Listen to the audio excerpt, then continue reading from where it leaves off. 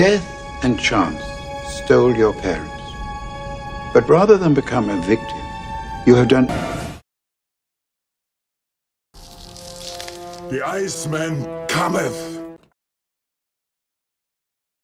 Of all the challenges he must face, none is so determined, so relentless, so diabolically ingenious as you. Taco Bell introduces the Unmasked Batman game. Just peel back Batman's mask to reveal Bruce Wayne, and you can win cash. One of millions of prizes, or even a Batmobile, instantly. Yeah! Only you can unmask Batman, only at Taco Bell.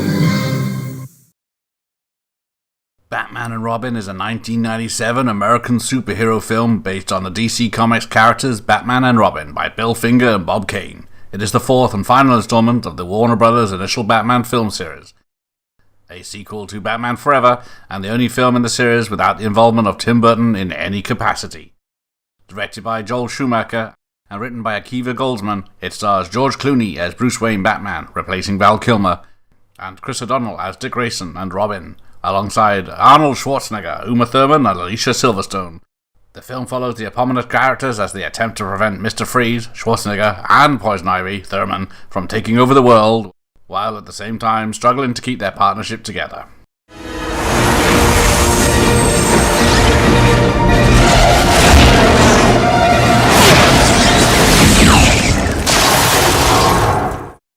There was a kind of modesty when we made Batman Forever, which was a little bit like we think we can. And, you know, it just felt on Batman and Robin that Jack was out of the box. It just felt like the sky was the limit. We were on a high, there's no question about it. You have a film that's very successful, Batman Forever, and you have all the elements in place. You say, why not? We had a great time. Let's do it again. Hi, Freeze. I'm Batman. First movie, things felt much sharper and more focused. And it just felt like everything got a little softer on the second one. The first one, I felt like I was making a movie. The second one, I felt like I was making a toy commercial. Batman Forever kind of crept up on people. Batman and Robin was so overhyped from the minute we said we were going to do it that I think that backfires many times. You know, when you're supposed to be a blockbuster, then you have to be. Nice catch. You break it, you buy it. Grab the gem! Kill the heroes! We were just getting ready to shoot A Time to Kill, and Bob Daly and Terry Selmo called me and asked me if I would do another Batman. And it did seem like the audience and the media and the studio, everybody wanted me to do another one. Now, of course, everyone wanted to be involved. So it was the opposite from Batman Forever when we had to go around and convince everybody to come along with us. We were going to make a Batman movie. This was, how can we stop everybody? You know, I mean, it was everybody and their mother wanted to have their franchise in the movie and be part of it, and it was a very, very different experience. It was evolving. I mean, it wasn't, I don't think we were publicly saying, okay, we're making another one. We're going straight into the next one. As it turned out, we did pretty much go into the fourth one, the second one for us, almost without a break. By the time you filmed these movies and got all the press once they came out, you know, to start one up as soon as we did was really soon, I thought. And I think that, you know, ultimately the movie suffered because I think, number one, I don't think people were ready for it. There's something about these things being away for a certain amount of time where people's interest kind of starts to percolate a little bit. I think people were still sick of seeing all the press and all the coverage and all. I mean, it's an assault when these things come out. In Batman and Robin, there was a real desire at the studio to keep it more family-friendly, more kid-friendly. And a word I had never heard before, more toyetic, which means that what you create makes toys that can sell. We involved the toy company. We let them look and be involved in how the Batmobile was going to look, how Batman's gadgets were going to be, which they wanted. This is key to them. They need a lot of lead time. We started planning in August of '95. I knew I wanted to do Mr. Freeze and Poison Ivy as the villains, and so we started with tear sheets, comic books, and discussions of what they would look like. and how we were going to make Gotham City bigger, better, and what areas we were going to be going into. So all of those things that you're designing, they're ripping them out of your hands because they're going to make the molds. The molds for them usually have to be made in Asia. So you have to give them the designs far in advance so they can get these molds made to make the toys made, so the toys will be out when the movie's coming out.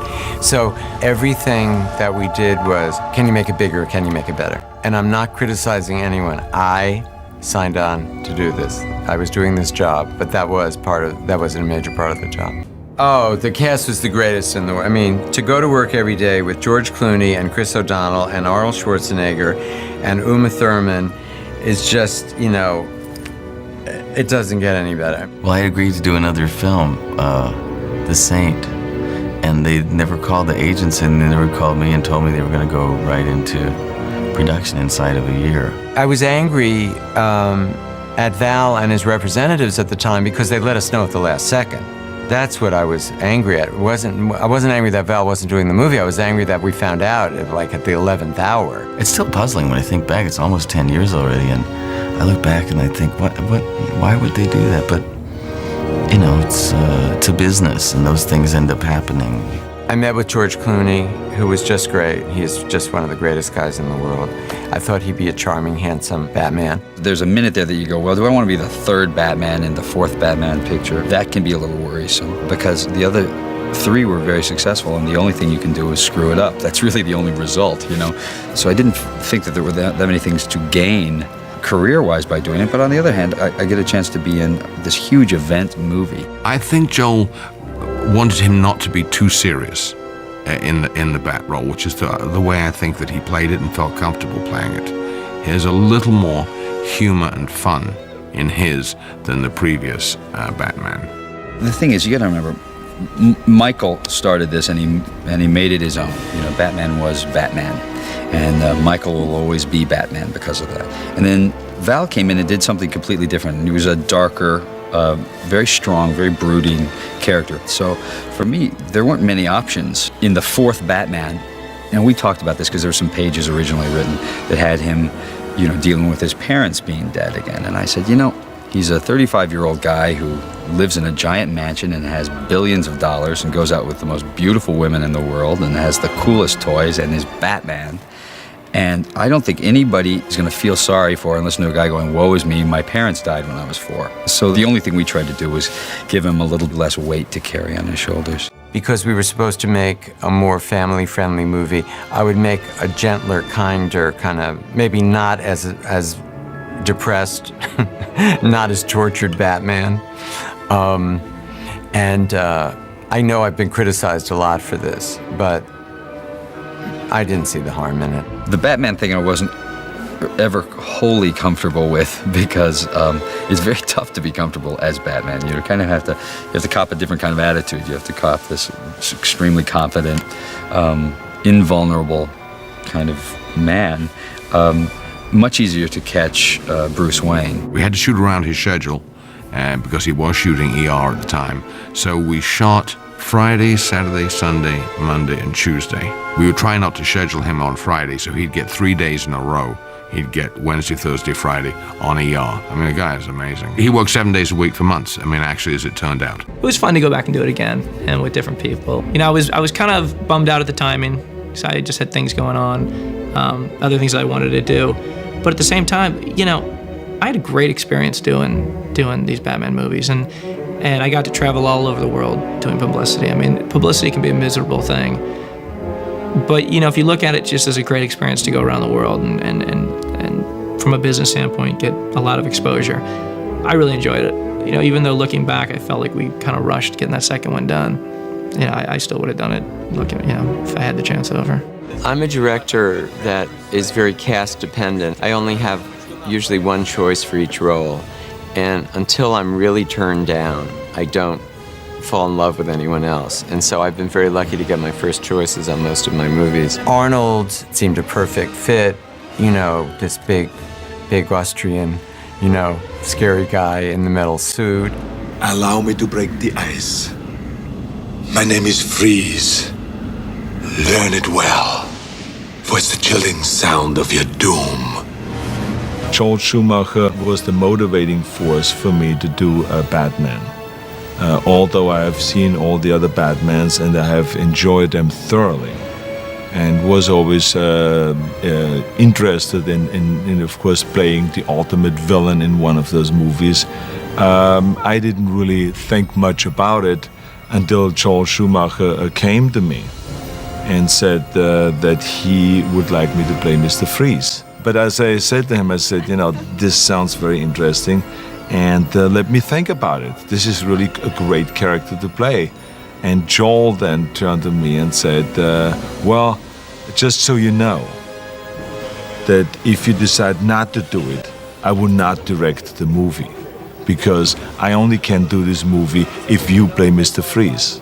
So, what are you gonna do? I mean, screw up a whole movie? He made me feel like I would make this whole thing fall apart if I'm not part of this whole. So he made me feel like, King Kong. So I said to him, I called him the next day and I said, something, Joe, I'm going to do Mr. Freeze. Hi there.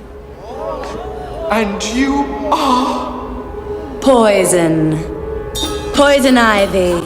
I'd been a huge fan of Uma Thurman's since The Seashell opened in Baron Munchausen, and she was Venus. And the minute it was printed that we were going to have a villainess named Poison Ivy, the one-liner that went under it was the most beautiful woman in the world, but if you kiss her, you die.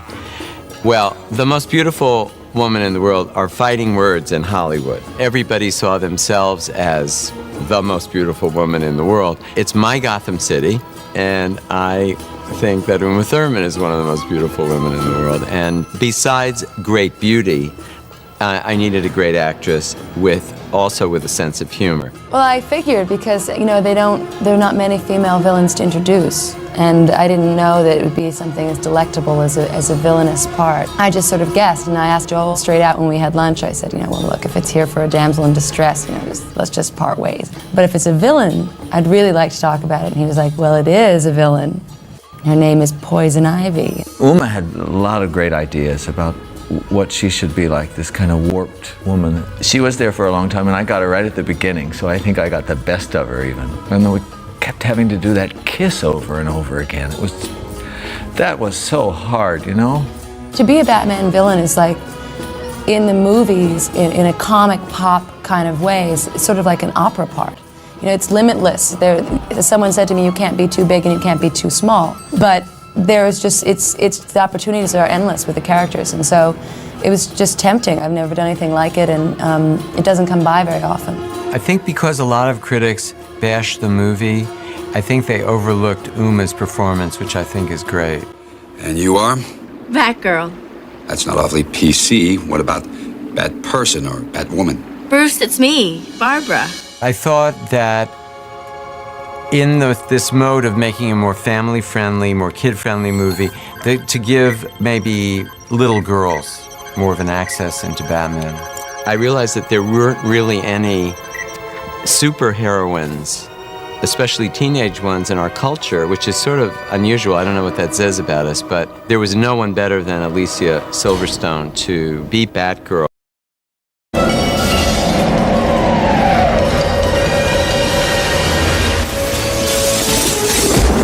Hi, Freeze. I'm Batman.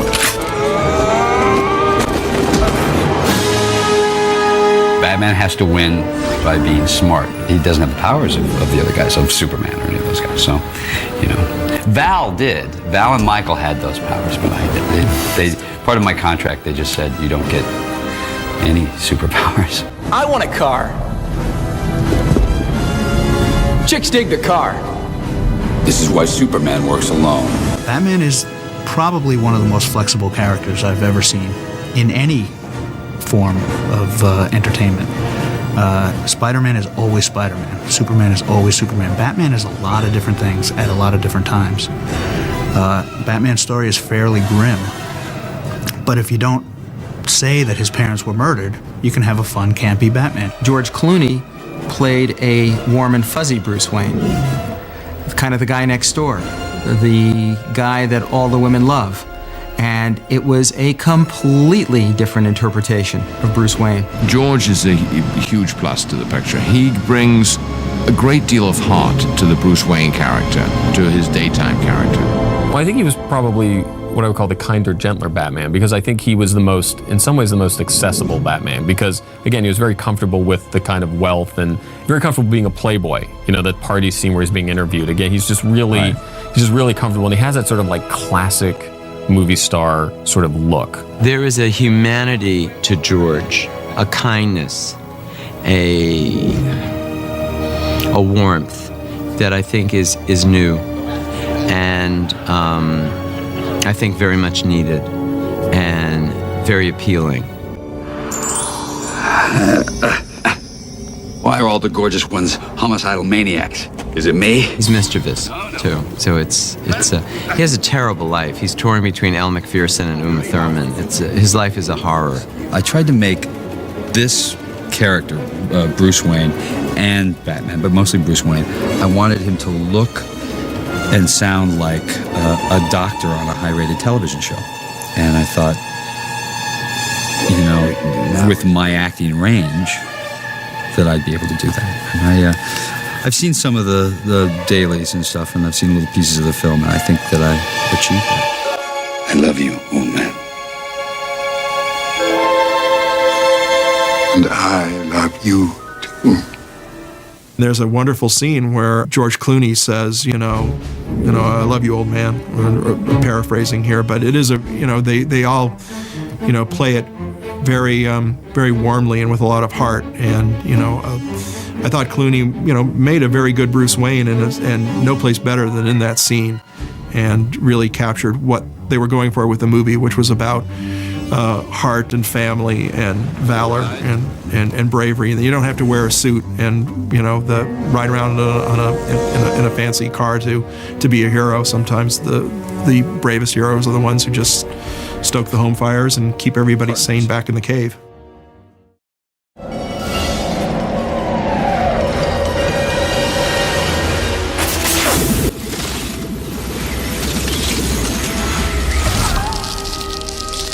The Iceman cometh!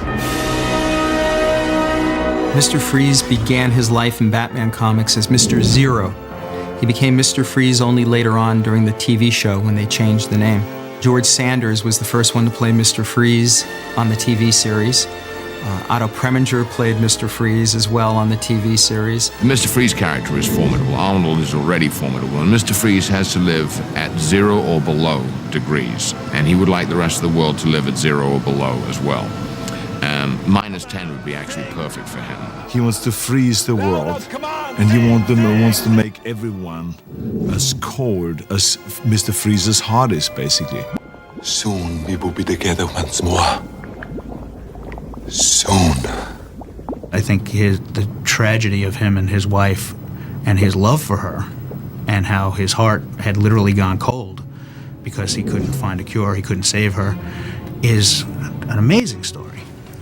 And unlike Batman, he had a chance to save her. And Batman never had a chance to save his parents, the people he loved as much as Mr. Freeze loved his wife. One more diamond, my love. One more. Schwarzenegger was a great Mr. Freeze, coming off of some sense of depth to his character, and that maybe in the world of superheroes and supervillains, everything isn't always black and white. You're the most perfect man I've ever known. What do you say we heat things up? My passion thaws for my bride alone. Mr. Freeze is a very popular and sexy character. So all these women are surrounding him. But anytime they make a move on him, any kind of a sexual move or sexy move, he tells them that his, passion thaws for his bride alone. He really is a man does, and as evil as he is, but it's all for one thing, and that is for his wife. The city fathers will have no choice but to give me the billions I need to complete my research, so I can find a cure. One day, in the middle of filming of Batman and Robin, I was invited to the set, and I brought my nephew with me. And, you know, he was maybe 7 at the time, and just see his eyes light up when he was on the Mr. Freeze set, and he got to meet Arnold Schwarzenegger and have a look around, and we saw the image of the girl floating in the tank. It was kind of cool to see that they had interpreted those bits of our animated mythos into the live-action movie. It's kind of fun, on the one hand, thinking that you made the cut, that what you brought to a character or a villain like Mr. Freeze meant enough that they interpreted it into the movie. It's kind of nice being part of the ongoing mythology. Winter has come at last.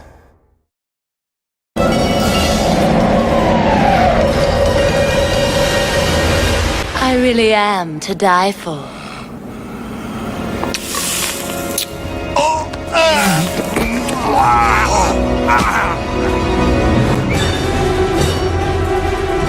In the 1960s, Batman really had only one femme fatale that he had to deal with, which was Catwoman. And they needed some female characters, and Poison Ivy was the first to emerge as a seductive villainess in the Batman strip.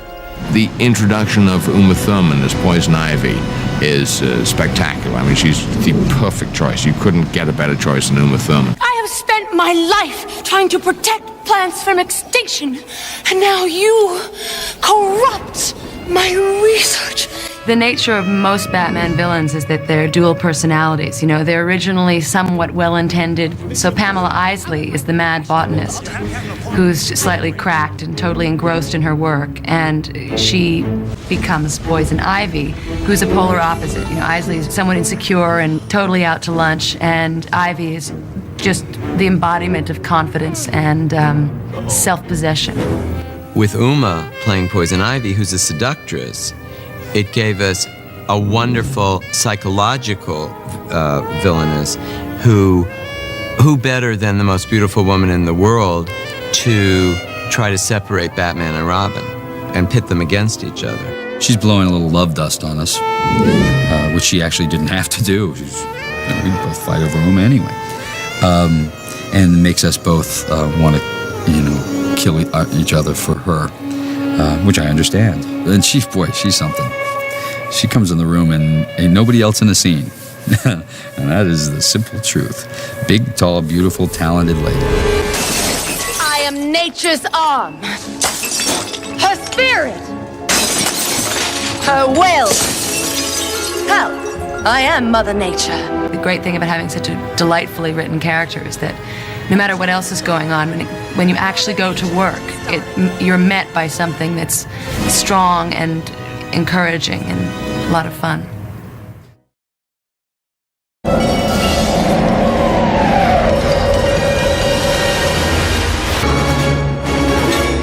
The Bane character in the comic book, he is the master villain that is responsible for breaking Bruce Wayne's back, or breaking Batman's back, crippling Bruce Wayne for life, which was a big change in the comic book. Like, wow, crippled superhero. How's Batman gonna fight crime if he's got a broken back? My guys created Bane. I had a little bit to do with it, mostly as a guy who was in the room with them. But my writers and my other editors created Bane as a guy who was very smart. He was raised in a prison, so he was just as disadvantaged as possible to be. Educated himself, figured out a way to break out, and we played him as like having a huge native intelligence. He was more than muscle. I mean, he was Batman's equal. Bane came along at a time when I think the comic book creators were looking at a way to throw newer and bigger and more challenging adversaries at Batman. We have seen the criminal masterminds who match Batman with a combination of physical might and cleverness. I think they wanted to go the other way with Bane and do somebody who was just much more of a physical powerhouse that Batman could not overcome.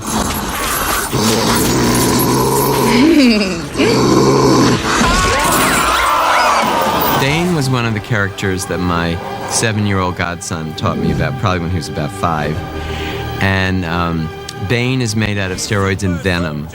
And he is, we use him in this film as Uma's pit bull. I mean, she just can't kiss everyone to death in Gotham City. You know, It's a lot of people to kiss.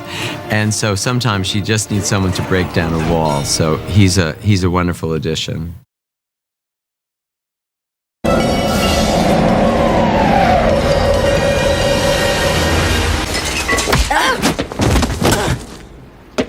Using feminine wiles to get what you want, trading on your looks. Read a book, sister. That passive-aggressive number went out long ago.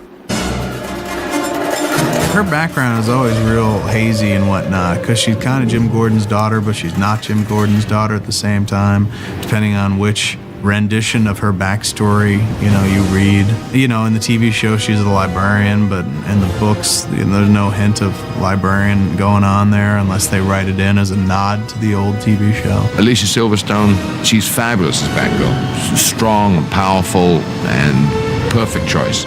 Batgirl is just pure trouble. She's trouble in leather. Robin and Batgirl, they have kind of the same personalities. They're both going to just jump in without really thinking about how to save, how actually they're going to get out of situations. Why don't you take your little tricycle and run along home, huh? Oh, yeah? Yeah. Why don't we have a side bet? How much? How much you got? She's kind of like a little rebel, a loner. Definitely a loner. She's pretty righteous and defensive and all for a good cause. She really, really believes that Alfred's being mistreated and she's come to save him, and that's all she's come to do. And I'm the only one who can see that he's sick and nobody else is paying attention. And I think these guys are jerks. Like, I can't believe that these guys are having this dear old man as their slave. To me, he's just a slave to them. You're about to become compost. Yeah. She's never done an action film like this, and sometimes it would be so crazy on the set, and they'd be kind of throwing out instructions. She'd be like, "What am I doing? You know what I mean?" I'd be like, "Just jump and yell," and she'd just kind of like, "Okay," and she'd just jump and yell, and it would work perfect. I can ride a motorcycle brilliantly, and I can use the computer brilliantly, and I know I can help, so I ask Alfred to suit me up and make me a suit, and he does, and he says he's proud of me for that. I actually had no idea that there was a Batgirl. I watched the series, and I was really into the Catwoman character and really into the Joker and the Riddler, but I didn't know of Batgirl at all. 1, 2, 3, action!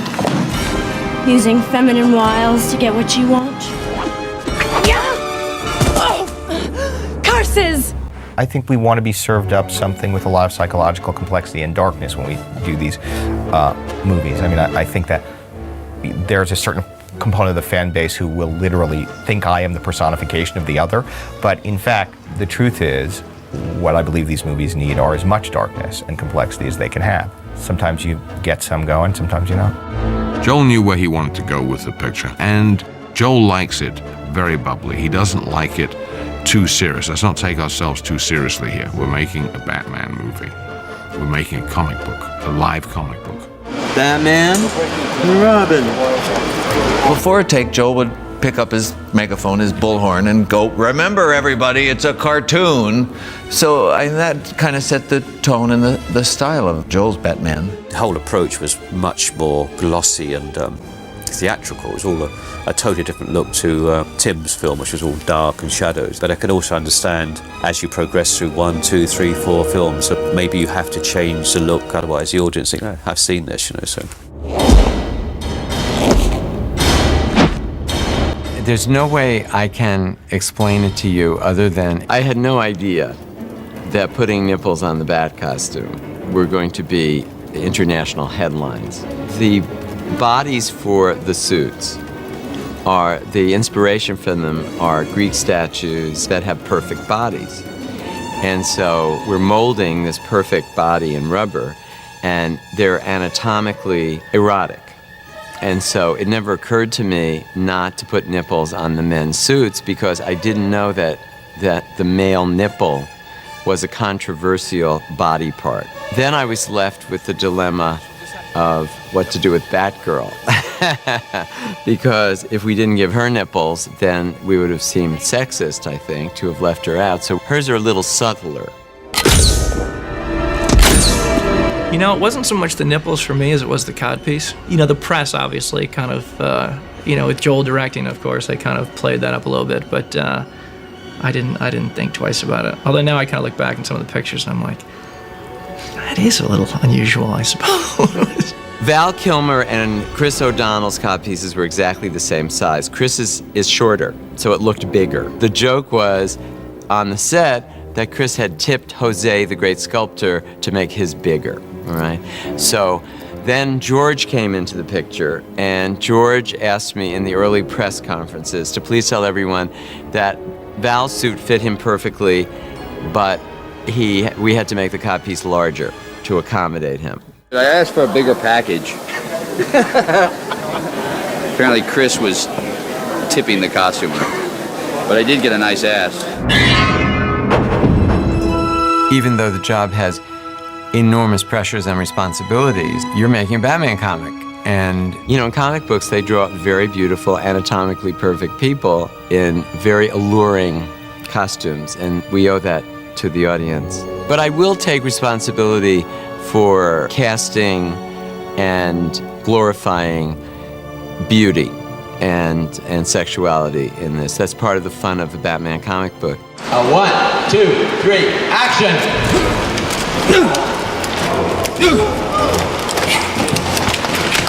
There is a serious nature to this, that when it's time to rock, it's time to rock. The main unit really had to concentrate on the money, the actors. I guess why I quite enjoy doing second units now, not first units, because you have the fun stuff. It's tough, but you have the fun stuff. Museum was tough because originally we had the whole museum frozen so they could do it on ice skates. The whole, I mean, it's a huge set at Warner's was an ice rink with a set built on it. And then about 3 days before that, they decided they would do it on rollerblades. So we got these extreme skaters in there who are actually fantastic. Let's turn cameras. Okay, roll cameras. We're rolling. We're rolling cameras, rolling. Okay, action, Rick.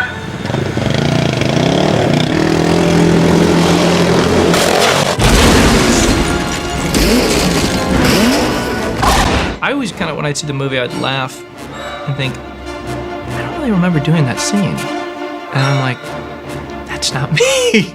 I mean, there were literally 3 crews at all time. And in fact, I'm in a lot of scenes with Mr. Freeze. I never worked a single day with Arnold. Not a single day. I was on the set with him a lot. You know, I'd hang out and talk to him. I did a lot of publicity with him. But literally, they had a double for him that was so good, and that suit was so complicated and involved to get on, that unless Arnold was talking in a scene, he wasn't in that costume. It was a movie where there were a lot of doubles. They never wanted Batman to be seen as not an icon. In other words, they didn't want George or Val to be standing there with the cowl just talking, having a Diet Coke on the set. There was either, George Clooney or Bruce Wayne or Batman.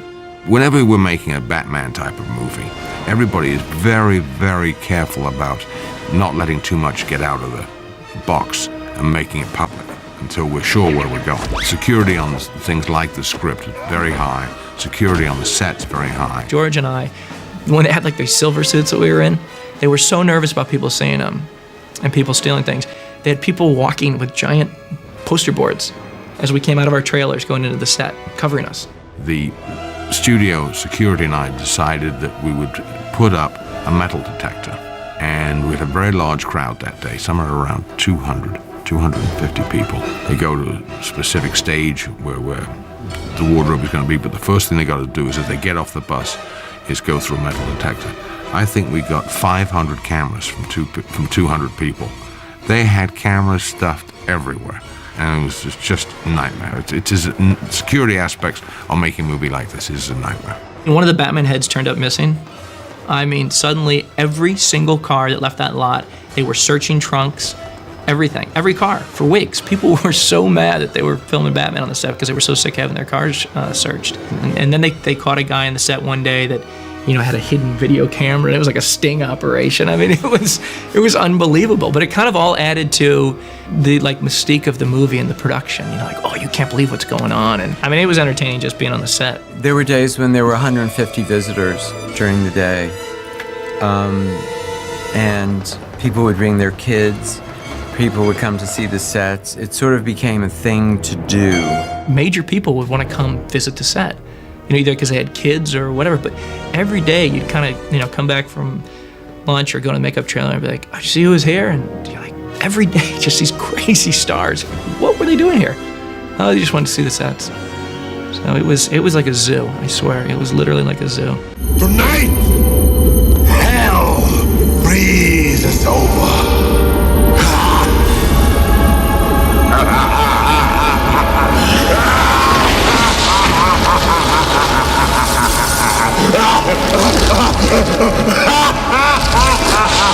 The movies, to me, have always reflected a different era from the Batman mythology.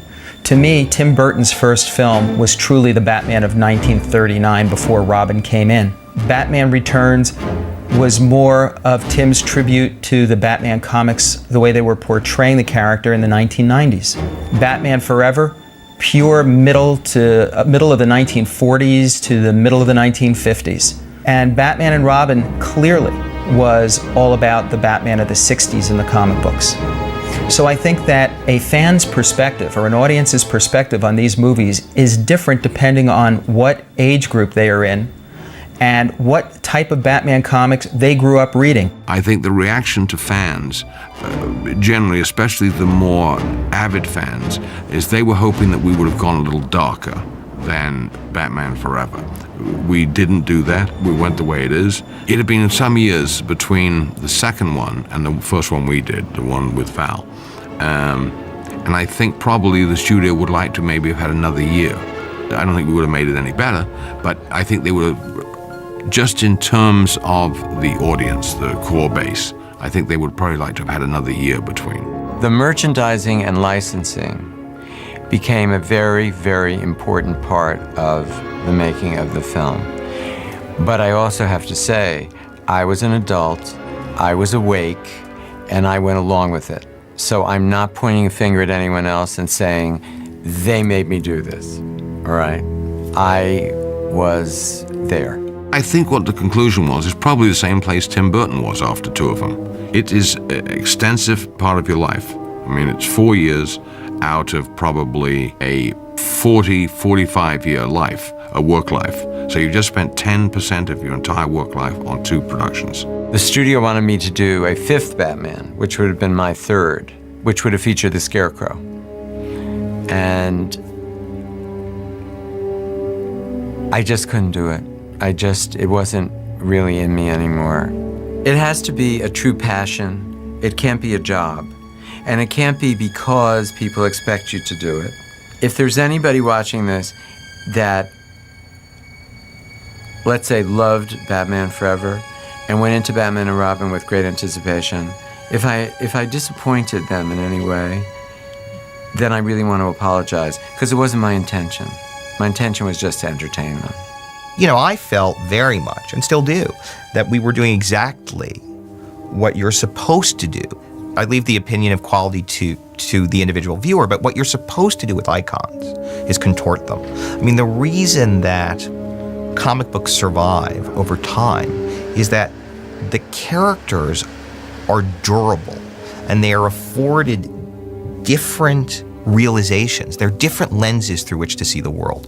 They change and are changed by the world, by the time, by the historical moment that they're in. And without those aborted and perhaps less successful bends and twists, you never get Dark Knight Returns. You will never, ever find a Clint Eastwood version of Batman. And those are the things we want. And that's what we yearn for. We yearn for something old made new spectacularly. And so, that's the job. The job is stand it on its head and see if it stands up or falls down. I remember years ago, Jerry Weintraub introduced me to Colonel Tom Parker, who, discovered and managed Elvis. And he told me that Elvis was such an icon that after Elvis died, he could just send the suit around the United States and make a fortune on the suit. Batman is like Elvis.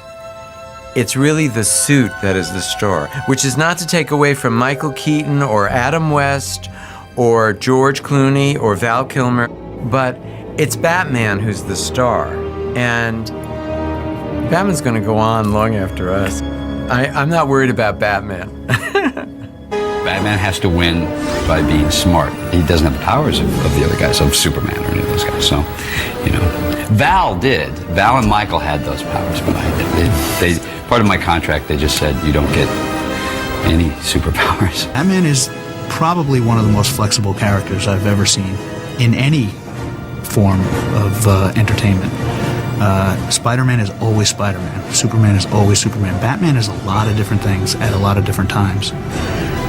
Batman's story is fairly grim, but if you don't say that his parents were murdered, you can have a fun, campy Batman. George Clooney played a warm and fuzzy Bruce Wayne, kind of the guy next door, the guy that all the women love. And it was a completely different interpretation of Bruce Wayne. George is a huge plus to the picture. He brings a great deal of heart to the Bruce Wayne character, to his daytime character. Well, I think he was probably what I would call the kinder, gentler Batman, because I think he was in some ways, the most accessible Batman, because, again, he was very comfortable with the kind of wealth and very comfortable being a playboy. You know, that party scene where he's being interviewed. Again, he's just really comfortable, and he has that sort of like classic... We're being brought together and asked to work together in a place where his costumes had to be reproduced both in CGI and in reality, and her sets had to be reproduced in CGI and reality and in miniature. So it was like all of a sudden there's all of this overlap of requirement, and communication was critical. One of the things that Batman and Robin's really given us the chance to do is explore new techniques and new imagery, because it's such a fanciful city. Using miniatures, using live action, using computer-generated characters, computer-generated ice, computer-generated freeze rays to create kind of entire new environments.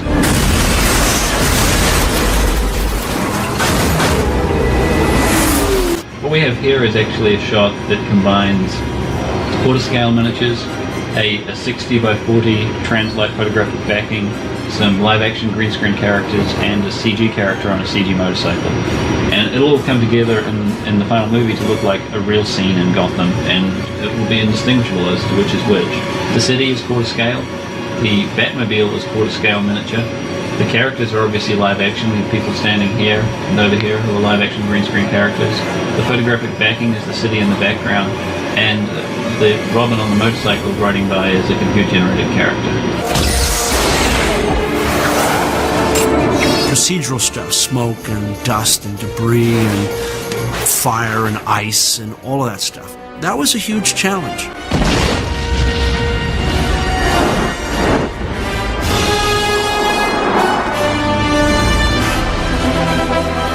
This is the skyboard sequence, and it's been pre-visualized before we start our photography. You really get a sense that you're just in the film, and you're falling and falling and falling and falling as the characters are. You, the audience, is falling as well, and so it's got a lot of dynamics to it.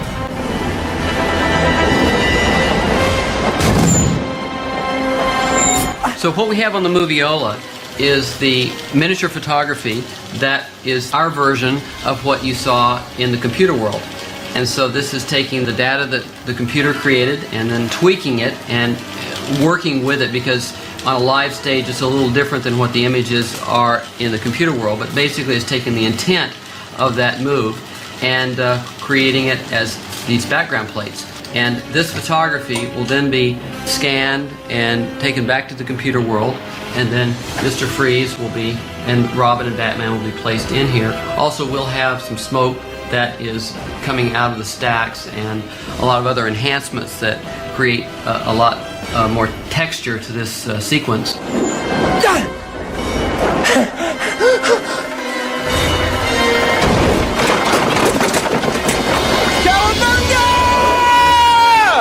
The skyboarding sequence was fun. It had enough reality to it that, for the most part, you came out of it thinking that the characters actually did that. It was ambitious for us to try and do that. He's freezing the furnace! It's a seminal time in visual effects, because that's the point where it was good enough to just come up with a process that could capture an image on film that vaguely represented what was written in the script. You had to either design a camera that traveled at the speed of light and stopped in 3 feet, or you had to design a rig that could do motion control at 30 miles an hour, or there was all of this technology involved. When the ability to create images in the digital environment, a pixel at a time, arrived, suddenly that engineering side started to drop away. And it dropped away fairly quickly as the digital environment matured. And it also meant, from a supervisor point of view, it got to be much less an engineer. I thought you boys were going to work on the garage. Dad, we're resting. And eating those Apple Jacks, I see. What's wrong with you kids? They don't taste like apple. That isn't why we like them. Then why? I know. You just do. Yeah. Kellogg's Apple Jack cereal is part of this complete breakfast. We eat what we like. Just in time for Batman and Robin the movie. Cool stuff from Kellogg's. Free Hero Vision puzzle. Action-packed mail-in $4.99. See specially marked boxes for details. I'm afraid that my condition has left me cold to your pleas of mercy. Taco Bell presents Nacho and Dog. Hey, Nach, how about another tasty taco? No problemo, man.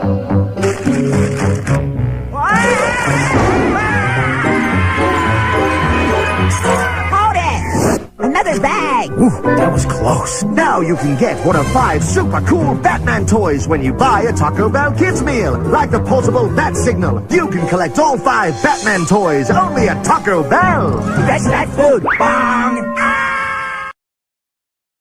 Batman and Robin had its premiere on June 12, 1997 in Westwood, Los Angeles, with most of the cast and the toast of Hollywood in attendance.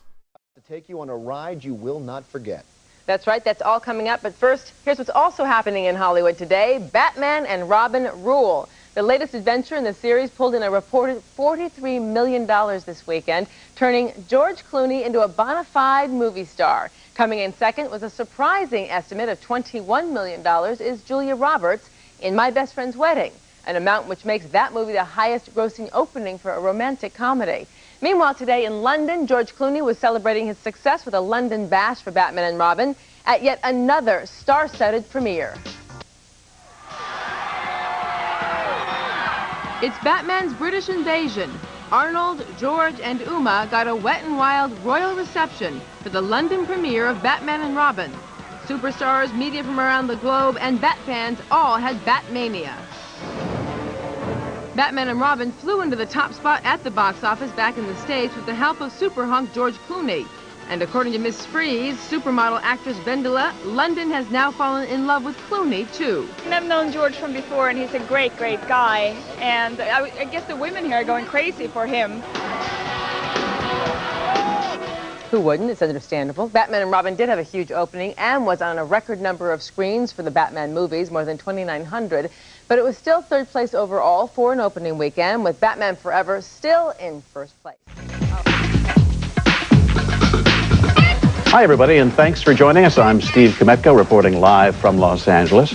Like the proverbial bat out of Hollywood, Batman and Robin shot its way to the #1 spot on the box office hit list this weekend as Batmania swept movie theaters across the country and, in fact, major cities around the globe. One theater in Atlanta displayed true Southern hospitality for the Caped Crusaders' return by hosting a star-packed premiere Friday night. Graduates from previous Batman features, including Val Kilmer and Billy D. Williams, were joined in Atlanta by fellow actors Cliff Robertson and Julie Newmar, both of whom portrayed unforgettable guest villains in the popular Batman TV series 30 years ago. Catwoman, 6 times, 6 shows, TV. You have to purr for us. Purr for you. I was actually more famous for my... 10-4, look for me. That's my claim to fame. And if you think the current bat craze is just an American phenomenon, think again. On Monday, Batman and Robin adversaries George Clooney and Arnold Schwarzenegger teamed up in London to plant Batman memorabilia in a time capsule at the site of what will one day be the world's largest multiplex cinema. How dramatic. It was a bang-up weekend at the box office with the openings of Batman and Robin and Julia Roberts' My Best Friend's Wedding. Fans of the Caped Crusaders spent an estimated $42.9 million, while Julia Roberts' adorees shelled out an estimated $21.7 million, giving My Best Friend's Wedding the highest opening ever for a romantic comedy. Joining us now to talk about all the excitement, all the money, is Dwayne Burge of The Hollywood Reporter. Hi, Dwayne, and thanks for joining us. Thank you, Steve. What do you think? Did Batman and Robin live up to expectations, and how did it compare to previous Batman openings? Well, it certainly did. As you know, it's the fourth in the franchise here, and it made $43.6 million this weekend, which is not even change for a huge corporation like Time Warner. $52 million was the previous Batman's opening, and this one coming that close, especially since the previous one had Jim Carrey in it, has got to make Warner Brothers executives very happy. Okay, Dwayne, let's talk about a big weekend for Julia Roberts. Tell us about My Best Friend's Wedding. Did very well. It did wonderfully, especially with women. As you know, there's mostly movies out there now that have a lot of explosions, fire, crashes, chase scenes, action, and this was a great antidote for that. It gave older viewers and more sophisticated viewers something to chew on. It's kind of an old-fashioned romantic comedy with a modern spin on it, and it was just the tonic that this kind of overheated with action chase scene Summers really needs right now. Well, this sophisticated viewer went to see it for a second time, Dwayne. Hey, back to Batman and Robin. How do you think George Clooney's going to fare as Batman? Does he have shelf life? I think he has shelf life, and I think he did very well in it, but Steve, you put somebody in a black rubber suit and give him a black mask and a couple of pointy ears, I mean, I think you could have done a good job as Batman. I just don't think they could have afforded you, maybe. Oh, maybe not. On that note, thanks very much, Dwayne. Okay, thank you, Steve. We've tried to find out who's the best Bat. That's what we wanted to know when we hit the streets of Los Angeles and ask a few folks. I like George Clooney because he's good looking, he's a good actor. My favorite Batman would be Val Kilmer because he's hot. That's why. I think I like Keaton better. Definitely. Val Kilmer. And why?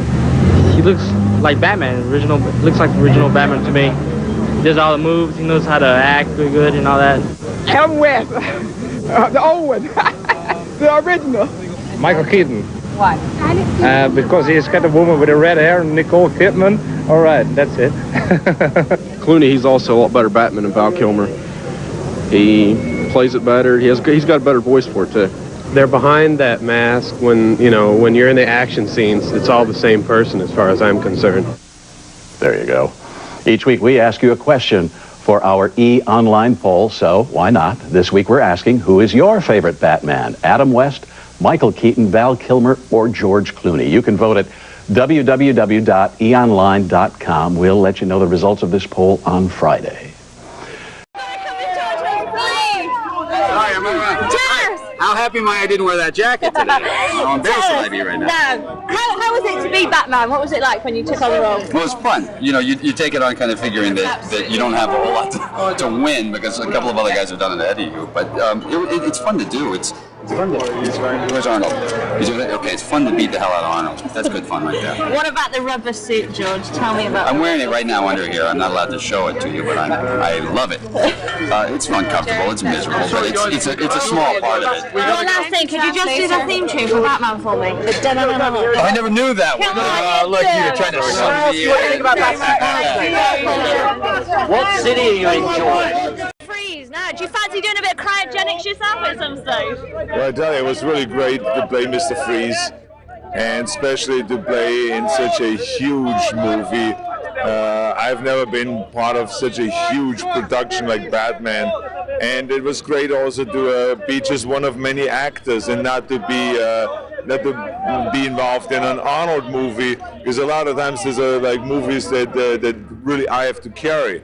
Batman, it's a franchise, it's a very huge franchise, a very popular one, and so everyone carries that movie. Is it better to play the evil one in a movie? Well, there's really no better. It's just in this particular case, I enjoyed very much playing the villain because it's a very well-written character that is very memorable because it is a multi-dimensional character that is someone that is very evil, but someone also that has great human qualities. One last thing, could you just do us a quick one? All right. How would you like to be in London? George! George, we love you! Okay, let's go straight ahead.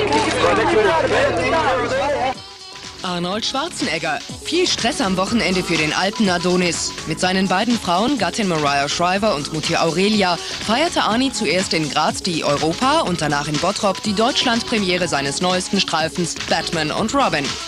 Natürlich war auch George Clooney mit Freundin dabei. Schließlich spielte er den Batman.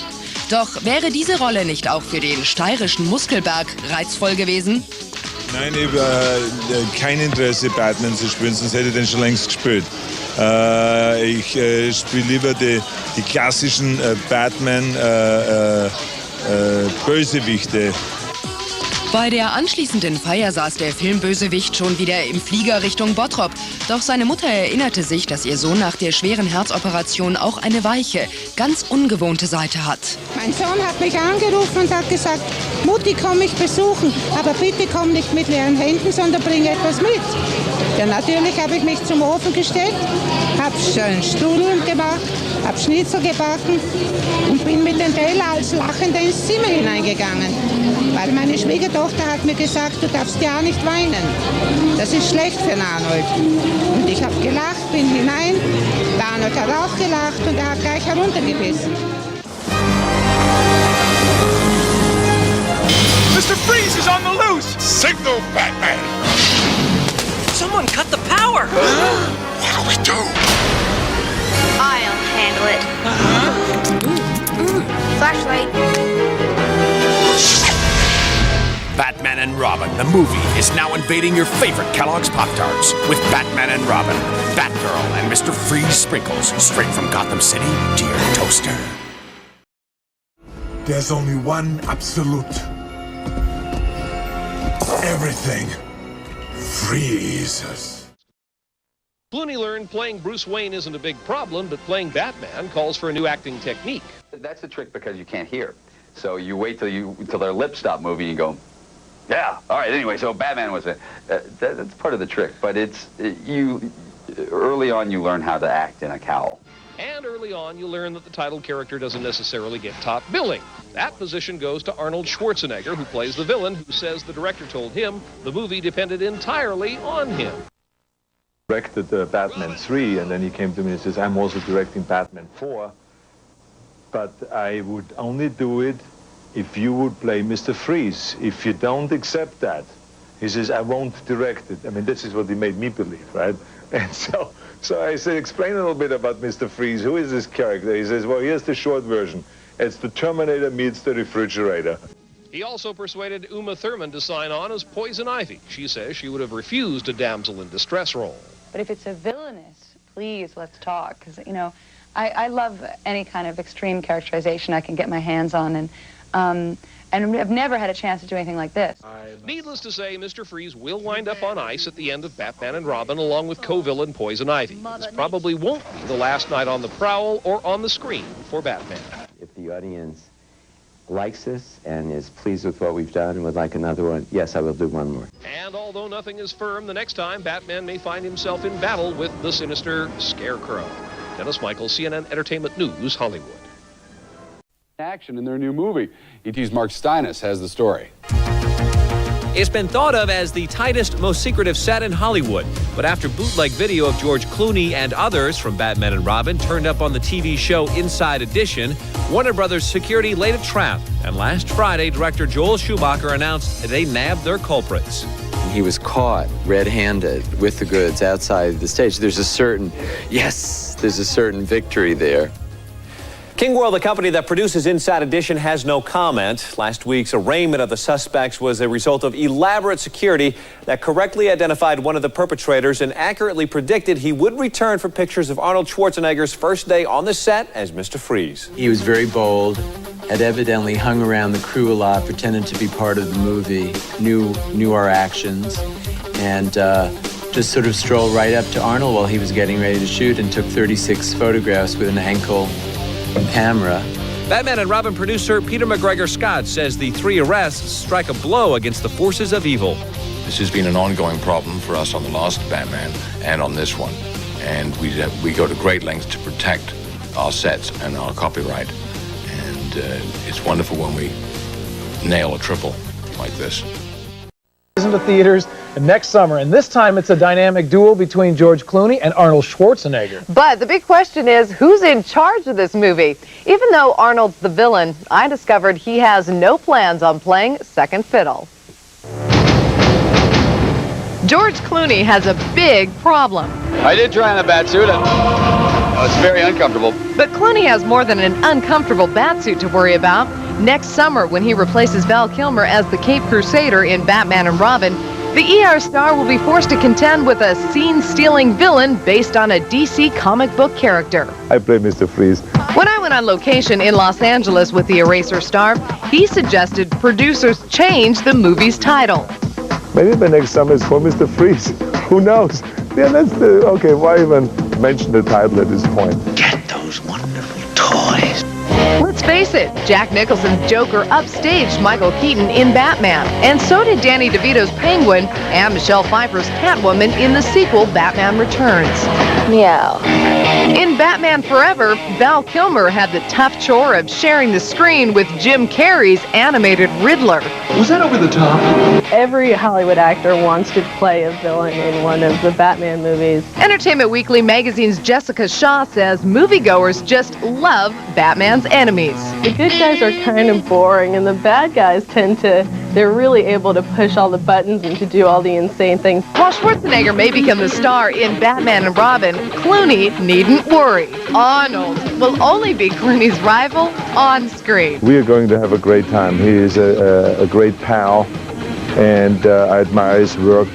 I think he's a great-looking guy. I think that he's a very talented man. Yeah, before he kicks his butt, right? Yeah. One thing's for sure, Arnold won't need a muscle suit for his role, don't think so. I'm thinking Batman Clooney better be careful fighting Mr. Freeze. He may end up in the ER, if you know what I mean. I know what you mean. We'll be right back. Okay, set your watch, because only 24 hours until we take you inside Arnold Schwarzenegger, George Clooney, Chris O'Donnell, and Uma Thurman's top-secret Bat World. It's your first look at Batman and Robin's latest superhero adventure, and even the Caped Crusader cannot escape it. It's the countdown to Batman. One day till E.T. shows you the world premiere of Batman and Robin.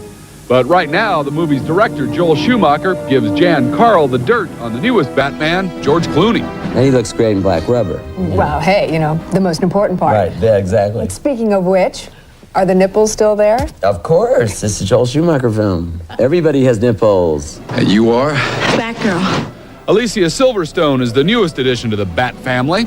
We really don't have a teenage superheroine.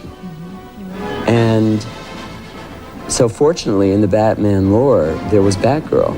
And who better than Alicia Silverstone? We can't reveal Arnold Schwarzenegger's amazing new look as the villainous Mr. Freeze until tomorrow, but Joel gave us a little bit of a hint. Mr. Freeze is such a, I always tell him it's the Terminator meets the refrigerator. Tomorrow, we'll also show you Uma Thurman's sexy bad girl, Poison Ivy. I think many people in the audience will be very pleased with her costumes. Oh, a little skimpy, are they? Well, they're Or perhaps a little tight. they're built for seduction. Let's put it that way. It looks like Uma comes between the Caped Crusaders. Things get pretty tough for the dynamic duo. So we could have a love triangle going on in Batman and Robin. Ooh, could be really heavy. Could be really heavy. Oh, I like that. Could almost break everybody up. Joel says the cast got along great and pulled a lot of bat jokes. We have lots of, you know, bat butt shots. We have lots of mooning. We have lots of vulgarity. We have lots of fraternity humor. We're going to need a bigger cave. You know, Batman and Robin also co-stars some pretty impressive main squeezes. Elle Macpherson plays Bruce Wayne's girlfriend. Supermodel Vendela plays Mr. Freeze's Mrs. Freeze. And Will Smith's girlfriend from Independence Day, Vivica Fox, will also be in the Bat cast when Batman and Robin opens June 20th. Tonight, it's a big night of Batman as we take a sneak peek at the brand new Gotham City adventure and speak to the stars of Batman and Robin, George Clooney, Chris O'Donnell, Alicia Silverstone, Uma Thurman, and Arnold Schwarzenegger. Then we bring you the movie which started it all, the original Batman. I'm Batman.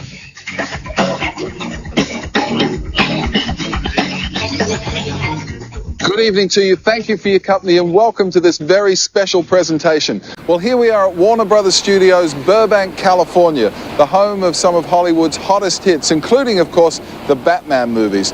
What an incredible looking film. Batman and Robin is, of course, the fourth Batman movie. Michael Keaton played the original Cape Crusader in the Batman film we're going to see a little later tonight. Val Kilmer starred in Batman Forever. And now, star of the hit TV series ER, George Clooney plays billionaire philanthropist Bruce Wayne and Gotham City's Dark Knight, Batman.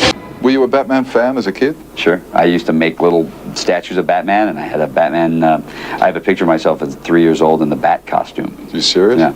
Wow. You got a copy of that here? No, I don't. I mean, someone's going to pay a lot of money for that. I know.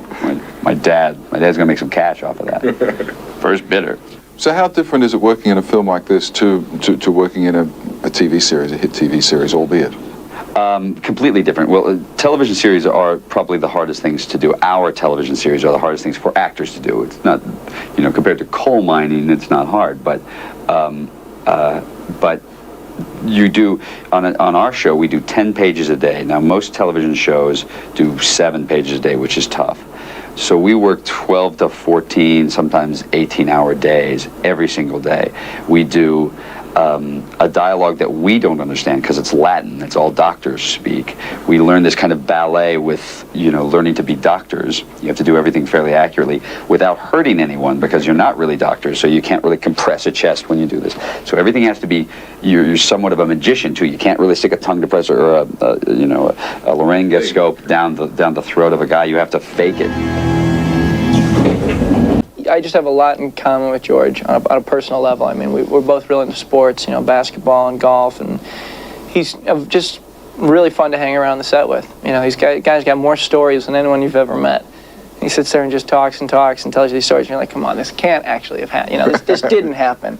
And he's like, I swear it happened. Great with Val. I didn't hang out and goof around on the set with him like I do with George, but I got along with him fine. Only problem I ever had was when he spoke real quietly. Michael Goff and I would be doing scenes with him in the Batcave, and he'd be talking, be like, what? We can't hear you, because it's a big Batcave, and he played Bruce Wayne with a real kind of low voice, which was cool in the finished product. But for the other actors, we were like, and finally it was so funny, because at one point Michael was just like, I'm sorry, I can't hear him.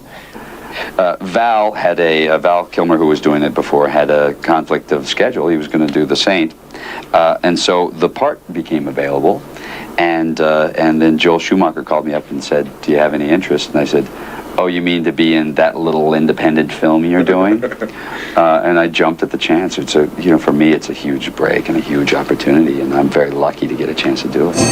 It's as much about the special effects and the sets and the costumes as it is about the actors and the characters. I mean, it's just amazing the way they put everything together. And I get to sit back and watch it and be like, that's my face, that's me jumping there, and I don't know how they did that, but that was me, supposedly. And it's great because the special effects, the stuff they did is just unbelievable. Chris is really, really professional as far as the only way. No, he was really good about knowing how. I mean, he had everything, and he's so cool. Like, he'd show up and he was like laughing with everybody, and he was telling all these jokes, but he knew what he was doing when he had to do it, and he was on when he had to do it. And I'd just go like, what are you doing? What's going on? And he'd tease me and not tell me. And I'd be going, really, I need to, what just happened? I'd be freaking out. He'd get me into such a frenzy. And he'd go like, I'm not going to tell you. And they both would stand there not telling me what was going on. And then I go, George, you don't know either, do you? You really don't know what the hell's going on. They're like, that's the secret. You just don't know. Pretend you do. Joel Schumacher called me when I was doing press for Clueless in Japan and said, would you like to be Batgirl? And I said, okay, why not? That's quite a call, isn't it? And that's how it happened. It's really good for an actor internationally because you can, this is the hugest movie. I don't know it beats the dinosaurs, I think. I understand it beats the dinosaurs. Your career's had such a huge, explosion since Clueless. How does it feel? Has it been kind of hard to hold on to the core of yourself, or has it felt like your world's gone crazy? World's gone crazy, but for good things have happened. I had an opportunity to produce a film, Excess Baggage, that is comes out in August 8th. And I worked on that from beginning to end, and really proud of that experience. It's a real confidence booster, you know. Somebody's telling you, we believe in you enough to let you decide, you create, you have this vision, and we're going to support you in this vision. That's like that was like a really nice, I was like, wow, are you guys sure? Are you guys crazy? Like, no, you know, why are you doing that? But they did, and that's really nice. Playing a cartoon character, essentially, does that give you free rein as an actor? I guess it does. You can kind of walk out Well, there. it's if you're really stupid, somebody can just say to you, it's a cartoon character. You go, absolutely, it was meant to do that. Well, it is. I mean, you're playing, it's a Yeah, it is. parody, you know? It is. It's really hard for me to remember that. So I'm glad that you said that. It makes me very happy because it's hard to remember that. Humanity will. After the break, we meet the two arch villains from Batman and Robin, Uma Thurman and Arnold Schwarzenegger.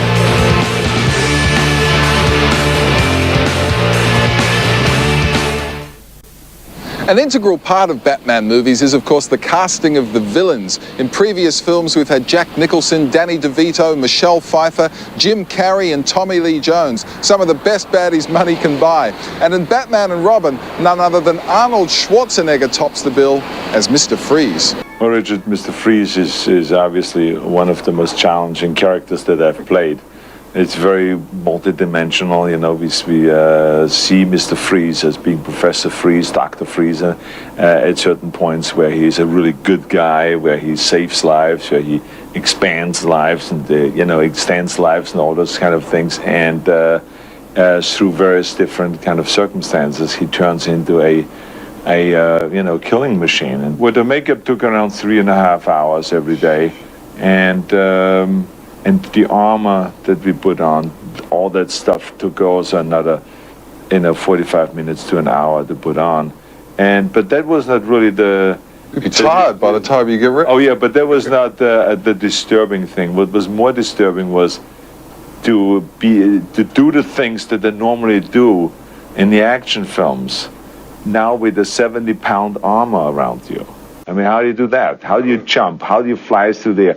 How do you do the fight scenes? How do you move? How do you run up the steps? How do you run down the steps? I was in the beginning, the first few days, falling all over the place. I just couldn't get my act together because everything is so weird. Your feet, when you walk, you have to walk that far apart with your feet. That when you go up steps, there's metal clunks. The shoes were that long, so you couldn't really get into the steps the right way. So it was really a challenge in the beginning, and then. I think the last week when we were filming, I had my act together. How's the ticker? My heart? Perfect. I'm very happy. As a matter of fact, I'm in a kind of shape now already that the doctor can let me see the bill. So I'm doing pretty well. Yes. Yeah. Do you ever wonder how the kid from Graz in Austria became one of the biggest box office stars in the world? Yeah, I think about it sometimes. Not that often, but I mean sometimes. Because what's interesting is that I had huge dreams when I was in Austria. And I was very ambitious. And I had a plan on how I'm going to achieve all those things. But all of those dreams and ambition and all this was not as big as where I went. I mean, I wanted to get into films. I wanted to be a bodybuilding champion. I wanted to own gyms and stuff like that. So it was those kind of ambitions, which is very ambitious. But that I would emerge and get to the place where I am today, I think that that was unexpected, and I'm quite surprised about it. I think that sometimes the movies go overboard with the violence. It's not necessary to do that. I never would take my kids to, see a Terminator movie, but I can take my kids to see Batman and Robin because there is really no injury. They freeze, and then as soon as you change the gun back, you can shoot at that frozen person, and then he melts again. So you can undo what you have done. So people see that, so it does not have the appearance of the violence and of the blood and all those things that sometimes in films are unnecessary. She's sort of an exaggeration of an eco-terrorist gone mad, and shameless, self-obsessed diva, basically. She starts out with this altruistic mouse. Yeah. And she goes from there, post-mortem, into just the counterpoint of herself, which is this extraordinary, wicked, fun-loving, clever, smart, loquacious vixen, and that's sort of what she becomes. So how does this Academy Award-nominated actress, acclaimed actress, get talked into playing Poison Ivy?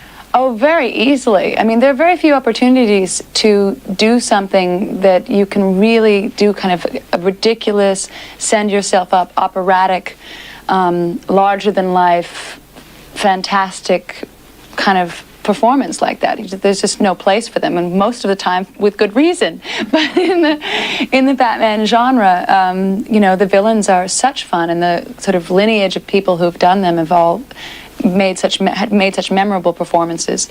And as it's such a unique thing, as a one-off, I thought it would be fun. Numa's not a bad gig, let me tell you, to get paid for it. Yeah, that works real well. She's great, and I think I was definitely blown away more than anybody by her. Chris is a great actor to work with, very professional and very good and very present, and I had a great time working with him. And George is fantastic. He's also such a charming, self-deprecating, friendly person, and that really, really is nice. It makes the experience a pleasant one. I had a day where I got to kiss Uma Thurman and Elle Macpherson in the same day. It's a good day. I just think that's a good day. I want to ask you about a concept thing, and I don't quite know how to articulate it, but all 4 Batman films to me now are all different. All 4 seem different to me, and I know the first 2 different directors, second 2 different directors. Right. But they all have kind of a different shape and form to them. Is that by design, or did that just happen? Or? Well, in my case, I was not asked to copy Tim's versions of Batman. So I tried to create in Batman Forever our own version of a comic book. Sure. I did not expect it to be as successful as it was. It was wonderful. It was very exciting. Everybody seemed to want another one, especially the audience, which is who I make them for. So I felt, go back to the comics. One of the things, there's been almost 60 years of Batman comics. There's every kind you could possibly imagine, from the lightest to the darkest. And so I'm always trying to give the audience something fresh and new in every movie I do, and so I've never done a sequel before. I just wanted to reward them with the best possible comic book movie I could make, and I'm learning on the job with Batman. And really, in what way? Well, I didn't really know what I was doing with Batman Forever. I'm trying to understand what the audience wants, where we fit in it, and so... they're bigger films than you've done. I mean, they're different than you've done. Very different. Very different. They're not introspective movies. They are big pop movies. Exactly. And I wanted very much to give the audience the best pop art I can. I want to give them great visuals, great action, great villains, great heroes. And I also wanted, because I didn't realize the size of the audience and the ages, and we've got to be responsible here. I don't want Batman and Robin to kill people. I want them to solve the evil without using murder. We have enough violent movies, and I've made a lot of them, so I'm not pointing a finger at anyone else. But in this, I try to, keep the responsibility without being Pollyanna. Sure. But we've got to have morals. We've got to have humanity. George has brought a great deal of humanity to Batman. I wanted to have a Batman that's just stopped the brooding already about your parents are dead and you're so introspective. Let's get on with it. Yes, yeah. Exactly. It's the 90s. They died when you were 8. And also, Alfred is his real parent. Yeah. Alfred is the person who raised him. And Alfred, played by the great Michael Gough, is ill. He's got to take care of Alfred. He's got to deal with Chris O'Donnell, who's like some younger brother or teenage son from hell who's in your face all the time. Going through an identity crisis. Yes, give me the car, give me the keys, give me the house. And then suddenly this beautiful young teenage woman comes in who's just as mysterious as everybody else in Wayne Manor and has a double life, and that's the great Alicia Silverstone. Then he's got to save Gotham City from Arnold freezing it. He's got to save himself and every other man from Uma kissing them to death. And he's torn between Elle Macpherson and Uma Thurman. So this is a man. I should have such problems. Well, shouldn't we all? And he's a billionaire. I want to ask you about charisma. You've worked with two actors who, people talk about this a lot, Matthew McConaughey and George Clooney. There's something about the two of them, not that the others don't, but I want to single those out, that just jumps off the screen. I know. What is that? God. Only God can make a tree, only God can make a star. I don't know what it is about why one person has that and another doesn't. But when I saw Matthew McConaughey in Dazed and Confused, he just, as you said, he just leapt off the screen at me as a movie star. And George, I was not aware of George until I saw Dusk Till Dawn. I hadn't seen ER. I don't get a chance to see Don't TV. get out much, yeah. So, but I started watching ER after I met George, and it's a wonderful show. Yeah, it is. But I saw George in Dusk Till Dawn, and he was a movie star to me. So, I don't know what that thing is, but whatever it is, those two men have it. And everybody in this film has it, which is pretty amazing. It is an indefinable thing, but when you cast a movie and Julia Roberts at 20 walks in your office, Matthew McConaughey at 25, Rob Lowe at 19, I think I met Uma when she was 17, Alicia when she was 14. It's there. It's there. I mean, you can meet 200 people that day, but when they have that thing, and I don't know how to, it isn't just beauty, it isn't just talent, although all those people I've mentioned have it. There's something else. It's star quality, and I think since time began, we've been trying to analyze it, and you can't. It's like genius in a way. It just is. Nice to see. Well, in talking with you, I always enjoyed looking and talking about the visuals of the film, because I'm thinking of filmmakers like Mitchell Leisen and Herb Ross and Vincent Minnelli, all who had a great eye and experience with things like costume design, set decor, stuff like that. Do you see yourself maybe in a kind of line of directors like that? Well, that's a heady group. It's a good company there. Yeah, very good company. No, I've never thought of that. I try to, especially in these movies, well, I respond very much to visuals in film. And I feel nothing's more important than the story and the casting, but I always try to give the audience a visual statement with the film, because I think they should get that with their ticket and popcorn. And are you also commenting on other movies like Blonde Venus, which he takes off the gorilla head? I just stole that, sure. Clockwork Orange, things like that. It's fun, isn't it? Sure. It's fun. I mean, I get to pay a little homage to the movies that I love so much. And but most of all, what I'm trying to make is a living comic book. And the credit for the style of my Batman films really has to go to the geniuses over the last 60 years who've worked so hard at DC Comics. There's a whole long list of brilliant artists, painters, story writers, and I just look at hundreds of comics before I start a Batman movie. And what I try to do is really pay homage to them and not do something that they'll be embarrassed by, because they deserve the real credit. Yeah. But of course, one of the fun parts about Batman is there's such big pop visual operas that I can stick in some things I really love in there. And I just see you reveling in these contrasts of color keying.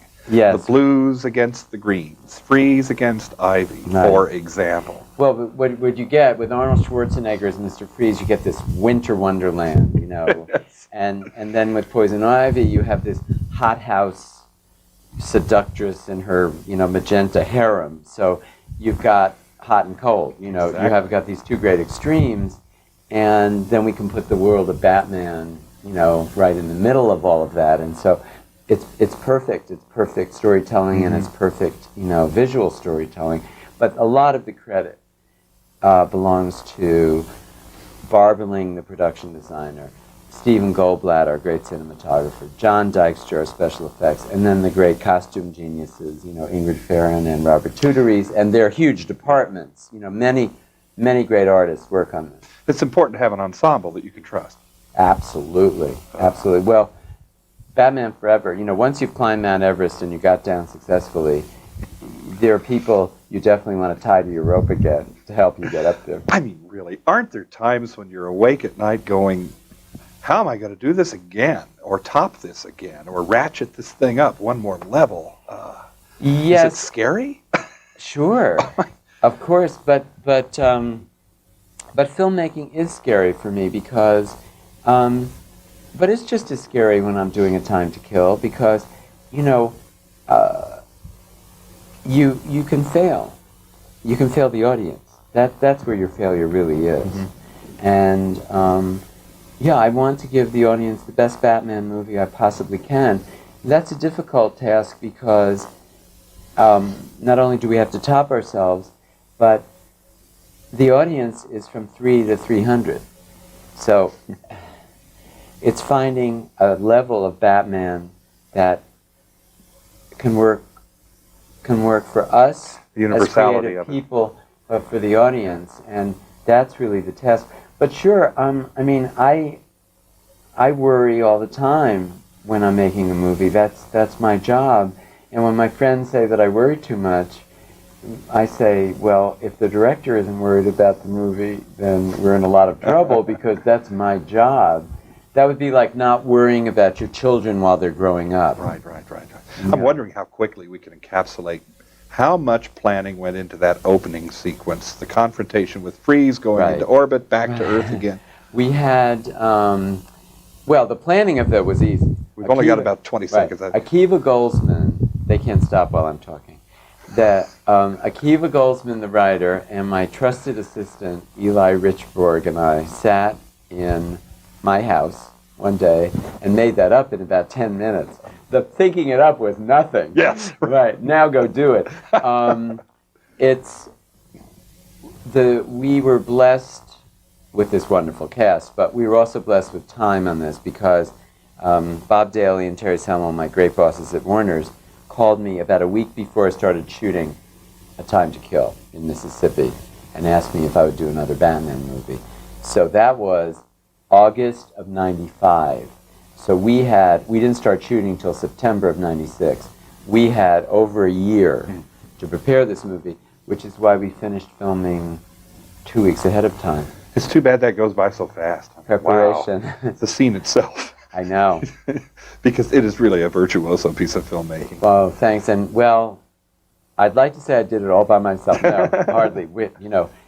Great stunt people, great visual effects from John Dykstra. It's a team. It's a family working together. And that particular sequence, up until George, I don't want to spoil it for anyone, when George pulls Robin out of that soup, that entire section is the work of many, many people, and it's shot in pieces over the long haul of the film, because a little bit is done over there, and a little bit is done second unit, and a little bit is done on computers, and a little bit is done over here, and the actors, a lot of the stunts in this movie, a lot of the pieces that you see are George and Chris and Arnold, because it's not easy. And a lot of the fight between Uma and Alicia at the end, you can see them doing it. You can actually, and it's pretty hard stuff to do in normal clothes, and these costumes weigh 50, 60 pounds. So a fifth film? Well, do you think the audience will want one? Oh, absolutely. Well, if they do want you want one? Oh, sure. I could make, I mean, I love making them. If the audience wants another one, we'll have one for them. We are way over long. I'm so sorry, but it's been so good to talk to you, as always. Remember some of it. Joel, we always just pick up where we left off, laughing and having a good time. It's so good to see you, Bobby. It is great to see you, and you know, we have so little time in front of the camera here. I have to just start by saying I didn't know about this one. I thought number 4, you know, that's getting into kind of dicey. We're pushing it. Yeah, kind of dicey territory. I love it, and you know what I especially love about it? This one has a lighter, a more fun tone. And I like George Clooney. I think he's great. And Arnold as Mr. Freeze, I mean, it's just a hoot. It's great. I'm so glad. Well, I'm very proud of the cast, and I'm thrilled you feel that way. I felt, since we were going to make another one, that we needed to be progressive. I wanted to get away. The reason I chose George is I very much wanted to get away from the dark, brooding, self-obsessed, narcissistic Batman. Woe is me, my parents are dead, and give the audience, especially the young audience, a Batman who is more enlightened, who perhaps thinks of others first, not his own pain. And George is my favorite Batman. Not to take anything away from Val and Michael, I think they were great, but there's an accessibility to George, a humor, and a sadness, a vulnerability that I think his scenes with Michael Goff as Alfred the Butler are amazing in this. And of course, we've got the great Arnold Schwarzenegger as Mr. Freeze, who also has a very vulnerable side in this. You know, he's quite a tragic villain. And the delicious Uma Thurman is Poison Ivy, who can kiss you to death. And Chris O'Donnell is back, bigger and better than ever as Robin. And now they're a real team. And Chris is giving George a real run for his money because they have a relationship that I think every father and son and every older brother and younger brother will, and probably mothers and daughters will too, that I want my own car, I want to stay out as long as I want to run the show, I don't want to be your partner anymore, I want to be my own person. And then in comes this beautiful teenager, Alicia Silverstone, a mystery person who on the surface seems like a proper boarding school girl, but is very soon jumping out of windows in black leather to go down to the meanest streets of Gotham City. So, you know, George has others to think about. He serves others before he thinks of himself. And you know, a lot of people look up to Batman as an idol and an icon, and we have to be responsible about that. You know, I try not to show Batman and Robin killing people. We have a lot of that, and I've done a lot of it in my films, so I'm not pointing fingers, believe me. But in Batman, because I know there's a lot of young people that see it, I try to have them to outsmart the villains, not to murder them. And I think one of my favorite scenes in the movie is where, at the end, where George talks to Arnold about the nobility, the integrity that he once had, and to return to it. I like that scene very much, and I think that the boys did a great job. Is Mr. Freeze the most complicated character you've ever had in a Batman episode, Batman movie? Yes, well, I've only done two, you know, Batman Forever. I think he's the most complex because he's frightening, he's funny, he's very intelligent, he's insane. Was it harder to execute the costume and all of that? The costume is probably, I think, the most beautiful costume I've ever seen in my life. It took probably about a year to make it, and how many did you have? I think we only have 3 of the ones in metal. Then we did, for the stunt guys, we did some in fiberglass that are molded. These metal suits are made by a fantastic Englishman named Terry English, who did the armor for Excalibur. This armor is made exactly as it was in medieval times.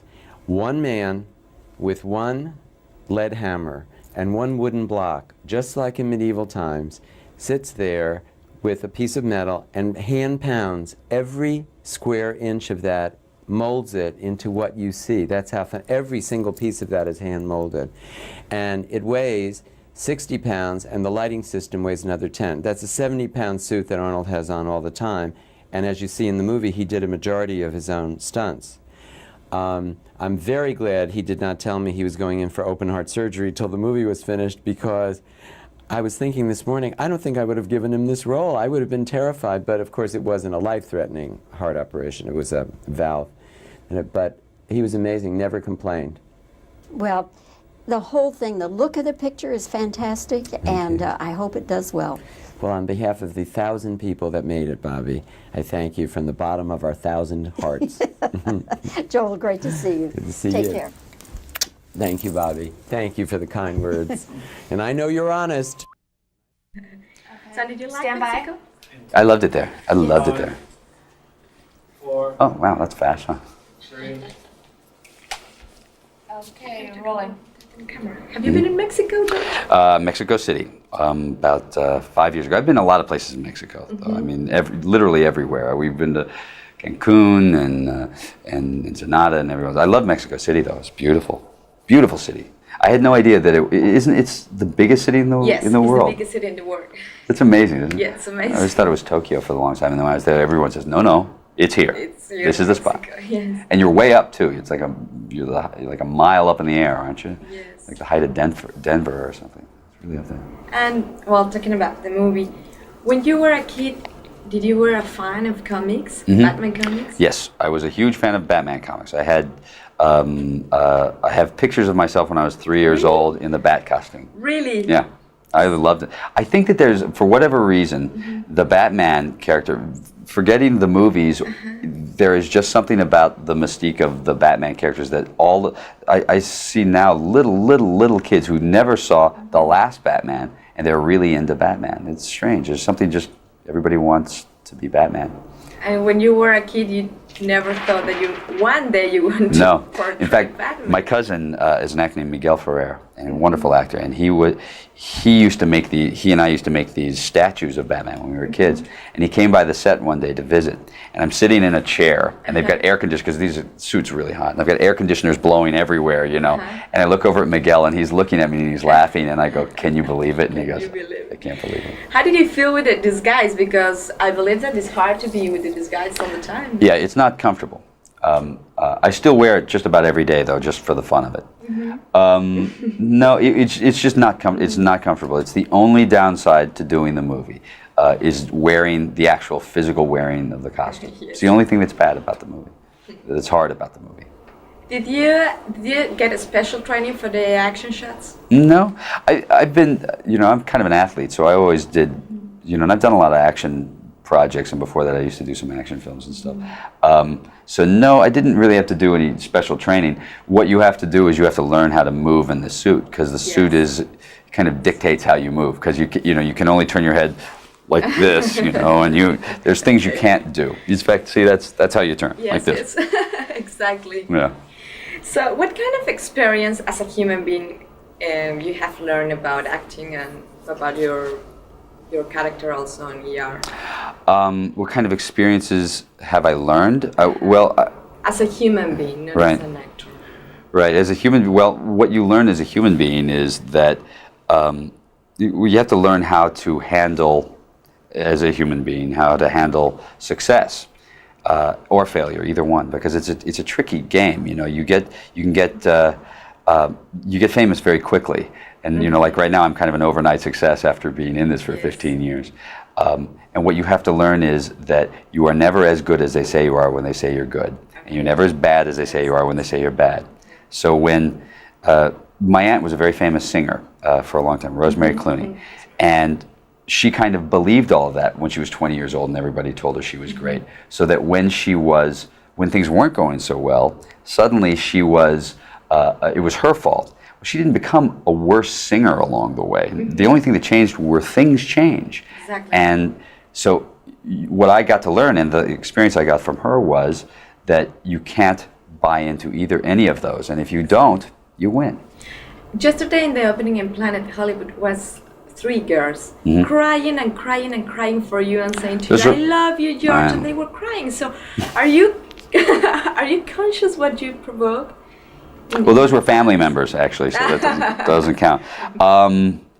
You know what? The truth is, if you are successful in the industry that I am in, sometimes that will happen. In general, How does it make you feel that? Watching those girls for some of it's funny and some of it's embarrassing. A lot of times it's embarrassing because sure, it's embarrassing. It's funny because the things it's always be careful what you wish for, you might get them, Sometimes the things that you want, when you actually get them, they can be embarrassing, But for the most part, it's pretty great. It's pretty fun. If someone tell you have just 3 wishes, what would you ask for? I have to think about that one for a while. Well, you know, I don't know. I just start wishing for more wishes. See, because that's my favorite thing. You just go, all right, I want 20 more wishes, and then you get, you know, you get all the important world peace, you know, end of hunger, end of disease, and then you go, and give me 20 more wishes, and then just keep going. You can knock off everything. I'll get you a car if you want too. Thanks a lot, George. Okay. Bye. I don't need that aggravation. Camera too? How's Dallas? Great, George. Have you spent time there? Only a little bit, driven through it. I was just in Austin for a few days. I love Texas though. You ready? Hide that thing, will you? Well, George, it is good to see you again. Good to see you. And congratulations, Batman. Why, thank you very much. I like your Batman. I like it fun. a lot. It's really fun to do. Yes. It was fun to be him for a while. Fun to be Bruce Wayne too, and have a nice big old manor. Was the experience anything like you thought it would be? It was more fun than I thought it would be. I thought it was going to be a lot harder on the set. I've never been involved in a film of this size. I've never been involved in a film of this scale. There was just the money involved, the size of the sets, the size of the stars involved.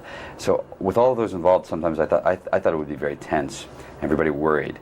And instead it was really fun and loose and fun to work on and fun to be around. Were you doing ER at the same time? Same time, 7 days a week for How did you 8 do months. this? You do it because someone says to you, you want a shot at a film career, you want to play Batman, you got to work 7 days a week, and you go, okay, I'll do it. But how did you arrange the schedule? Well, both the show and the movie are Warner Brothers, so they arranged it, so they made it work. There were tough days. The days that I would go from ER, like the Thursday to Friday switch, where I would be doing ER till 2 in the morning, and then I'd start at 5:30 or 6 in the morning on Batman. Those were tough days. But it's like labor pain. Now you don't even remember that, and you just get to be Batman, so it's fun. Batman was fun, but there had to be some difficult things about it. What was difficult? The only two things that were difficult: the working, the schedule. That was tough, and wearing the suit. It is miserable. You've heard it before. It's true. It's a miserable thing. It is a difficult thing to wear. It's hot. It's claustrophobic. It's altogether about 90 pounds, so you don't stay in it very long.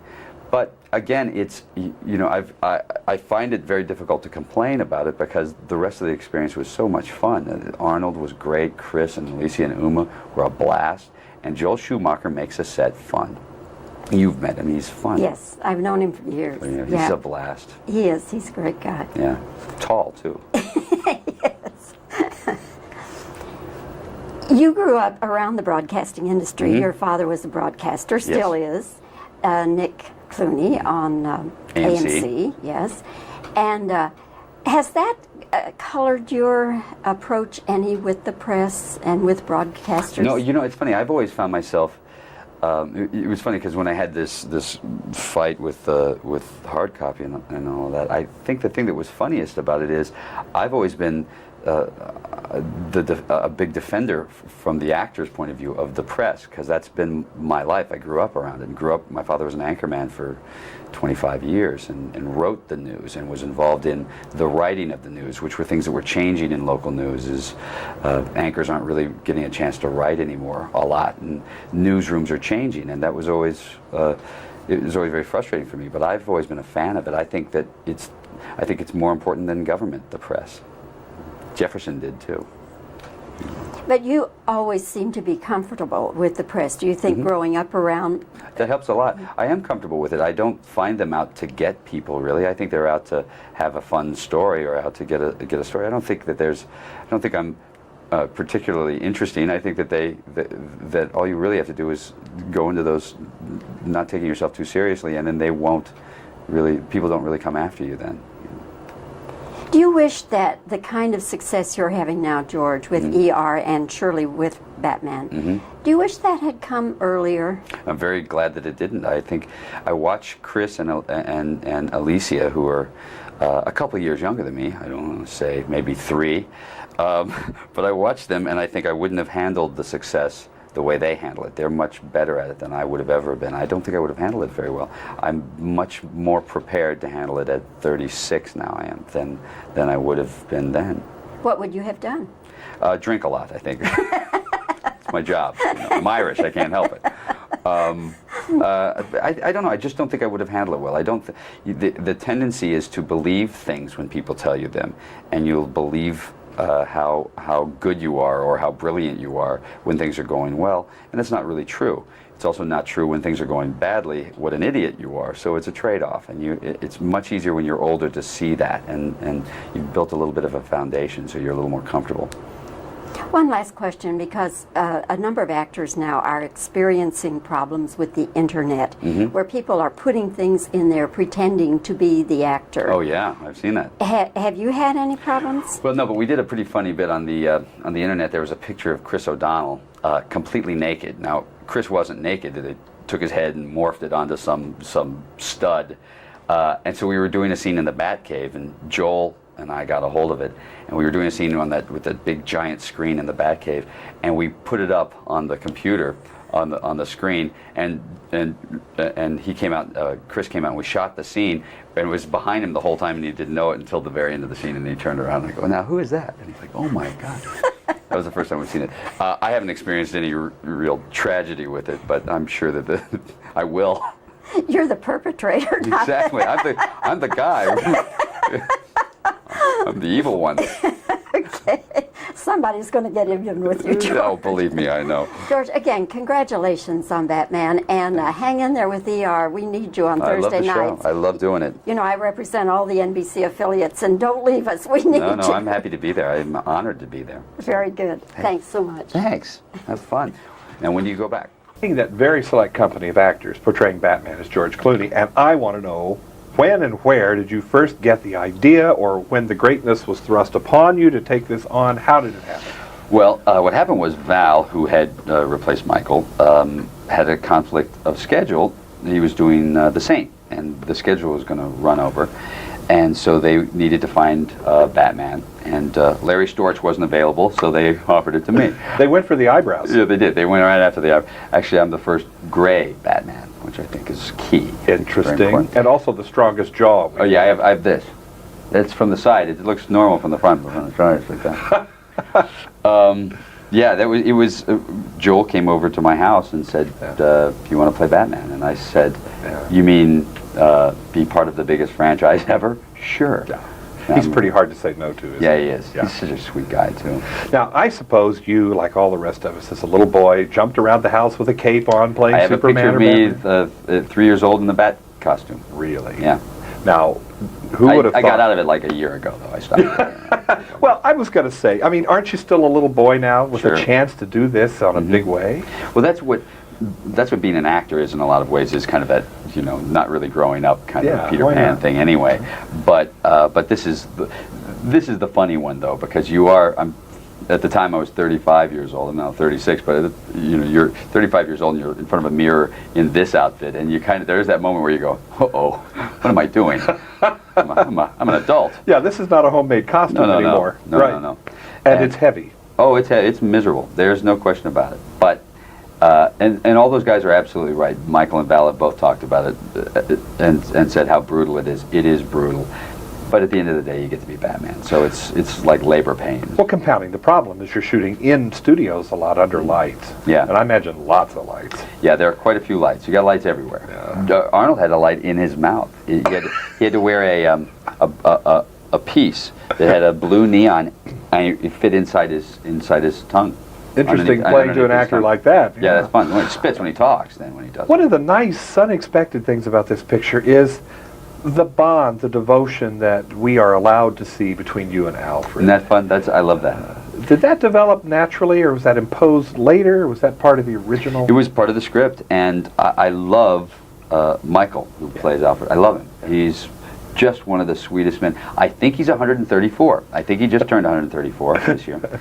And we got to be just absolutely great friends. And I'm very lucky to get a chance to work with people like Michael. And and in the script was a really wonderful kind of Arthur storyline, and I loved it. And I loved the chance to be able to do that with him. One thing I love asking people who are in movies that have this sort of lavishness to them like this, are you ever tempted to maybe take one of those batarangs home with you? Oh, you want them. Believe me, but you know, there are security guards there. You know, Really? they come over and they stand there and they go, okay, and here is the Batarang, and they hand it to you and go, thank you. And they go, action, and you shoot, fire the thing off, and then the guy stands there and goes, now give me back the Batarang. No, no. And, oh yeah, they're right Really? there. Sure. Like Walmart, they punch your ticket. That's exactly, you get punched. So Oh, I got punched several times. However, what prop would you have made off with, could you have? Well, might as well go for the ultimate one. You got to take the Batmobile. Yeah. That's the one, let's face it. If you're going to steal the Batmobile. And what was the biggest set that you were in during this whole thing? The biggest set was the opening in the museum, the dinosaur set. It's what it is it's the stage. It's stage 16 where they shot the last scene in Casablanca. And that whole last scene in Casablanca, which is the airplane, right. and he said, you know, that was all shot on a stage, not outside. And the plane was actually... It was a cutout, right? Yeah, it was a cutout. And they got little people to play crew members so that the plane looked bigger and in forced perspective. And they shot that all on this giant stage. And this set, the museum set, this dinosaur is actual size brontosaurus, and it looked like a toy inside the set. The set was the biggest thing I've ever seen in my life. You want to do this again? Sure. Yeah. It's fun. Who decides that? Ultimately, whether or not the movie makes money is what decides that. You make a sequel if the movie makes money. These aren't little independent films. You know, this is a big budget. There's no apologies. You see every cent up on the screen, but it's big. George, on behalf of all of us who have had our childish fantasies of being a caped crusader, thank you for putting on that cloak for us. It was fun. Pleasure talking to you. We're talking about, of course, Batman and Robin here in Los Angeles. I'm John Tibbetts for KCTV5. You can read this stuff? Yeah, I read them. Okay, good. Oh, so he's coming after me. All right. Okay, we're on. All right, George, your beautiful face here on the cover of Oh, Us what's that? magazine. A picture of me. I haven't seen that in a while. Like his picture behind him, he's an egomaniac. This Let me is tell you, just like my house at home. I have this all, my bedroom looks like this. with or without cowl. Yeah, no, cowl. Listen to this comment here. See what you Okay. think about it. Is his perpetually upbeat demeanor merely the way Clooney blocks the entrance into his bleak and tortured soul? That's deep stuff for Us That's deep. magazine. That is deep. I know. I wrote that and put it out I there. just like the way it sounded. I don't even know what he's trying to No, say, but it's I don't even know all the words. It was beautiful. I know, it's true. And I have been hiding my deep dark secret that really I'm Torture. Robin inside. And Well, sometimes we all get down and we try to make ourselves be up by being fun. I know Sure. I do the same thing. Sure. They just don't understand, do they? They don't understand. They don't get care. it. All right. Then you go to a bell tower and start shooting people. Yeah, I know. That's the next step. That's We'll go the- there. You know, isn't it weird that so many people that you don't even know so much about you or Yeah, think it's funny, that they isn't do? it? But I know a lot about you too. Well, that's true, but that's Not allowed another to- story. Yeah, I'm another not day. really allowed to talk about that. But they know your hair is named is I didn't know what this Caesar is what they call your hair. Oh, they did? Well, I think that was, you know what I think that was? That was a haircut I had for when I did From Dusk Till Dawn and had to keep it on the show for about 3 or 4 months. And I think that became the hair, you know, when it was brushed down on my forehead. That I haven't had in a year and a half, but that won't matter. That's what my hair was for a while. One thing I know I can think about you already. Mm-hmm. I think you'll be the first to defend somebody if you think they need to fit in. So there's a little bit of Batman in you. So there's a little Batman. I like little that. Batman in you, and let's Mhm. take that little girl right there. Yeah. I don't think you were too thrilled about how she got dumped on, basically, She about got she was dumped on. fat and all this other Well, stuff. she's what, 20 years old. Yeah. You know, come on. That's not fair, and it's not accurate. By the way, she looked great in the movie. She's, you know, people. When a 20-year-old or a 19-year-old girl's weight is the issue on the cover of, you know, the Wall Street Journal, that goes too far, and it's not. It shouldn't be. It's not what this business was designed to be about, and it certainly shouldn't be what it's about. And it was mean. It was mean-spirited by a lot of people, from journalists to studio people. There was a lot of people involved, and it was mean. But see, there is a little Batman in you because you'll defend her. You got after those stalkerazis, by the way, which were at the airport, so you hadn't gotten rid of all of them. No, I haven't gotten When rid I of got any off the of plane in American Airlines the other day, they were there at the other end with their little Yeah. 8mm camera. Oh yeah, no, we're in the middle of trying to win that one at the airport now, which is to say, if you are going to be if you're going to be at the airport and taking videotape with the purpose of selling it, then you have to have a press pass. That's all. Don't say you can't do it. Just say then you have to have a press pass. And then you've got the people that run around the airport now. Have you seen these? That have these little trailers, and they've got all these different pictures for you to autograph. Oh, I know. Well, that's different. That's people, because they take those pictures and they sell them. That's people trying to make some sort of a livelihood, and I guess that's okay. Now I just say I'll sign them if I can sign it to someone. But I don't want to just sign them. But, you know, they got to make a living. I don't bust them for that. They sometimes do it at the wrong times. But So you really couldn't say no to being the new Batman, could you? When they offer all that kind of money to you, you'd be the biggest boob in the world. But it wasn't even the money. It was the fact is, I'm still, the jury's still out on whether or not I'm going to make it in feature films or not. You know, I've made it in television. I'm successful in television, but I haven't had a feature film that really blew out. One Fine Day did pretty well. Dusk Till Dawn opened well and then did okay, but nothing's really jumped. This is an opportunity for me to be in a film that may not, but may end up being very successful. And if it is, then I get to be part of that. Not the reason for it, but part of it. And it's Batman. You know, the bottom line is I get to be Batman, and that's.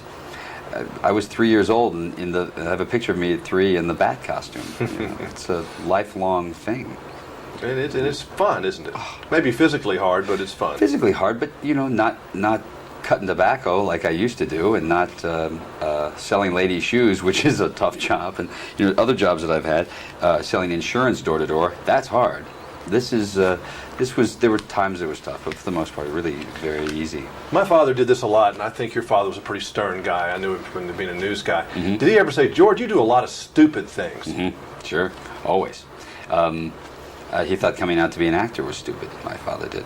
I think more along the lines of he was afraid of the disappointment and me having to go through all that, because he'd seen that with many members of our family, so he knew that was driving to. I learned this. You went to get married. You drove a Winnebago from Los Angeles to Las Vegas and got married. Yeah. That falls into the stupid. Yeah, that wasn't the smartest.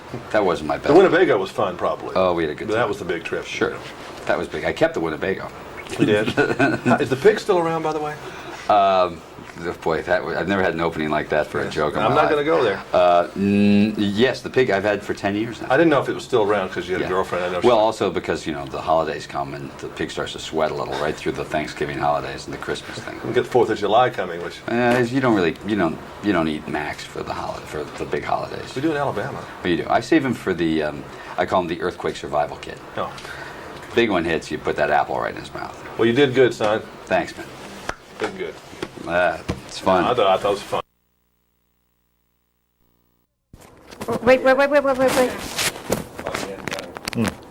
You see, that's what they do when you don't tip them. All right. They right away come The in. microphone has come. Every movie more and more. Okay. Oh, excuse me. What about the fans? They That's stay? perfect. Okay. All right. Yeah, it's great. It's part of the Batman sound effects. So, Arnold, what were you saying here about you were looking? I said amazing. Give them your line. Well, I don't even know if they can see in this shot those pictures, but it's just every year as it goes by, they have to put more and more makeup on me when I play a villain in order to take away this handsome look and to make me look ugly and to make me look like totally acceptable as a villain. So, which is a nice problem to have. Yes. You know, when I saw the first real tight close-up of you with that makeup on your face, it's a kind of metallic thing, isn't it? It is metallic. First of all, they had to put a bald cap on, you know, to take the hair away, and then they had to put appliances over the eyebrows, and then they had to put lenses in there, and then they had to spray the face with different colors and to create this metallic kind of a look that was just perfect for the lighting, because what is perfect for the eye is not always perfect for under the light. So I went in there to experiment with this makeup job for 2 months before we started shooting, over and over, to create this kind of a look. Does your skin tolerate that stuff okay? It is tough on the skin, all those chemicals and all this stuff that they put on. But if you take care of your skin after, when you take all this stuff off and you put cream on it and all this, but it is a severe beating on the skin. There's no two ways about that. You have to just be very careful. I remember Dustin Hoffman during Tootsie, every third day they had to, no makeup, give his skin a rest. Yeah, no, it is very tough on the skin. But I mean, the whole movie is very tough to do, because you do just carry this 70-pound armor on you all day, and to try to do the action They try to do it as quick as you normally do it, which is almost impossible. You know, just to make steps, to walk up the stairs or something like this, everything becomes very complicated. You try to get out of this freeze-mobile in a very studly way, you know, to break out and to pull your gun up, and you get stuck with your shoulder blades. You know, you can't make the moves that you want to make. It's very frustrating, actually, to play a part like that. Did it make a lot of clanking noises? Clanking noises and other noises, and you have to loop and put the voice back in afterwards over and over again, because the sound that is recorded right then and there cannot be used because of all the cranking and the clanking and all those other sounds that you hear when you do the actual shooting of the scene. How many pieces is it, the suit? I don't know how many, but I remember that it took us 3.5 hours to put on the makeup every morning, and then it took an hour to put on the suit, because these were like various different parts that had to be screwed together. Then the cables had to be tied in. So because I lit up during the scenes with this blue lighting, then they had to put stuff in the mouth, because there was light in the mouth inside, so I had a battery stuck on the side of my tooth there. There was wire going through it, and then there was a little lamp underneath there, that they screwed on to my teeth. And I mean, it was like amazing, the things that we had to do to create this whole thing. And Joel Schumacher was always saying, "This is marvelous, Arnold. I just love the way you look. This is marvelous." And I say, "Yeah, but now I can talk with this thing in my mouth." He says, "I will loop the whole thing. Don't worry about it." Did you ever worry that you were going to electrocute yourself? I was. I mean, many times the battery started leaking inside the mouth, and that's very dangerous. So it's, doing movies like that, it's really, people don't realize sometimes that you get into some really strange and dangerous situations where you have to be very careful. Arnold, I don't want to get too personal, but supposing you had to go to the bathroom, then what? Well, one had to plan. Luckily, I was not a woman, because women have to sometimes go much quicker than men. Men can hold back a little bit longer than women. But I think that you have to calculate. You have to say to yourself, okay, let me go to the bathroom, then let me do the scene, then let me go back when there's a little break. And so you have to calculate all those things much more. Also, when you're eating. I mean, you just can't, when you have this makeup on and you have this thing in the mouth, you cannot just go drink and eat. I mean, you just really have to plan everything very carefully. So you didn't drink a lot of water on the set? I did drink water, but I mean, it had to be planned when to do it and when not to do it. The things that an actor goes through. Oh yeah, I mean, this is fun, but you get to know all those things very quickly. What is important about those things is that even though you go through a very tedious process, even though it's a torturous thing to do, and it's tough to do the action and the acting and try to emerge as an actor with all this craziness that's going on with the mask and the helmet and the this and that, it still was a fun thing to do, because it is fun to work with Joel Schumacher. He's a great director. Well, it's a fun picture to watch, Arnold. Thank you. Enjoyed the heck out of it. I really did. Thank you. It's just so glitzy and so much going on all the time. And Mr. Freeze is just divine. Thank you very much. Liked I it very appreciate much. that. And it's great to see you looking. You look 100%. I hope you feel 100%. Well, yes. I even in a hospital, it was 100%. I was one of those patients. There's always 100%. That's the Schwarzenegger theory. That's right. Thank you so much. Good to see you. Thank you. No, a long time ago, when I was a kid. No, I don't know. This could have been 3 months ago. Yes. So, Mr. Freeze is quite different character about the other villains you have portrayed, but this has like the redemption element and everything. How do you feel with this new character? When Joel Schumacher, our director, came to me with that offer to play Mr. Freeze, and when he showed me the drawings and the comic books and all that stuff, I looked at it and I said to myself, I think that I could play this character really well. Really? I can play him very mean. I can play him very cold. I can play him very chilling. And so I committed to it right away. And I did then afterwards a lot of research and worked with our director together to design and figure out what the armor should be, what the makeup should be. Should I have short hair? Should I have bald head? Should I have this or that? I mean, we worked it all out over a period of time, and came up then with a great look. I think they did a terrific job with the whole thing. Yes, and was difficult for you? I mean, make all the movements with so heavy suit.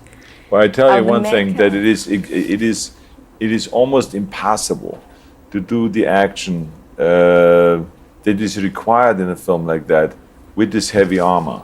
Because I mean, the armor alone weighed over 50 pounds. The battery pack in the back weighed over 20 pounds. So the whole thing was like always 70 to 80 pounds. And you had to run up the stairs, down the stairs. Sometimes I fell and I rolled down the stairs because it just couldn't get my act together in the beginning. Because it was so difficult to just move. And, Yes. And what became quite a challenge also was just to do simple fight scenes. You know, to throw these police officers around. Things that are normally not as complicated in an action film, but now with all those obstacles becomes very complicated. So it was challenging. Yes, and what about the makeup? You have to be there like for 3 hours? I tell you, I wish that I could have just, not be there and have them do the makeup. But I mean, I had to get in there at 5 in the morning. I was sitting in a makeup chair to 8:30 in the morning every day. And then we put on for 1 hour this heavy armor.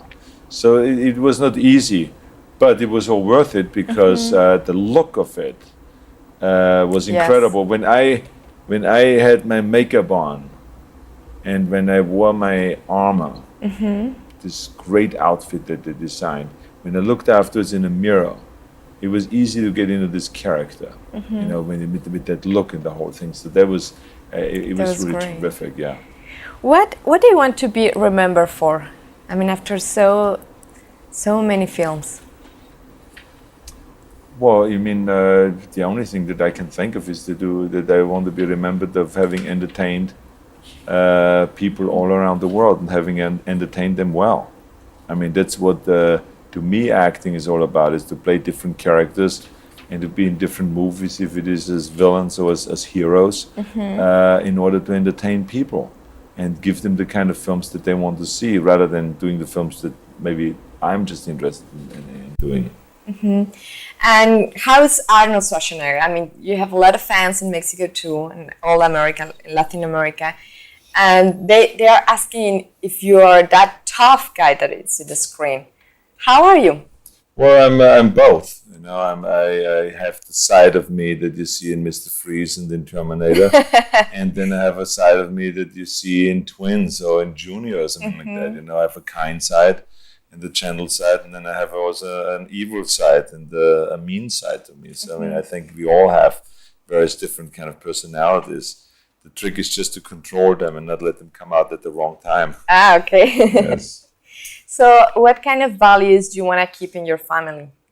What kind of values?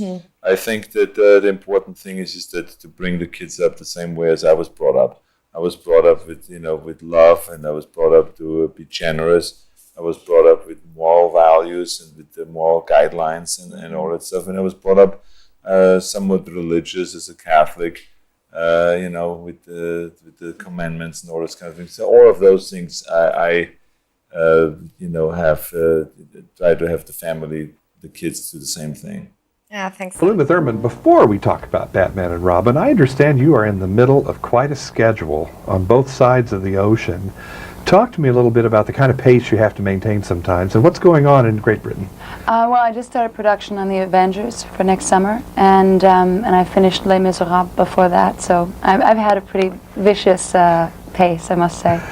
And is that at all typical, or does it just come in spurts like that? It tends to come in spurts. Most actors will tell you they have long dormant periods, and then they get very, very busy, and they never have enough time. So. And during the dormant periods, how do you pace yourself then? That's the hard part. Work is easy. Downtime is confusing. So, but I tend to have a good time and go home. Look at this image behind you here. My goodness, Poison Ivy. Does every little girl sit in front of a mirror with mom's makeup and maybe imagine outrageous conceptions like this? Is that almost what it felt like for you? It would probably take a child to think it up. Yeah, exactly. So I think that's where the Batman images come from, basically, that sort of childlike imagination. And what was the most demanding part of this makeup day to day? Well, the makeup is pretty straightforward. The wigs, the construction of the wigs, the adding of the sculpture on top of the head would take a while. But it's fun to watch that appearance of yours change and develop throughout the film. Mm-hmm. If people are, we should alert people to track that because you do change all the time. Well, our thought was, basically to take it in the way that she goes more and more mad. Yeah, exactly. As she escalates and becomes more, power hungry and insane. Let's talk about this character. She is a kind of eco-terrorist gone berserk, if you want to explain. She is. She's Mother Nature, woman scorned. So, so it's sort of a mad, comedic idea based on that. And you want to do nothing less, I guess, than with Mr. Freeze's help, just sort of decimate the Earth's flora and fauna for a while? Well, over the course of the film, she becomes disappointed in mankind's point of view on protecting the planet, so she decides that they have to go. And, men don't count. It's yes, the vines. Precisely. I'm wondering if we are really all that far away, maybe, from some of the fringe elements of the eco-terrorist groups out there. Any comments on that? I don't think so. I think this is a completely unrealistic portrayal, and most people who are out there for the environment are doing it for the sake of saving mankind, because the Earth won't be able to support us if we don't support it. So I think it's a very important point to make that this is a comedic, funny, extreme, far-out Batman concept. It is absolutely no realistic relation to any people who are struggling to protect the Earth. Now, as far as the way you speak and handle yourself as Poison Ivy, are you familiar? It looked to me like there were lots of obvious allusions to things like Blonde Venus with Marlene Dietrich, when you take off the gorilla head. Yeah, Joel definitely, I think, was into the Blonde Venus image, and it's directly from Blonde Venus. So, yeah, there's many. I mean, if you look at the Batman film, I mean, the references are endless. Yeah. There's constant lines that are references to everything from TV commercials to classic movies. When you look at your face in the reflection of the blade, too, that's from Dishonored. Another Dietrich picture. Oh, really? Yeah, absolutely. That I didn't realize. I thought of that. I thought that squad. was funny, actually. Before Oh, she that's goes to right. the I have seen that in Dishonored. I guess maybe it was in the back of my head. I don't know. And was there also maybe a little more than a little Mae West inflections in your voice? Absolutely. Mae West was a major inspiration for me in every way in this part. When you grow up as an actress, are these the kinds of images, role models that are ingrained into your sensibilities for any actress, maybe? I think probably. I mean, I spent my childhood on days when I was sick home from school watching the movies that they used to run all the time, all afternoon long, old great classic black and white movies. Yeah. And from there, my imagination began to vividly spin and absorb these extraordinary women. And this is one of the first parts I've had that I've ever been able to kind of go as far as a real old great vaudevillian villainess could go. Well, I'm name dropping here, but Meryl Streep once told me that there is a lot of fun in just emerging from behind the bushes and yelling boo, to just really go for it. You know? And was that an appeal to you that you knew from the word one would be there, or did you just gradually get accustomed to that full throttle? Well, I think some things were gradual, and other things, and with the character, I was ready to go all the way with it as soon as I kind of clicked into figuring out how I was going to do it. And it was just so much fun, just to make it as extreme and as naughty as possible. With just a little bit of time left, can you take us to a day or a scene or a set where you just looked around you and said, what surreal world is this that I've gotten myself into? Some moment. Every day on Batman is a day that you say, oh my God, isn't this extraordinary? And that's the wonderful thing about it. The world is the oyster of Batman. There's nothing they can't do, and there's nothing they won't do. So there's so much fun in it that really almost every day on that set would have been a spectacular vision.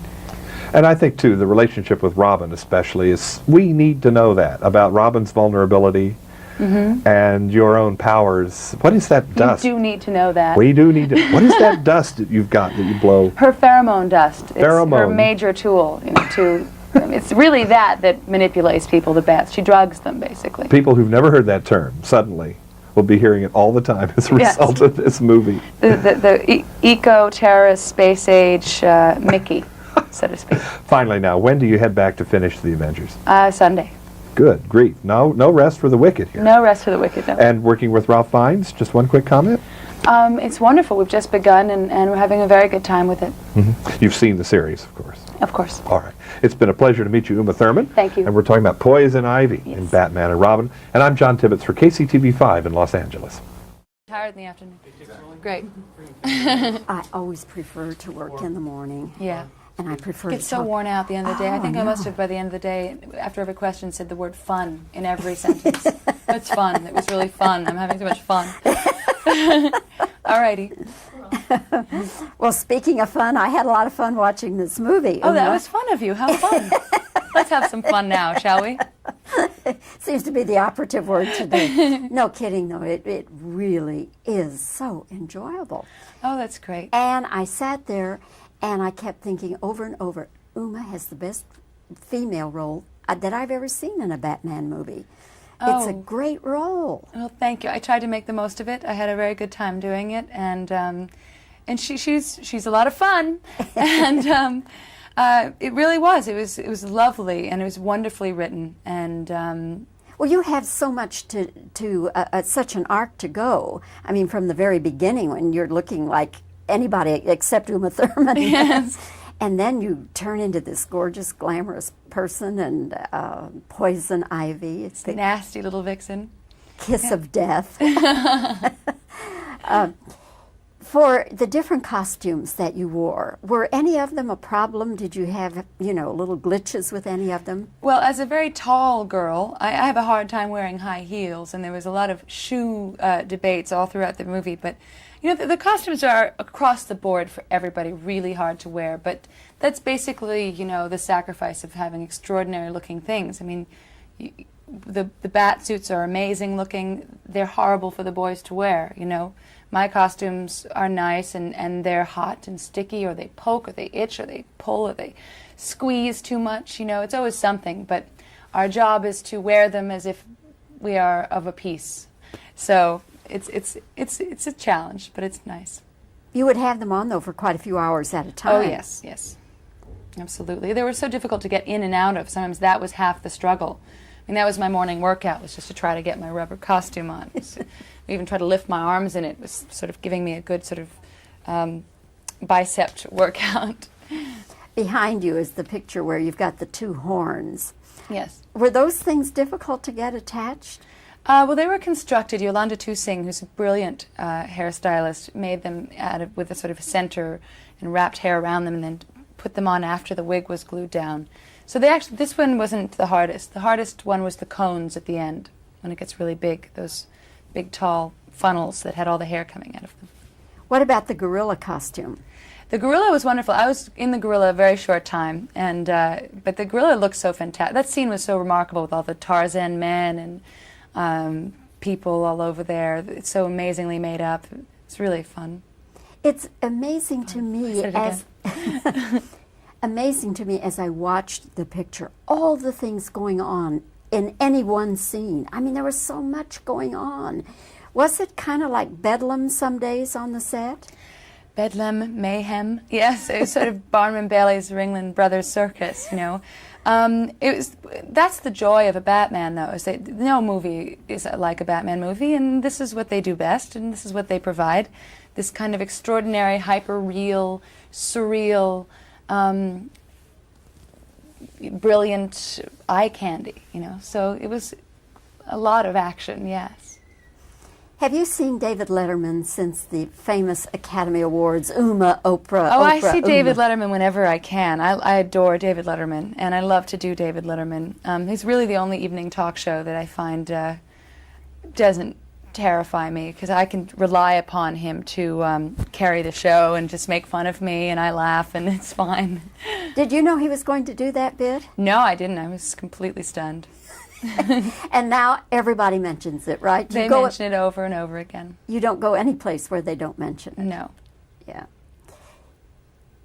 I think the first time I ever saw you, or at least that I remembered so well who you were, The Adventures of Baron Munchausen. Yes, one of my first movies. I loved that movie. I still love to watch it.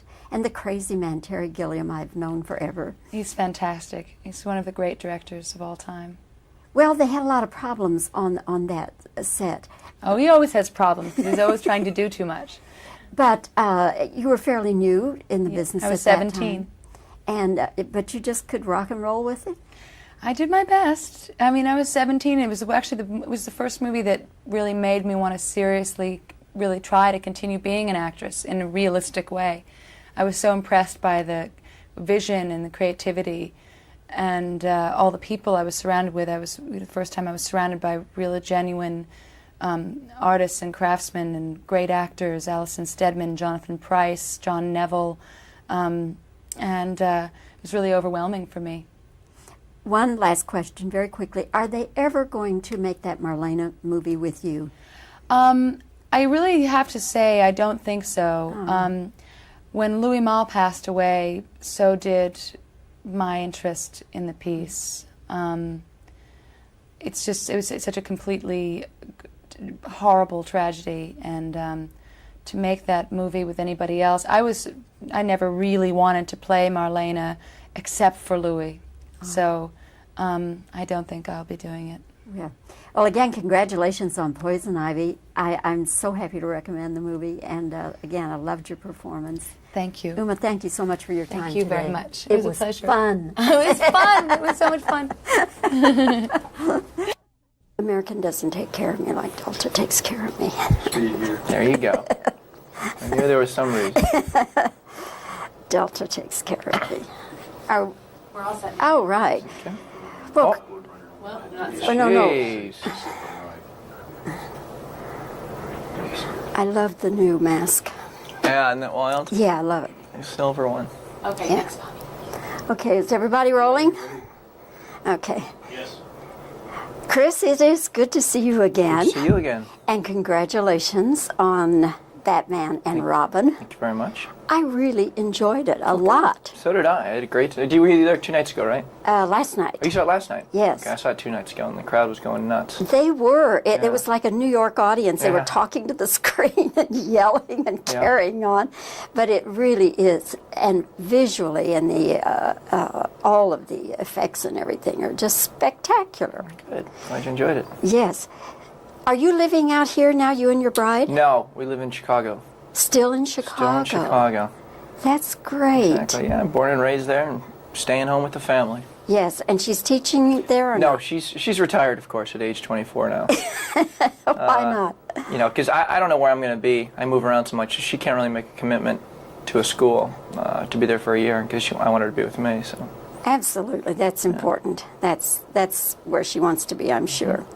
Let's talk about some of the things in Batman and Robin. First of all, the motorcycle. The Redbird. The Redbird, yes. Did you know how to ride a motorcycle? Yeah, I'd ridden them before. I'm not real into motorcycles, but this one was kind of unusual because it was really long and heavy. And it was kind of like when you were a kid and you had a basket on the front of your bike and you were riding home with like 2 jugs of milk or something, and it was hard to steer it. It's kind of what it was like. So I had to practice. I drove around the Warner Brothers lot. And has no muffler. It's very loud. Muffler just didn't fit into the plan somehow. I don't know. And it was okay, though? You got Yeah. along all right? Yeah. It was No fine. spills? No spills, knock on wood, yeah. Just the Batmobile last time. I didn't crash the bike this time. I remember crashing the Batmobile. Let's talk also about the scene where Mr. Freeze zaps Robin. Right.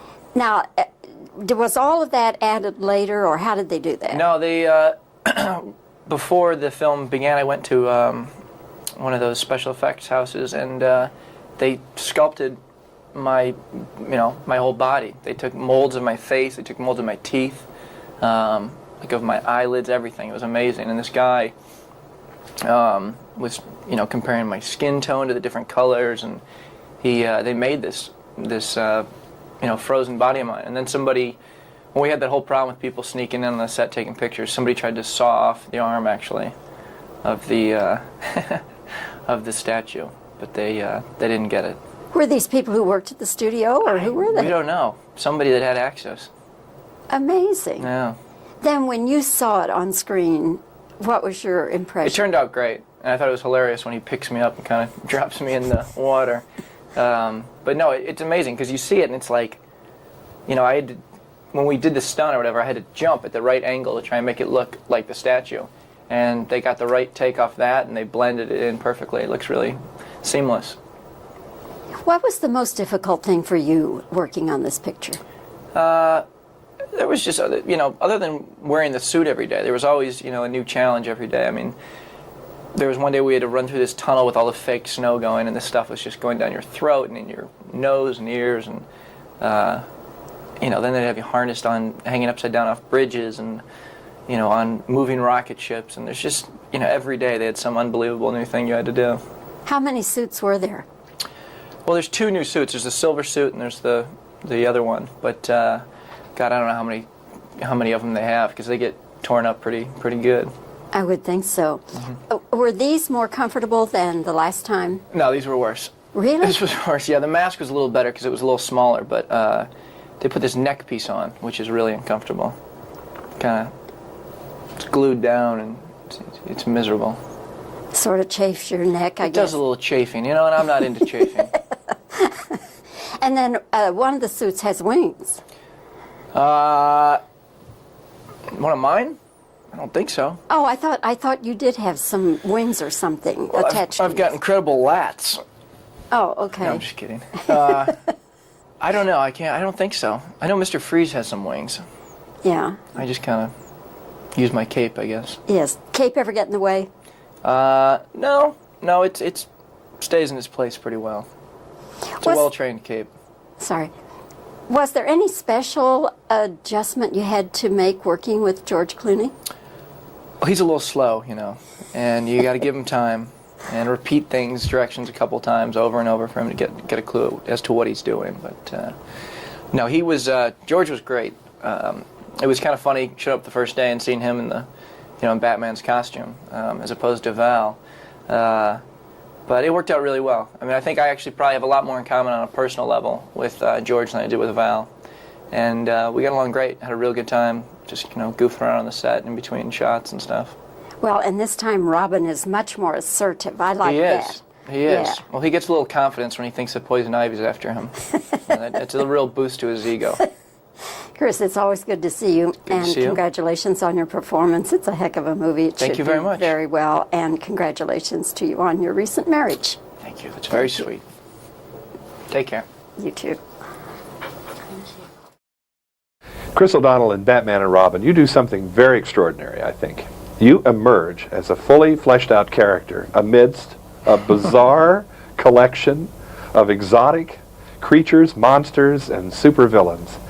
Robin has more of a human dimension, I think, than we've ever seen before, and it stands out, and I like that. Thank you. Tell us about Robin in this picture. He's a little different. He is a little different. He's had a little more time in the Bat Cave and in Wayne Manor getting comfortable, and I think that he's tired of getting settled in and being Batman's partner. He's kind of tired of playing second fiddle. Or a rubber stamp. Exactly. Yeah. So he wants to kind of make his own name for himself, and there's also the jealousy between him and he and Batman over the affections of Poison Ivy.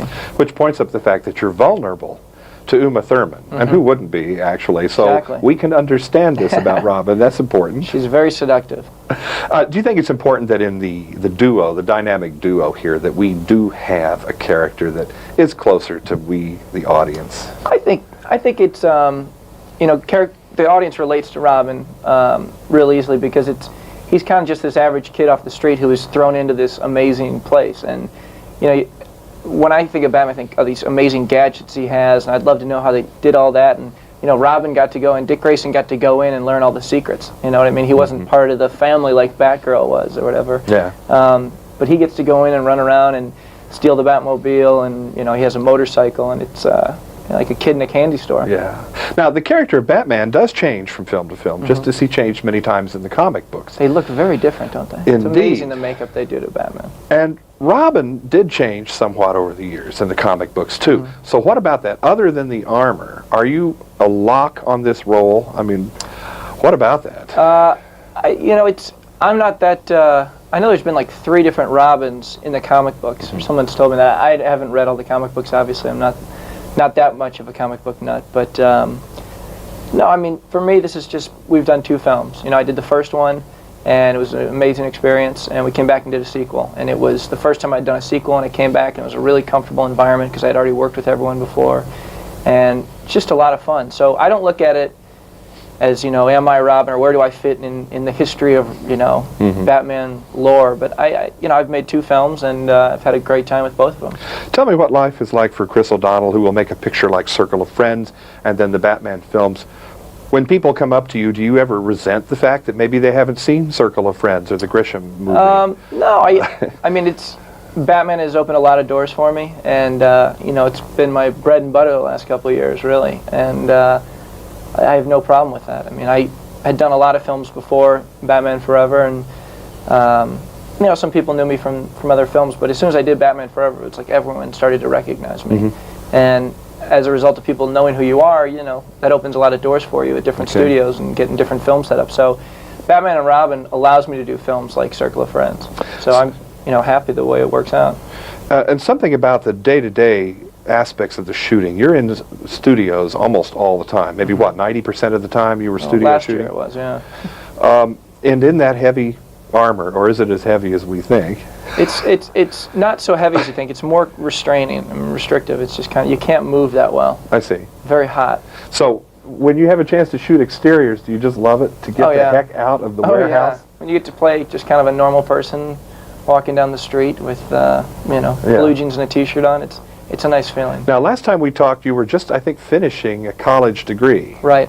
That's done now. That is done. I finished that on the last Batman film, actually. I did night school. Right. And what was that in, and where are you going academically from here? It was a marketing degree, and I'm not going anywhere from here. I'm just going to stick with the acting and film business right now. It was something that I wanted to do for myself. I wanted to finish my college education. Finally, there must be many times when the Batman freaks, and I mean that affectionately, come up to you and want to know all kinds of things that you just flat don't know. How do you handle that? Well, I like you said, I don't think it's as bad as some of the Star Trek nuts, but that's great. They're big fans of the film and of Batman, and I'm proud to be a part of it. So I take it as a compliment. If I don't know what they're talking about, I just can't help them. Well, it's survival too. If you don't learn to deal with it now, exactly. Chris O'Donnell, it's been a pleasure to talk with nice you, to talk and to you. Bringing a human dimension to Robin in Batman and Robin. Thank you very much. We're here in Los Angeles, and I'm John Tibbetts for KCTV5. Okay, What sorbet, is please. Sorbet. No, guys, we ready? Okay. Yeah. Okay. So, Alicia, what made you decide to pick up this character, Batgirl? I was asked. They said, will you be Batgirl? Joel asked me to be Batgirl, and I said yes. And is it true that, you said just yes without reading the script? Well, yeah. The script wasn't ready for way after. I said yes. Joel just tells you the story and tells you what he wants it to be about, and it either sounds good or it doesn't, and it's hard for it not to sound good, Yes, it's so exciting. So yes. What was the most exciting thing in the movie that you enjoyed the most? Well, when I saw it, the most exciting thing was the cars chasing off that hand, and then Chris screaming. I loved when Chris screamed at George for cutting off all his power. I thought that was great. And what about your next projects? Are you planning to still in action movies or drama movies? I don't consider myself, I'm definitely not an action girl. Batman is different and completely isolated, but I'm not, You're not cut out for an yes. action career. But I don't have any category. I'm just sort of going along doing what I like when I like it. Are you going to produce some movies? I produced a film that opens August 8th called Excess Baggage, and that was a really, really tremendous experience for me, and I loved it, learned so much from it, and want to continue to do that. How old are you? 20. 20.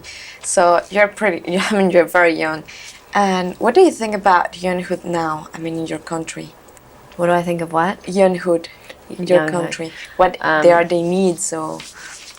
I don't know. I don't think of...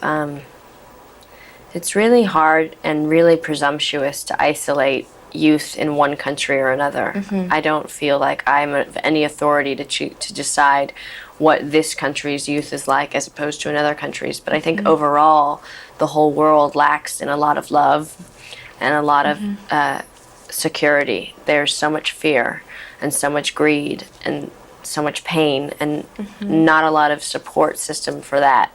And I think that, you know, young people just really need to like chill and like learn that they're cool the way they are, and they don't have to.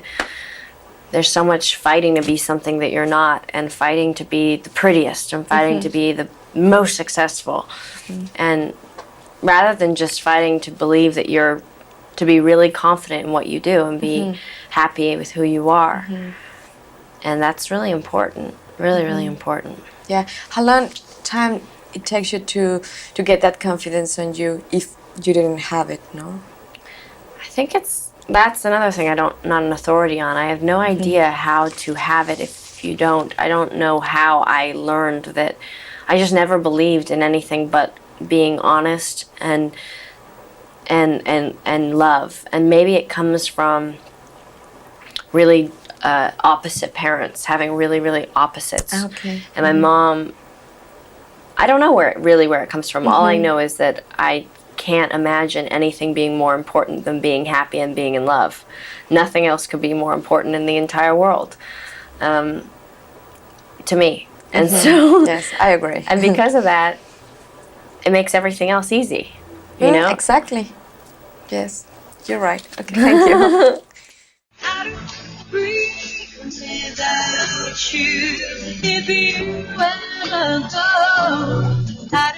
You can't help but think of teen sensation Leanne Rimes when you talk to Alicia Silverstone. Both have grown up really fast. One thing they both say they want to do is rest. Alicia's a little older, and with age, a little wiser. I know a lot more about what I want to do and what I don't want to do. Let's start with the wanna-dos. But I want to just sort of concentrate on feeding my heart, you know, like keeping, I always think about that, but it's hard to actually do it. And sometimes you have to force yourself to be protective of yourself. But like making sure that I want to sleep for a while, you know, and I want to eat calmly, not when I'm running in the car, and be with my dogs and swim in the pool and slow down. Yeah, and play with my friends. I want to like play basketball. That would be fun, you know, and go bike riding, stuff like that. Yeah, Uma likes him too, yeah. He was really nice. Stand by, please. He likes Uma a lot. He talked about Uma that night. Oh, really? He likes her so much. Okay, well, Alicia, alias Batgirl, alias Barbara. I enjoyed you so much in this. Really. I just didn't know really what to expect from Batgirl, but here you are. You've turned into a biker. Had you ever ridden a bike before? I did mini motorbikes in England when I was 8, 9, and 10. So that was my big experience on the motorcycle. So the transition of that to this, what was that like? Well, thank God I didn't actually have to ride the motorcycles in the film because they're huge, heavy, and I knocked one over one time just trying to walk it from point A to point B. So it's best that I didn't get on it. They're huge monster vehicles. So that's something I have not tried, and I think I probably will just skip that. Do you advise that? Yeah, it's dangerous. Motorcycles are really dangerous. Yeah. We don't let my best friend's husband is not allowed to ride on a motorcycle. We're not allowing because it's just dangerous. Yeah, you know. That's my perception of it all. You and Uma have a scene in this. She's Poison Ivy, you're Batgirl. You have a scene where the two of you really go at it. You have a fight. Tell me about how Joel set that up and what all you had to do. It was a choreographed fight, and we did it, and it was fun. There was two stunt girls on her side and 2 stunt girls on my side. One that did the gymnastic stuff and one that did... Oh no, mine just was a gymnastics girl. Hers was one girl who does the vines stuff, and then somebody else. I'm confused, but whatever the case is, It was a big. Took about a day to shoot that. People don't realize something that goes by rather quickly on camera when they're watching the movie can just take many, many hours. Yeah. What was difficult for you in this movie? Anything? The suit. Really uncomfortable. Terribly uncomfortable. Just tight and... It's heavy. It's like 40 pounds more weight than you already have. My head's so heavy all the time. It's like... Then on top of it, I had a cape, and on top, you know, it's just hard to stand up. And you're a petite person, so that had to be difficult. Well, yeah, and they add so much to you. It's like there's huge muscles that are, it's just latex, but it's heavy. The cape's the heaviest part, I think. The cape's definitely really heavy. And you wonder why it is, because couldn't it be made of something lighter weight? Not to look this good. Probably not. I mean, for them to look as good as they do, or have the style and the effect that they want. You know, they're pretty amazing, the suits. How many pieces did your suit come in? One. Oh. It's all one. I mean, I had the boots and I had, like, the gloves are separate, but it's one piece. Now, if they wanted you to do another Batman, would you be interested? I'd be interested, absolutely. Even if you had to wear the suit again? That's the part I have to think about when the time comes. Negotiate the salary up for how many hours you have to wear the suit, huh? Or maybe we should just be Barbara through the whole thing. I don't know. That wouldn't be as much fun, though, would it? No, and no. Who knows? What was, to you, the most awesome thing about being in this movie? Most awesome thing? Well, would it be the sets or the other characters or what? I kind of like what the movie says. You know, for a big Hollywood film, it says a pretty nice thing. It says that, you know, family is what you make it. It's not what you're born into. If you don't have the best parents or the best brothers and sisters, you can find them elsewhere. You know, there are people out there that you will connect with and that you will be able to be with and have them be with you and be happy and be supported and be respected and be loved and have honesty and all these great things that are out there in the world that make a person really happy and that make people really successful. You can have that but it doesn't have to be blood necessarily, because, you know, and you're not doomed if you don't have it in your blood, you know, from other blood family. You can have it. These guys are all orphans and they make a family together. That's a good note to end on. Alicia, good to see you again. Thank you. Congratulations. I thoroughly enjoyed your Batgirl. Thank you. Thank you. Great. Thank you so much.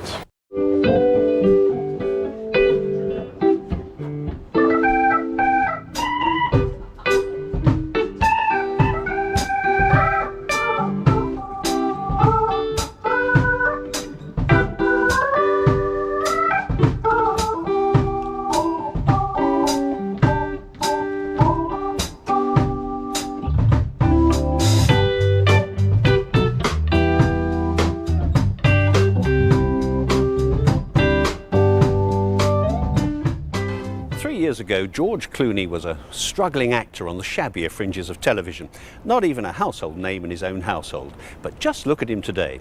This year, he'll be seen as the new Batman in Batman and Robin, as Michelle Pfeiffer's co-star in the romantic comedy One Fine Day, as Nicole Kidman's partner in the action thriller The Peacemaker, and of course, as the sexy Dr. Doug Ross in that hugely successful TV series ER.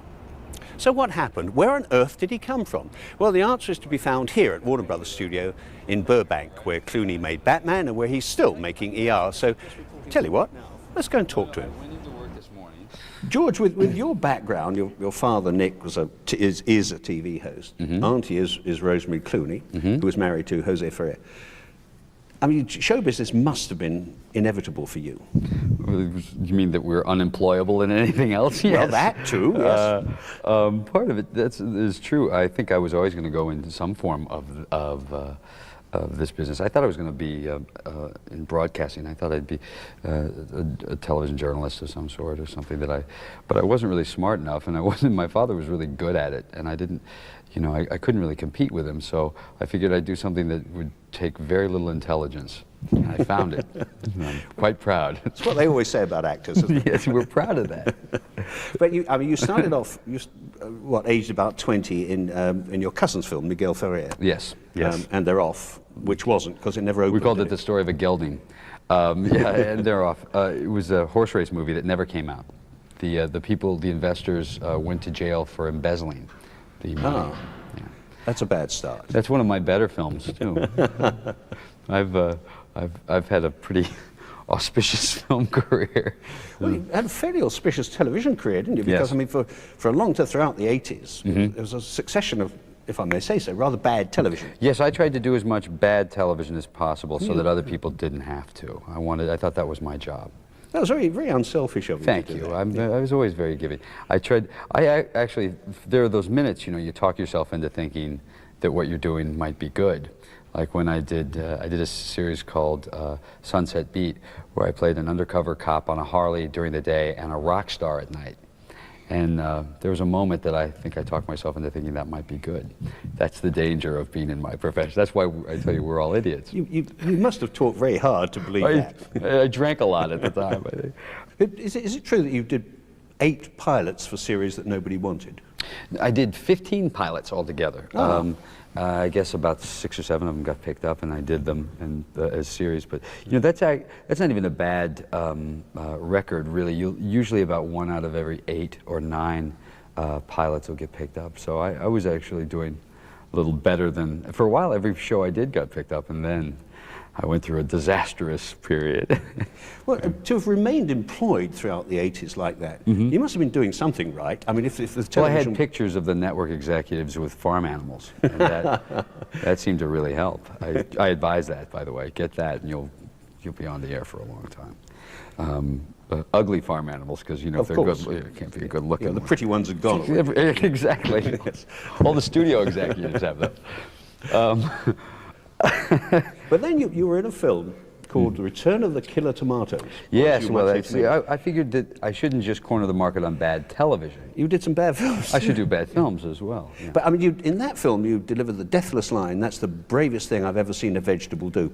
Now, when you got to that line in the script, did you not pause and think, is this really serious work for a grown man?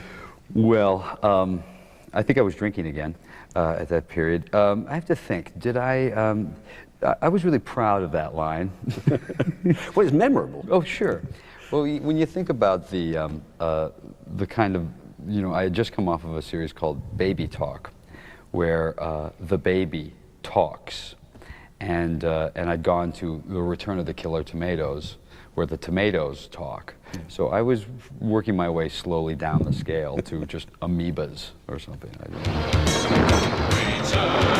of the Killer Tomatoes. All right. Let's find a way to get out of here, huh? Okay. What's that noise? Mice? Big mouse. Oh, no, it's horrible creatures! It's giant zucchini and man-eating artichokes! Shut up! I'll handle this, all right? Yo, zucchini!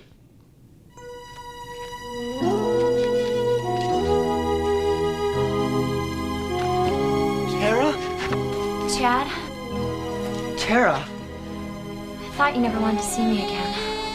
I thought you were ketchup. And then suddenly ER happened. Now, how did that come about? Well, I was, for the last few years, there's a funny thing is there's kind of a snobbery of actors. There's the theater actors look down on the film actors, and the film actors look down on the TV actors, and the TV actors look down on mass murderers or something. I'm not quite sure what it is. But I had, for the longest time, I would say, I'm a movie actor who happens to be doing a TV series. And after a while, I started to realize I was a television actor. That's what I did. I was very proud to be in television, and because that's where I made my living, and that's where work was very good for me. For feature films, I would have to go in and read for the casting director to get a job. But for television, I could go, I didn't have to test at the network. They would give me the jobs. So I decided if I'm going to do television and commit to it, then I should try and do better television. That was my theory. Idea, yeah. And so I thought, and then eventually maybe that'll give me a chance at films. I started doing better and better projects, and here at Warner Brothers, and the man who was the president of Warner Brothers at the time went to bat for me on this project, and I went into John Wells and to Michael Crichton and to Steven Spielberg, and I said, this is my job. Yeah. And I read for them, and I read about 5 or 6 times, and they said, okay. And then I used those pictures with the farm animals. Of course. What is more important? Is it acting ability or the impression you make as you walk through that door? Always the impression you make. There is a misconception that I think everyone has. I had when I moved to Los Angeles, which is talented people work and not talented people don't work. The truth of the matter is, anytime I walked in the door, there were 10 other actors there that would have done a better job than me. We're not selling acting ability when you walk in, you're selling confidence. That's what people are buying. You can feel them in the room. You walk in a room, there'll be 30 people sitting up against a wall, and they're there to make you a nervous wreck. And for the longest time, you know, I would come in and I'd be like, oh God, I just want them to like me, just, you know, just don't hate me. And then eventually, you get it to the point where you go in and you go, I'm here to solve their problems. You know, I'm not going to worry about whether they like me or not. I'm here to solve their problems. And you change the tone in the room, and suddenly when you walk in, you are confident and you are selling them. You know, you'll see it. Having now been on the other side, having sat in when other people read, you can see it. You can feel it. You'll feel the best actor never get the job ever, not once. I've never seen the best actor get the job. They'll come in and they'll go, hi, how you doing? Is it okay if I do this?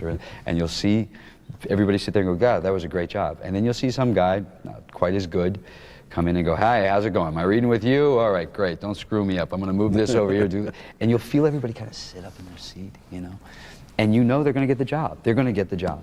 Part of it is also, what actors never realize is, most people, directors, producers, are looking for a very specific type. Yeah. They know what they're looking for. And you're not going to change their mind. If they want a blonde surfer type, I'm not going to get that job, even if I do a great interview. And you know, you'll go home, you go, I changed their mind. They want some kind of, you know, East Coast, dark-haired, grain kind of guy. But they don't. And that's you know, you'll talk yourself into a lot of things as an actor. And as you once said, I think you do have great TV hair, which is important. You have to have, and as do you, I think, and I'm... Oh, you're kind. Yeah, no, not really as nice as yours. No, yours is very nice. The impact of ER must have, I mean, that must have astonished you, and because you've been working pretty well, you know. Yes. Hardly anybody really noticing you, I guess, among the audience, and then suddenly, here you are, this great heartthrob. I mean, yeah, that's funny. Huh? It's always good to turn right around 35 to become a heartthrob. That's always fun. That gives me what, 2 more years of a career, and then I'm back on Hollywood squares. Yeah, it was wild. It's just immensely successful, and I'm surprised that it has lasted as long as it has, because there is a gimmick to our show. You know, the energy and things were part of our gimmick, and there's a period of time that becomes old, and the challenge then becomes, we're not worried about competition in the United States. We're worried about competing with ourselves and the season that we did before. So we try to make the show better, and that's become the big challenge. And sometimes we succeed, and sometimes we fail. What the hell are you doing? Trying to boost the jackball up. Oh, man. I can feel it. This kid needs an airway. Okay. Get the forceps. I've got a line. Okay. I can feel the ball. It's moving. It's moving. Oh, I almost got it. It's moving. You get it?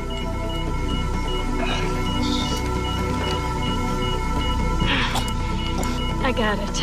All right, good. All right. These residents on their way down. Is he breathing? IV at TKO. Yep, he's breathing. What on earth made you think to do that? Well, what surprised me is that, you know, after that big impact, the first movie you chose to star in was From Dusk Till Dawn, which is a bizarre film. Yeah, well, my intention was to do a good part in a good film. This movie came around, and it was an opportunity to work with Quentin Tarantino, who had just won the Oscar for writing the last thing that he'd written. Robert Rodriguez, who I think is an innovative filmmaker, Harvey Keitel, Juliette Lewis, Miramax. It was a great opportunity for me. It was also a great part, and it was exactly the opposite of what I do on the show. And the truth was, I didn't have to carry the movie. Harvey was the lead, even though I had a, you know, kind of the main focus was my character. But Quentin and the things that surround Quentin when he does those, that all became the aura of the film, and I got to be part of it, a big part of it, but I didn't have to carry it. So I was protected in a lot of ways.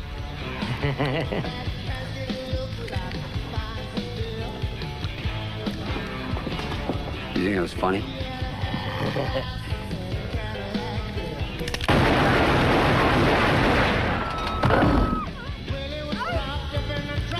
Sit down! It's a hell of a leap from there to One Fine Day, isn't it? You know, and I gather that virtually the first thing you had to do on One Fine Day was to start necking with Michelle Pfeiffer. Day one. Day one. That's now, too bad. At that point, you must have thought there are worse ways of making a living. I thought I couldn't believe that they were going to pay me. Yeah, the idea I think it was our first day, we had to do the last scene in the movie where I finally get to kiss her. And it's a little intimidating anyway, you know. It's intimidating to work with Michelle. Michelle, again, that was a movie where I liked the script a lot, and I thought, it's a really sweet film. It's an old style romantic comedy, but what I loved about it, the opportunity was, for me, I got to work opposite Michelle Pfeiffer, and that took my career and put it in a little bit better place. And my only concern was not screwing up that, because that's just, it's intimidating, you know, so you just want to, you know, I wanted to kind of quietly ease into that one, and that was, again, that was a good move for me because it was Michelle's movie. Yeah. You know, I still hadn't had to carry one. But you didn't really know her, but you had dated her sister, had you? Yeah, I dated Dee Dee. So I mean, snogging with Pfeiffers wasn't entirely sure, new territory. I'd known the Snogs. I'd know the Snogs. Is that right? Yes, I'd known the Pfeiffers for quite some time. And thanks for bringing that up. Oh, that's all right. Sure, My pleasure. it's okay. Hello. Hi, it's me. Me who? You have kids? What kids? You didn't pick up the kids? Oh, you mean those kids? Look, I was just calling. Just wanted to call and check up on me because you don't really trust me. Sammy, no, put the gun down. And you only asked me to watch Sammy out of sheer desperation. And part of you would feel safer with him at the 9th Street Drop-In Center with LSD. Isn't that true? No, that is not true. I only wanted to warn you that Sammy can get into trouble faster than you can make most women smile. Are you flirting with me? Would you please just really pay attention to him? I won't let him out of my sight. Sammy! Hey, guns aren't toys. And then on to Batman. Now, how do you feel about being the third Batman? Is there again the feeling that, you know, there have been 4 movies, they've all been a big success. Yes. I'm the third Batman. Am I going to be the one who screws it up? Does Well, that yeah, cross there's your always that. But I would rather be the third Batman than the second Batman. The second Batman would be the tough one, because now we've established that this guy can be replaced fairly easily. I was a little skeptical in the very beginning about doing it. I was a little worried about it, only because you know, it was someone else's franchise, and I was kind of filling in. So it seemed a little dangerous. But Arnold was involved already. Schwarzenegger was involved. Joel. I really like Joel Schumacher, the director, and he really makes a great kind of fun visual film. And I talked with Warner Brothers, and they really kind of said, look, here's what we want to do. We want to work with you. You know, we've had Kevin Costner and Mel Gibson and Clint Eastwood under contract here. And we'd like to invest in you for the next few years and say, let's see if you can make it here at this studio and see if you know, if you can make it in feature films. And it's not a bad way to come out in Batman, because you certainly know that a lot of people will see it. Why are all the gorgeous ones homicidal maniacs? Is it me? What about that bat suit? It's miserable. I'm wearing it now underneath here. Yeah, like I guessed. Sure, you could tell. And I'm also told that Michelle Pfeiffer, who had played Catwoman, advised you to have a trap door built in. Yes, she did give me a little advice about the trap door. But I put it in the wrong place because I put it where she told me to put it. So it still took you hours to go to the loo. Exactly, it was horrible. Tremendously uncomfortable. I had a zipper on the side. That didn't mean no good. Unless you're bragging. Exactly. Well, unless I don't want to brag. No, it is the most uncomfortable thing in the world. But you know, you spend 6 months in it, and at the end of that, you get to be Batman. It's kind of a good trade-off, really. It's not such a bad deal. It's fun. It's embarrassing in a way to be a 35-year-old guy in a rubber suit. There are moments that you go, oh, what have I done? But but it's so much fun. It's fun to do. Joel makes the set fun. Yeah. Arnold, I can't tell you how much fun Arnold Schwarzenegger was to work with. He was funny and nice and very gracious, much more gracious than you would think a star of his caliber would be, because he's such a big star. And sometimes there are competitive, you know, things in the air, and that was never that way with Arnold. He was nothing but gracious and nice and helpful to me. So I was very lucky.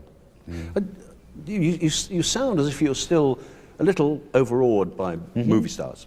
Yeah, I still am. Yeah. I just met Clint Eastwood. He's on the lot here and walks around all the time. And it's funny, there is a difference between famous actors who I've met a lot of over the years and movie stars. And movie stars take your breath away when they walk. You know, Clint Eastwood walks in the room and you go, whoa, that's Clint Eastwood. You know, there is something, and there's no explaining it. And I'm in awe of that, and I'm in awe of being around it. You know, I've spent a lot of time this summer with Tom Cruise. He's a movie star. You know, and that's not taking away from him as an actor. I think he's a wonderful actor, but he's a movie star. You know, he is bigger than life.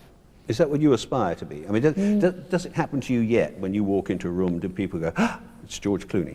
Yeah, my father did that once. He did? Yeah, it was, thank Get God. out, he said. He got the name right. That was the thing I was so surprised about.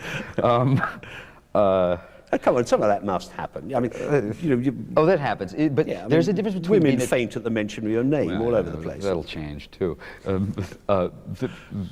There is a difference between being a television star and being a movie star. Sure. I am now a television star. I'm famous for being on television.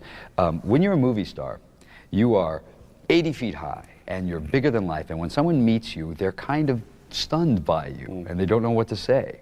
Now, when you're a television star, you're in those people's homes every day, and they can make you talk or not talk, and you're smaller than they are, and they feel as if they watch you in their house coats, and they feel as if they know you personally. And so when they run into you, they're like, hey, George, how you doing? And they're pissed off that you don't remember them, and you're like, hey, how's it going, Joe? And it is funny, there is a difference. You're much more approachable. That's okay, I don't mind that so much. I like where my career is at, I like what I do. When you think about it, I'm gonna get a little bit of a run here. You know, Batman will be a big film, and I've got a film after that. The first film for DreamWorks is a good film. That's The Peacemaker. It's Peacemaker. With Nicole Kidman, yeah. I'm gonna get a little run, I'm gonna get a chance at a film career. And as time goes on, you know, you don't get to be in the public eye that much. People get sick of you. I get sick of me, and I like me. I'm one of my bigger fans, you know, and I'm sick of me. So there's a period of time that you get, and then that's about it. And then you can have a couple of resurgence in your career, but for the most part, you really get a very kind of limited window. So my goal is to try and do as much work and try to do better work as you go. And for me to get better too, you know, I have a lot to learn. Did you at any point, you know, when all the good things started happening, because it's all happened in the last 3 years, basically. Yes. Was there at any point there when you thought, hey, why me? I mean, why didn't all this happen to some other fellow? No, I always thought it should happen to me. It's funny, Steven Spielberg said precisely the same thing when I asked him the same question. Yeah. No, it's true. I think that you can't go into this business not thinking that you and I don't mean this in an egotistical way, because it's not. Not thinking that you should, at some point, you know, reach some level of success. I think that if you're an actor, for instance, every person who becomes an actor, they can talk about, oh, I just want to do the work, but the truth is there is some need for attention, and there is some belief that if you just got the right part, or if you just, you know, and there is, by the way, some truth to that, you know, if you know, anyone could be great in a specific role, and things, their lives turn around and change. Sure. And so if you don't have that hope, then I don't think you're really going to last long in this business. You don't sound as if you take it too seriously, which I think is good. I mean, seriously, but not solemnly. If you at any point take this part of it seriously, take yourself seriously in it, then I think you're making a really big mistake, because boy, it just goes away so quickly. You know, it just, you know, there was a show here called This Is Your Life with Ralph Edwards, and yeah, we have. You have the same thing. And they would always bring out, you know, Buster Keaton, and he'd be sitting there, you know, like this. And they'd go, Buster, you owned all the studios, you know, everybody kissed your ass, the world was your oyster, and then tragedy struck, and he's like, and he can't talk. And you realize, because every single star that comes out there owned the studios and was the hero, and now can't get a guest shot on Baywatch. And you realize that, what a terrible thought. But it's true. Yeah. So what you have to understand is it's not a question of whether or not that tragedy is going to strike. It's how you handle it and if you're ready for it when it does. And that's all, because the rest of this is enjoying the period of time that you get. You know, you got to enjoy it. It sounds as if you're pretty ready for it, for when that day, I was comes. fairly well groomed for this. Yeah. You know, you do enough bad TV, you're ready. You are, whether you like to admit this or not, I mean, you are the new heartthrob on the block, you know, the sex symbol. Do people get the wrong idea of you from that and from the character you play in ER? I mean, are you a great womanizer, as you appear to be on? Well, actually, I was a little attracted to you right now. And I'm just saying that, and I don't mean that sexually. I just mean... I'm shucks. There is always the danger of people thinking you are what you play. Yeah. You know, what I play on the show is an alcoholic, womanizing, you know, pediatrician. So if you read every tabloid you read, you'll hear me, you know, stories about me being a drunken womanizer, you know. But not a pediatrician. But they leave that part out. Yeah. But there'll always be some story about me saving a kid. So they always throw you a bone, you know, here's something nice. And I'm not really any of those. I've had a fairly average, normal male life, you know. But isn't it true that Nicole Kidman bet you $10,000 that you would be married so did or Michelle, have a child in 5 years? So did Michelle Pfeiffer. And Michelle Pfeiffer too? Yes, they both did. So you stand to win just because $20,000 if you keep clear for 5 years. The way I years. figure I'm now making money, I have a reason to do this. Well, they seem very confident, you know, that you're going to succumb. They're both big drinkers, those two. Ah, of course, yeah. Yeah, well, that's a reputation. Sure. Yeah, I'm sure that you've heard about, you know, Michelle. And Michelle all the time, you know, knocking on my trailer. George, you want to rehearse the love scene again? I'm like, Michelle, Jesus. And Nicole, I'm tired. Yeah, I got a headache. Yeah. Nicole going, George, can I borrow some money? You know, come on, Nicole, again? Yeah. God, these women. Yeah. It's so hard. So tough to work with them. So what next, George? I mean, you've got these 3 films that certainly in Britain we will probably see this year. And then I'm doing a movie called Out of Sight for Universal, actually. That's the Elmore Leonard book. Elmore Leonard. Steven Soderbergh's directing it, and that should be a very fun one. That's going to be, it's a really good script. It's a kind of project I really like. It's all the people who did Get Shorty, and it's along those kind of lines. It's a very dark comedy, and it's right up my alley. It's something I'm comfortable with, so that'll be fun. And where do you think you'll be in, let us say, 5 years from now? Do you think you're going to be up there with all those big movie stars you admire so much? No, I don't think so. I think that there's always a certain amount of heat to the new, you know, the new guy. I was very lucky because I was always the wrong age through everything, and now I'm kind of the perfect age. I'm 35 years old, which means you can actually be a man, you know, be a leading man. And there's a lot of leading man roles out there right now. So I'm very lucky because I kind of hit the perfect age. That'll change, and they'll be doing 17-year-olds, and it'll all be, you know, some child doing it, and I'll be out and hating him, trying to kill him. But so I don't know. In 5 years, I'll be doing dinner theater again. You know, it's cyclical. You know, in 5 years, the one place I will be is financially in a better position, and other than that, I don't know. That's not a bad position to be in, either, is it? No, it'd be nice to. It's nice to be in the position where you go, okay, now I now don't have to work. Yeah. And that's what you're aiming. Well, you must be nearly there. I am there, and that's a great place to be. At 35, that's not bad. Yeah, that's very lucky, and that doesn't happen to many people. So I don't complain, you know. those tiny things that kind of irk you, the paparazzis or the, loss of privacy or things like that. No one wants to hear you complain, and that's fair. That's fair enough. I understand that. I'm not going to complain. You got nothing to complain about, for God's sake. And I got good hair. Still great hair. Yeah. Well done, George. Thanks very much. Hey, thank you.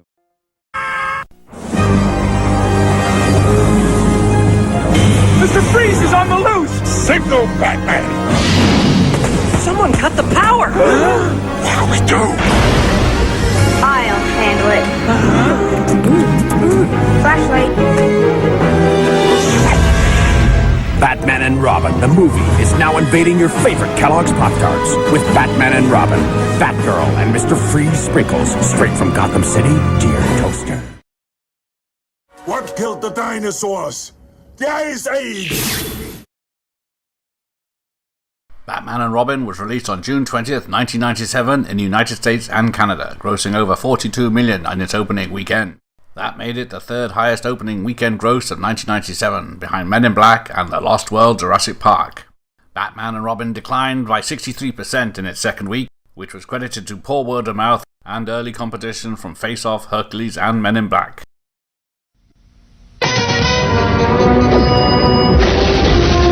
George Clooney takes over as Batman, and Robin, played by Chris O'Donnell, joins him in combating Arnold Schwarzenegger as Mr. Freeze in Batman and Robin, one of 5 new summer movies we'll be reviewing this week on Siskel and Ebert. I'm Roger Ebert of the Chicago Sun-Times. And I'm Gene Siskel of the Chicago Tribune, and boy, was I shocked by the new Batman movie. It's so overproduced. Every scene is so action-filled that the movie does all of the thinking and emoting for us, and you just sit there looking at dazzling effects, yes, but you still feel bored. Add to that an unending parade of leering, double entendre jokes centered on the male anatomy, and you have an extravagant, often tasteless bore. I saw plenty of walkouts at the public screening I attended, and I would have been there with them. Here's the opening action scene as Batman and Robin first encounter Mr. Freeze in the Gotham Museum of Natural History. He's trying to steal a giant diamond.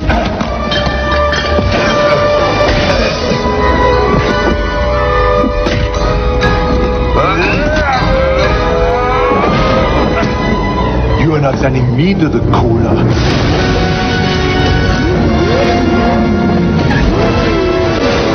So far, so good. Too bad we're only 10 minutes into the movie as the scene continues.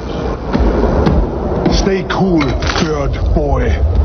Batman has another adversary in the film, a lissome creature known as Poison Ivy, played by a languorous Uma Thurman. One problem with her character, she spreads poison, but no one itches. They just swoon. Why are all the gorgeous ones homicidal maniacs? Is it me? Part of the byplay between Batman and Robin involves jealousy. She's infected us with some sort of pheromone extract. Oh, is that what it is, Bruce? I'm under some kind of magic spell? She wants to kill you, Dick.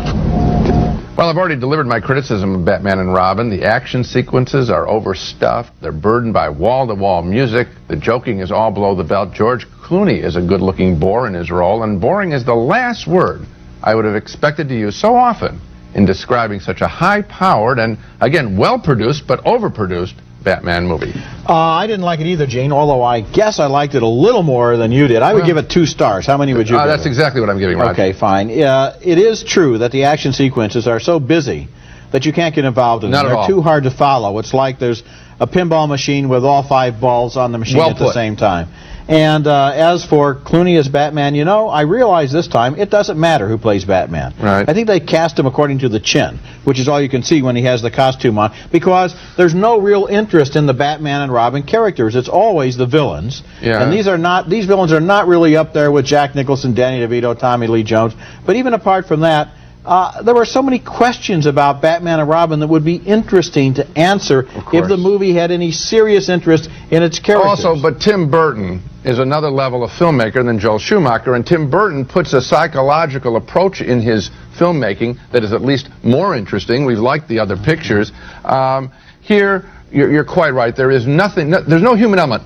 When the butler is the one thing that you respond to emotionally because he may die, that's a sad commentary. And his niece comes from England, Alicia Silverstone, without a British accent, and it's kind of a disappointment as Batgirl. Actually, I did like Uma Thurman, though, as Poison Ivy. She has some good Wouldn't the scratching have been... If Poison Ivy, why not have somebody scratch? I mean, they even blew that obvious thing.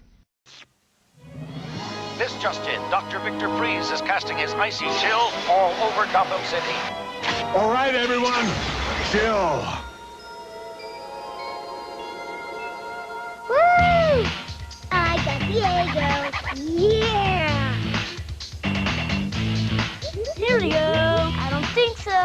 Eggo waffles, part of a good breakfast too tempting for words. Only Batman and Robin could melt this freeze. Take your time, guys. Can you feel it coming? The icy cold of space.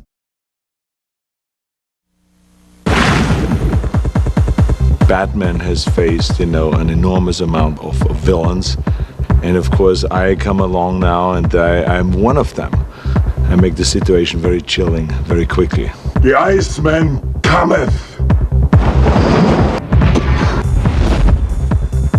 It's pretty fun, and the people I get to work with are, such high caliber. I'm really lucky. I'm lucky to. Hawaiian Punch or Sunny Delight.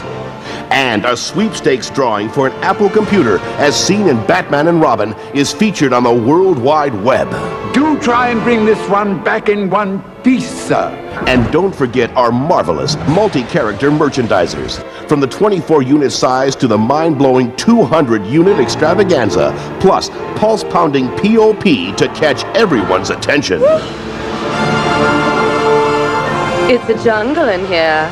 Batman and Robin, the year's biggest action movie homecoming, comes home to video this fall for just $22.97. I'm asking you, friend, partner, brother. Will you help me? Arnold Schwarzenegger, George Clooney, Chris O'Donnell, Uma Thurman, Alicia Silverstone. A Joel Schumacher film. Strength now. Partners? Partners. Courage, always. Partners. Sell through superstars forever.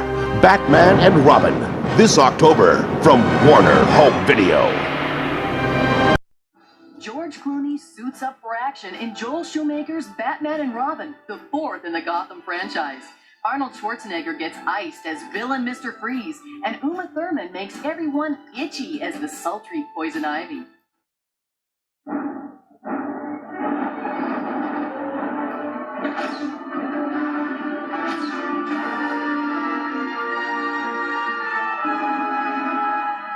I want a car. Chicks dig the car. This is why Superman works alone.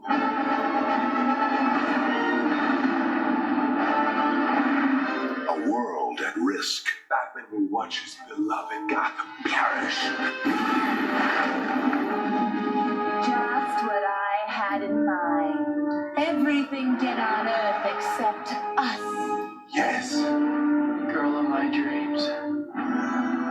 Come join me. Forget the geriatric bat. A partnership. Robin, no! In crisis. You're reckless, and you almost got killed by Freeze tonight. All you could think about was Poison Ivy. How are we supposed to work together if you won't trust me? A family in conflict. Then I go after Freeze and Ivy alone. She loves me and not you, and it's driving you crazy. One kiss. She wants to kill you, Dick. It's my rules that keep us alive, and you will abide by them. You must learn to trust him, for that is the nature of family. A legacy in danger. But I shan't be here forever. Alfred's not sick. He's dying. Can't believe it. I spent my entire life trying to beat Baghdad. But I can't, can I? None of us can. When Venom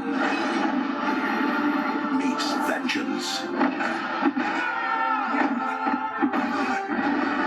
Justice cannot fight alone. Suit me up, Uncle Alfred. I'm asking you, friend, partner, brother. Will you help me? Arnold Schwarzenegger, George Clooney, Chris O'Donnell, Uma Thurman, Alicia Silverstone. A Joel Schumacher film. Strength now. Partners? Partners. Courage always. Partners. Family above all.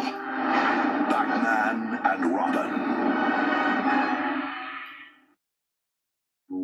Give the gift of Hollywood. Hollywood Video gift certificates make great gifts. It's the gift they'll love to return. And now get $5 free. Purchase $20 in gift certificates and get a $5 book of gift certificates for free. Batman and Robin was released in the US on VHS and DVD on October 21st, 1997, and was released on Laserdisc a week later on October 29th, 1997. It was released on UK VHS by Warner Home Video on the 24th of November, 1997.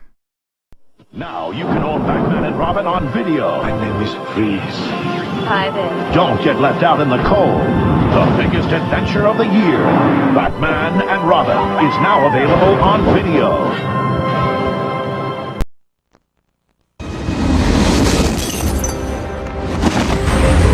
The brave, the best, the beautiful, the bold, and the cold.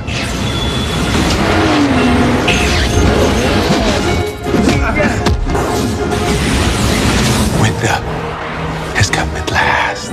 Can't believe it. Batman and Robin.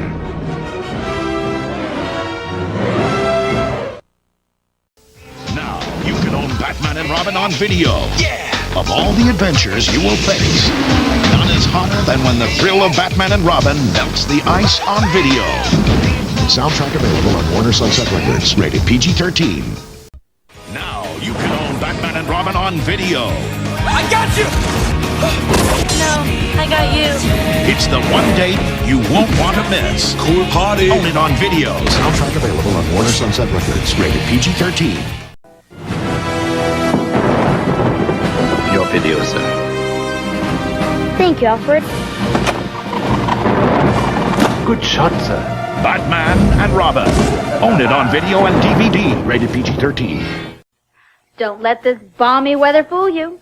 There's a deep freeze moving in all across Canada. Chill. Batman and Robin is this summer's coolest blockbuster. So chill out with official Batman and Robin Collector's Cups at Taco Bell. Chill. The coolest movie and the coolest Collector's Cups. Images frozen irresistibly for you. Yours for just 49 cents with any delicious Big Bill combo purchase. Get yours before they're gone. Stay cool, bird boy.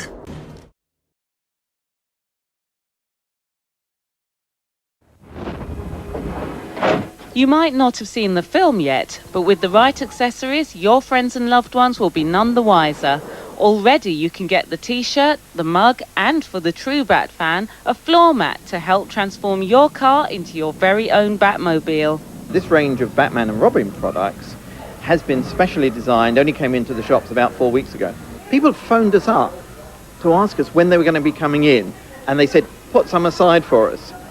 And they had the right idea. We can't keep up. Whilst the film is billed as a PG certificate, the merchandising is aimed at all age groups. And Batman isn't the only summer release set to rake in retail profits. Steven Spielberg will strike again this summer with the follow-up to Jurassic Park, The Lost World.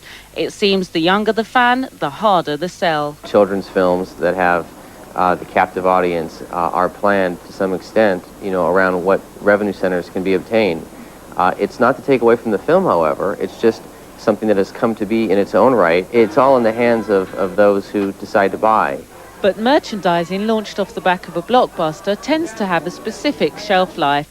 Witness the marketing of Toy Story and 101 Dalmatians. Batman merchandise, in one shape or another, is going to be around for the next 10, 20 years. It has been around for the last 10 or 20 years. But if you want to be unique, then go for the characters who are particular for this film. The villain, Mr. Freeze. Freeze is coming.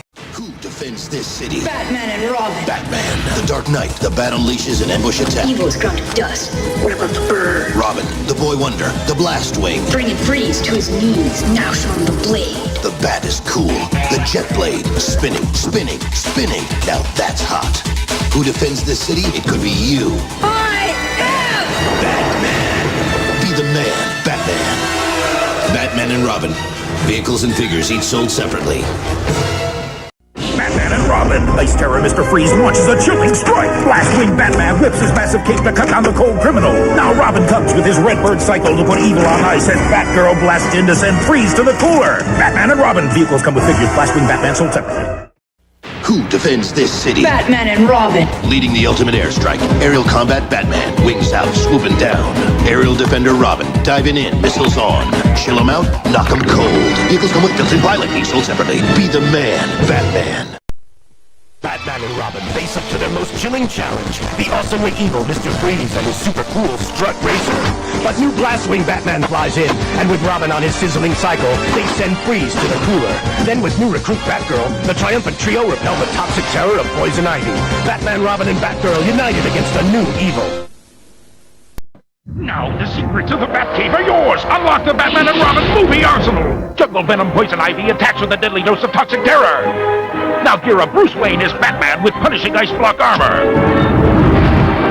Then slice through the streets of Gotham City in the incredible Batmobile! At last, evil is weeded out! The secrets of the Batcave are yours only with Batman and Robin! Figures and vehicles each sold separately. On sale this October, the explosive Batman and Robin video, rated PG-13. Batman and Robin face up to their most chilling challenge, the awesomely evil Mr. Freeze and his super cool strut racer.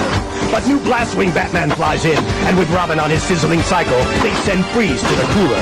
Then with new recruit Batgirl, the triumphant trio repel the toxic terror of Poison Ivy. Batman, Robin, and Batgirl united against a new evil. Now the secrets of the Batcave are yours! Unlock the Batman and Robin movie arsenal! Jungle Venom Poison Ivy attacks with a deadly dose of toxic terror! Now gear up Bruce Wayne as Batman with punishing ice block armor!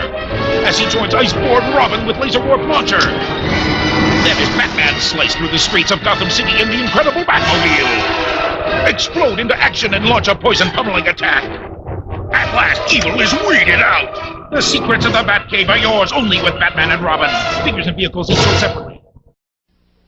Who defends this city? Batman and Robin. Batman, the Dark Knight, the Bat unleashes an ambush attack. Evil's ground to dust. What about the bird? Robin, the Boy Wonder, the Blastwing. Bringing Freeze to his knees, now showing the blade. The Bat is cool. The Jet Blade, spinning, spinning, spinning. Now that's hot. Who defends this city? It could be you. I am Batman. Be the man, Batman. Batman and Robin. Vehicles and figures each sold separately. Mr. Freeze launched the shivering shockwave, but heat scan Batman's thermal sensors make Freeze sweat, and now the blazing Bathammer lights up the night, ready for the final fight, sending the frozen fiend to a massive meltdown. Batman and Robin, figures and vehicles each sold separately, batteries not included. Batman and Robin, ice terror Mr. Freeze launches a chilling strike. Blastwing Batman whips his massive cape to cut down the cold criminal. Now Robin comes with his Redbird cycle to put evil on ice as Batgirl blasts in to send Freeze to the cooler. Batman and Robin, vehicles come with figures. Blastwing Batman sold separately. Blasting into action with the secrets of the Batcave, Batman and Robin! Mr. Freeze launches a shivering shockwave, but heat scan Batman deploys his thermal sensors. His ice-pummeling projectile makes Freeze sweat. Next, Robin's ice armor and blade launcher make Freeze pay. And now, the blazing Bathammer lights up the night, ready for the final fight. The Bathammer powers up to send the frozen fiend to a massive meltdown. The secrets of the Batcave are yours, Batman and Robin. Figures of Bathammer each sold separately, batteries not included. Batman and Robin! Mr. Freeze launches the shivering shockwave, but heat scan Batman's thermal sensors make Freeze sweat. And now the blazing Bathammer lights up the night, ready for the final fight, sending the frozen fiend to a massive meltdown. Batman and Robin, figures and vehicles each sold separately, batteries not included. 2 times the might, 2 ways to fight Batman's Duo Force. The Riddler looms over Gotham City, so Psycho Thruster Batman uses Duo Force to change his speed cycle into a towering turbojet. Now Duo Force lets Batgirl streak in. She blasts away as Batman hits the mark. Batman's Duo Force figures each sold separately. Batman, Legends of the Dark Knight. 7 towering inches. Twister strikes Scarecrow has a frightening slice. Neural Claw Batman strikes with wings of enormous might. Dive Claw Robin fights with colossal power. Now the Skywing Street Fight delivers the ultimate air-to-ground assault. Skywing Street Fight comes with other figures sold. Who defends this city? Batman and Robin. The Bat is the baddest, coolest, frees criminals in their tracks. Batman. The Legend, the Dark Knight. The Bat unleashes an ambush attack. Evil's ground to dust. What about the bird? Robin, the Boy Wonder, the Blastwing. Bringing Freeze to his knees, now showing the blade. The Bat is cool. The Jet Blade, spinning, spinning, spinning. Now that's hot. Who defends this city? It could be you. I am Batman. Batman, Robin, vehicles and figures each sold separately. Be the man, Batman. For years, you've heard the debate. Duracell. Energizer. Which battery lasts longer? Energizer. Duracell. Energizer. Duracell. Energizer. Recent tests prove that Duracell outlasts Energizer. Better make it the alkaline battery proven to last longer. Better make it Duracell. Get $5 when you purchase the Batman and Robin video and Duracell battery packs. Cool party. Music from Batman and Robin, the motion picture. Bone Thugs and Harmony.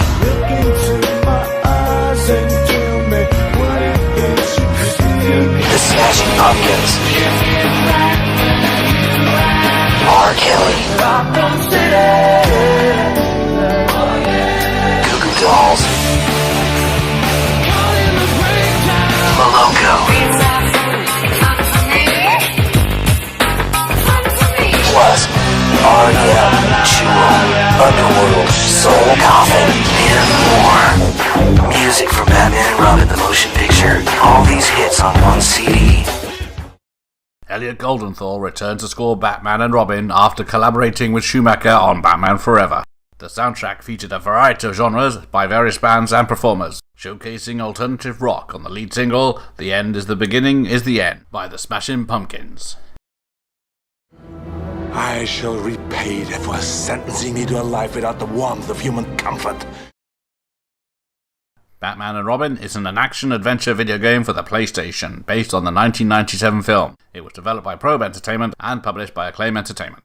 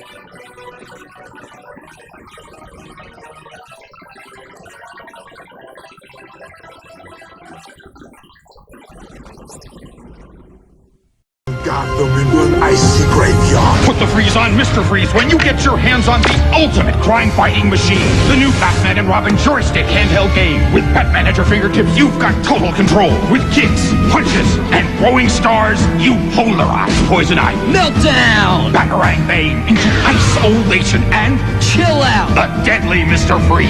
I knew you'd get a charge out of that. The Batman and Robin handheld game with new Batman joystick. Batteries not included. I will turn Gotham into an icy graveyard. Put the freeze on Mr. Freeze when you get your hands on the ultimate crime-fighting machine. The new Batman and Robin joystick handheld game. With Batman at your fingertips, you've got total control. With kicks, punches, and throwing stars, you polarize Poison Ivy. Meltdown! Batarang Bane into isolation and Chill out! the deadly Mr. Freeze. I knew you'd get a charge out of that. The Batman and Robin handheld game with new Batman joystick. Batteries not included. If there's anybody watching this that, let's say, loved Batman Forever and went into Batman and Robin with great anticipation, if I disappointed them in any way, then I really want to apologize, because it wasn't my intention. My intention was just to entertain them. All right, everyone, chill.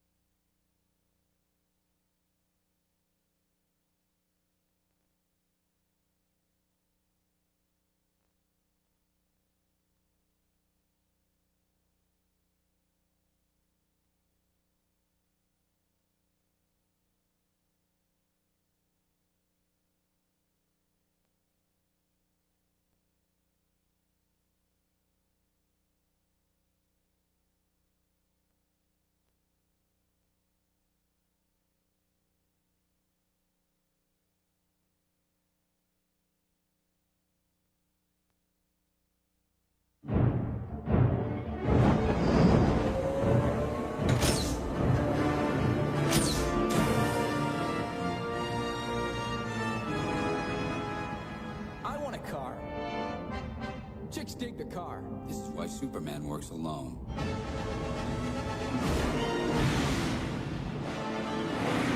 A world at risk. Batman will watch his beloved Gotham perish.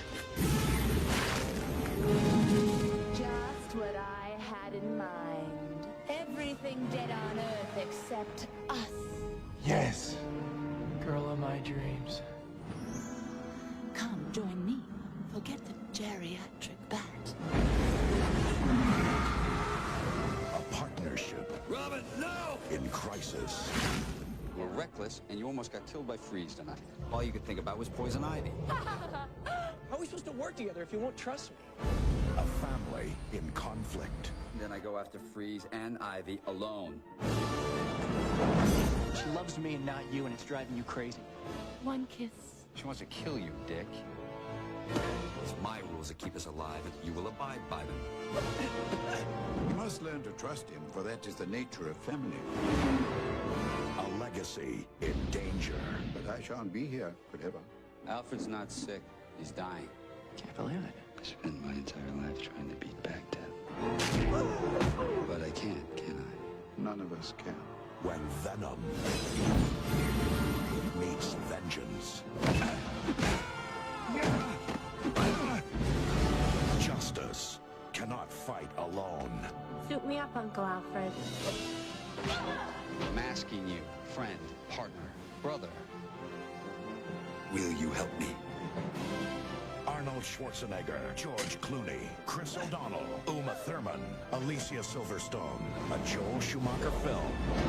Strength now. Partners? Partners. Courage always. Partners. Family above all. Batman and Robin.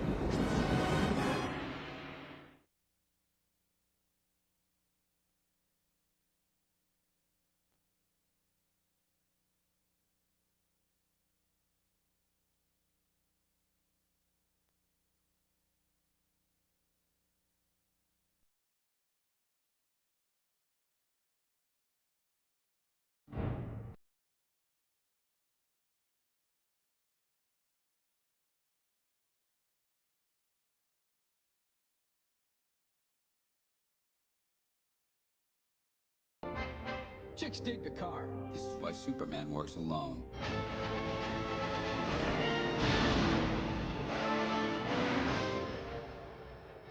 Batman will watch his beloved Gotham perish. Just what I had in mind. Everything dead on Earth except us. Yes. Girl of my dreams. Come, join me. Forget the geriatric bat. Robin, no! You were reckless, and you almost got killed by Freeze tonight. All you could think about was poison ivy. How are we supposed to work together if you won't trust me? Then I go after Freeze and Ivy alone. She loves me and not you, and it's driving you crazy. One kiss. She wants to kill you, Dick. It's my rules that keep us alive, and you will abide by them. You must learn to trust him, for that is the nature of family. But I shan't be here forever. Alfred's not sick. He's dying. Can't believe it. I spent my entire life trying to beat Baghdad. But I can't, can I? None of us can.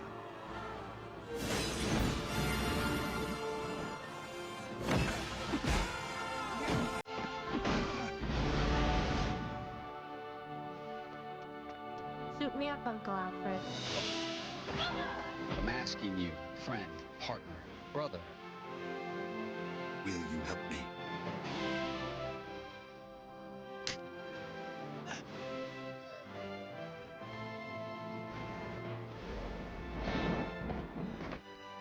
Partners? Partners. Partners.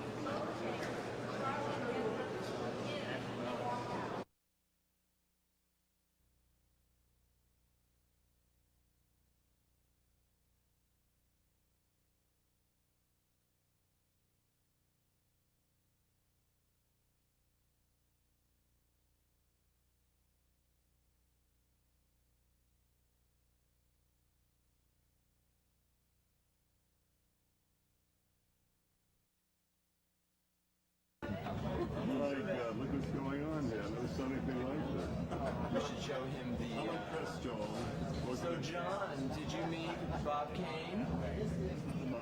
John Glover plays Dr. Richard. Yeah, I met him out there. He looks wild enough to play the role. No, he doesn't really look like it. Oh, sure he does. You got a map to show to the soul? You panned around, panoramic? Everything except that. Panoramic, right? Yes. Boy, that is I'm impressed.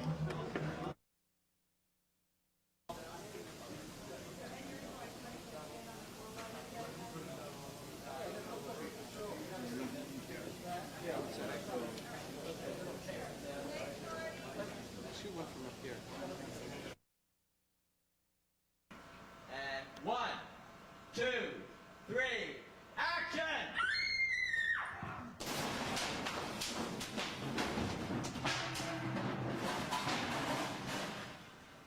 That's a cut. Tony, okay? Yes, he's fine. Speed. Everybody going? And 1, 2, 3, action!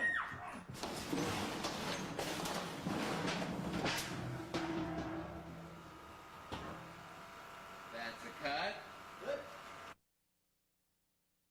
On. Let's start the lasers.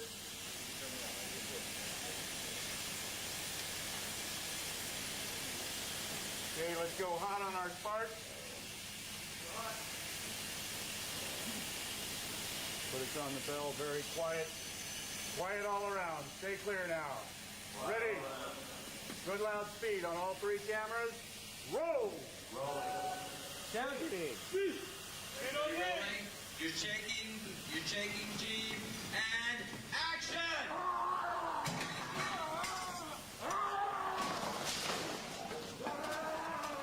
That's a cut. You okay, David? Yeah. David, hey. Okay? All Good right. picture.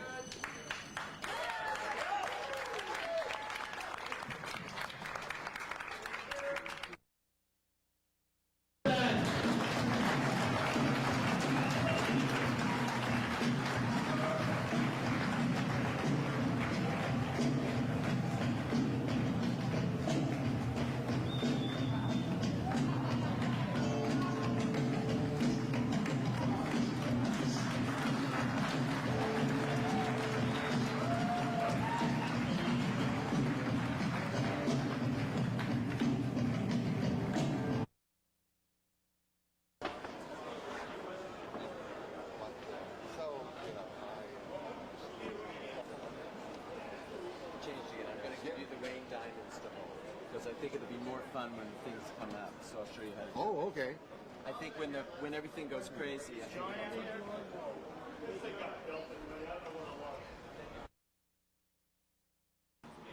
Mark. And lots of energy, folks. 1, 2, 3, action!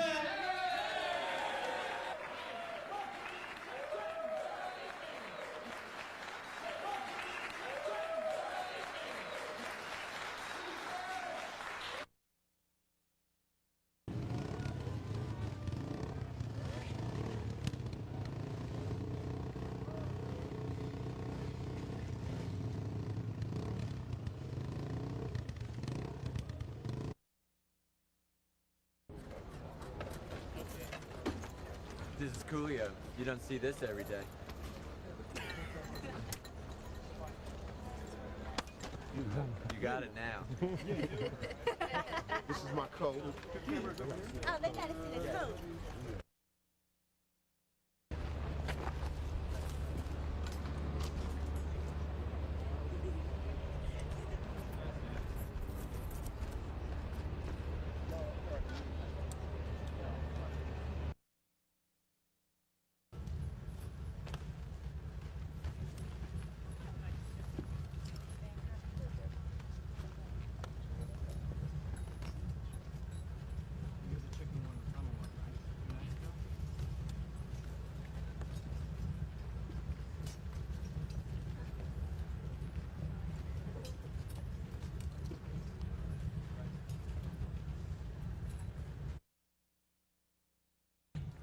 And 1, 2, 3, action!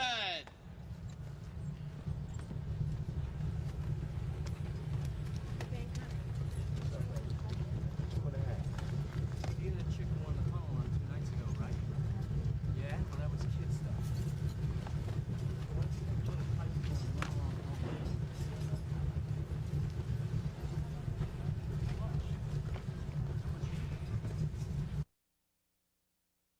Action!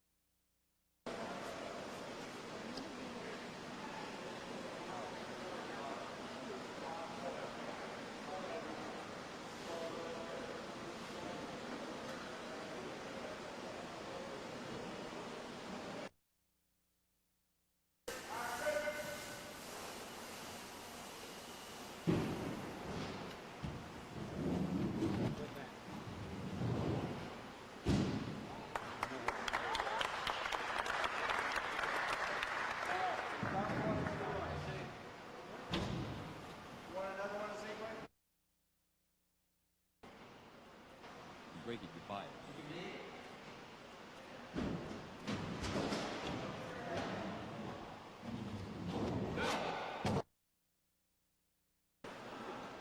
Okay, Marty, roll it.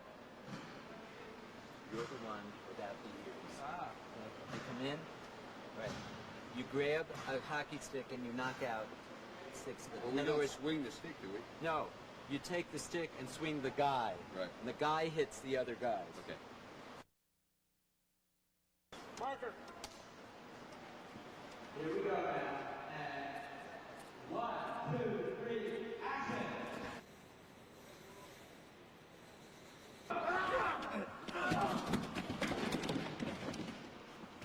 Perfect. Very nice. Mark. Very good. And 1, 2, 3, action! And go! That's a cut.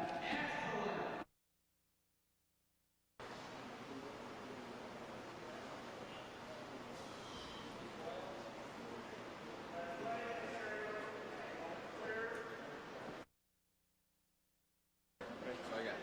So did you come in from the main? Boom. Boom. Or he did that, right? Okay, for camera. Let me ask this first. Boom. Boom. That won't read because the camera's there. It's got to be here. Right? This thinks you're going to have to lean in for. I'm just going to go that way. Like that. That is. Mark. And a 1, 2, 3, action!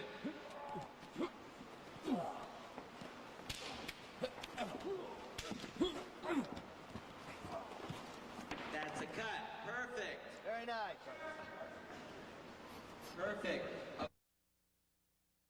And a 1, 2, 3, action!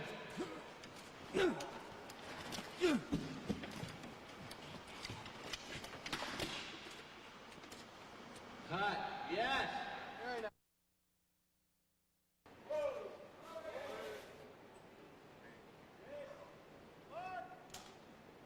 You're a man on a mission. And 1, 2, 3, action!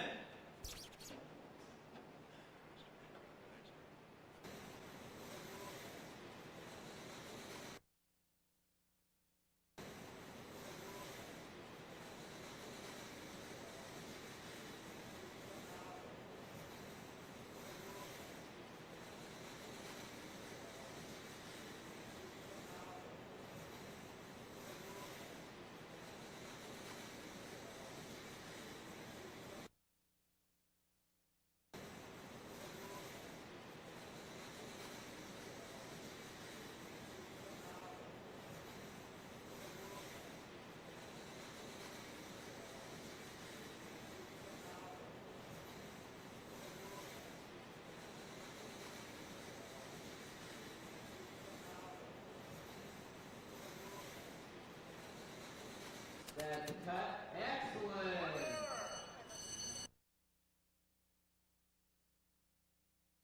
1, 2, 3, action.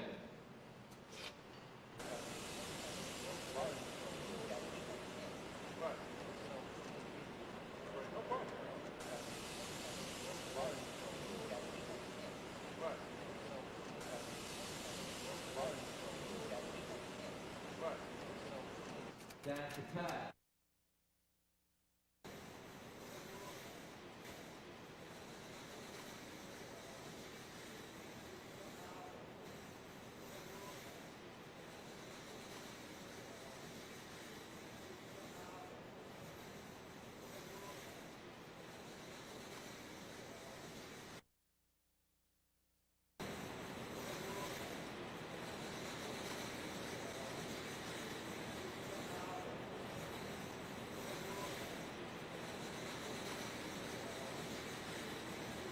That was great. Cut. Hey, Mark! Mark!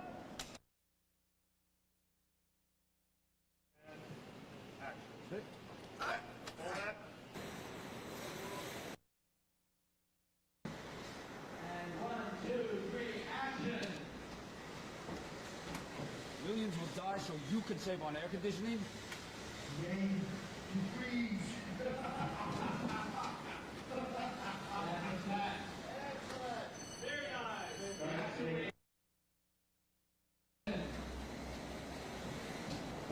Millions will die so you can save on air conditioning?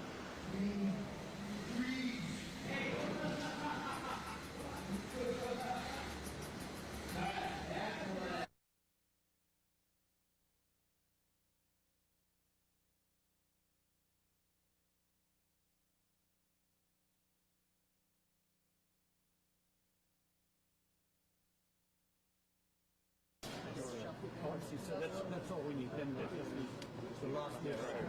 Right. That's great. Right. That's beautiful. You macho woman here. You tell her like it is, baby.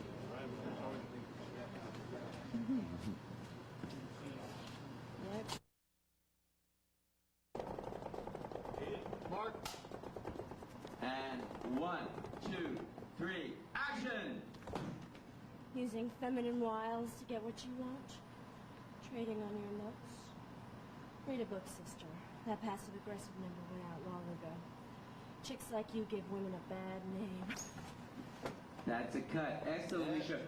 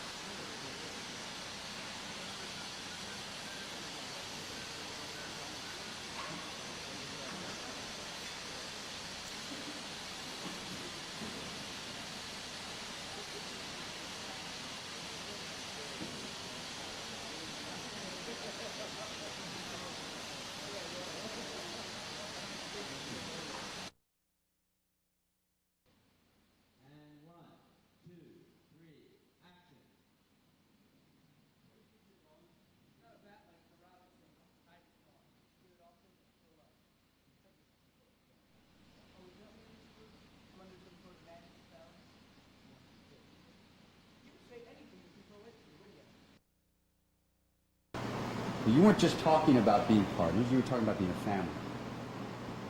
So I'm asking you, friend, partner, brother, will you trust me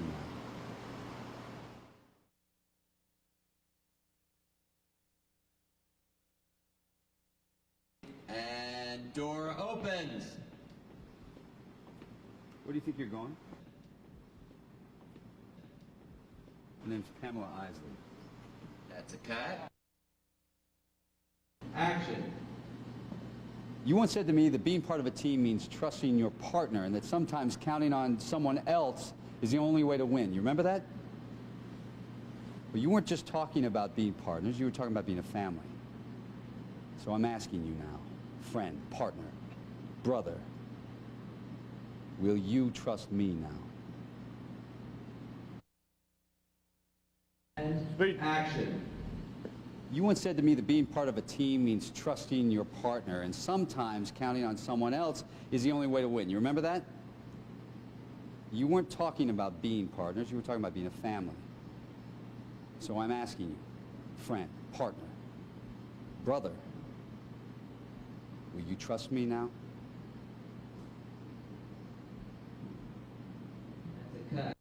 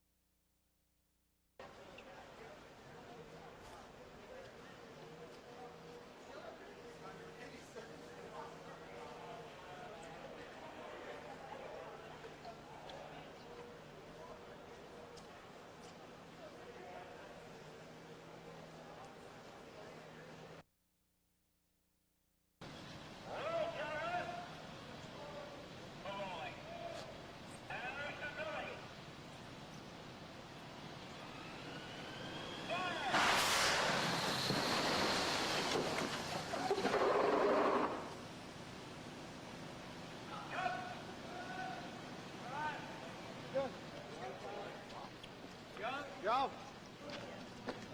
Okay. Okay, guys, we got that. Putting that. Moving on.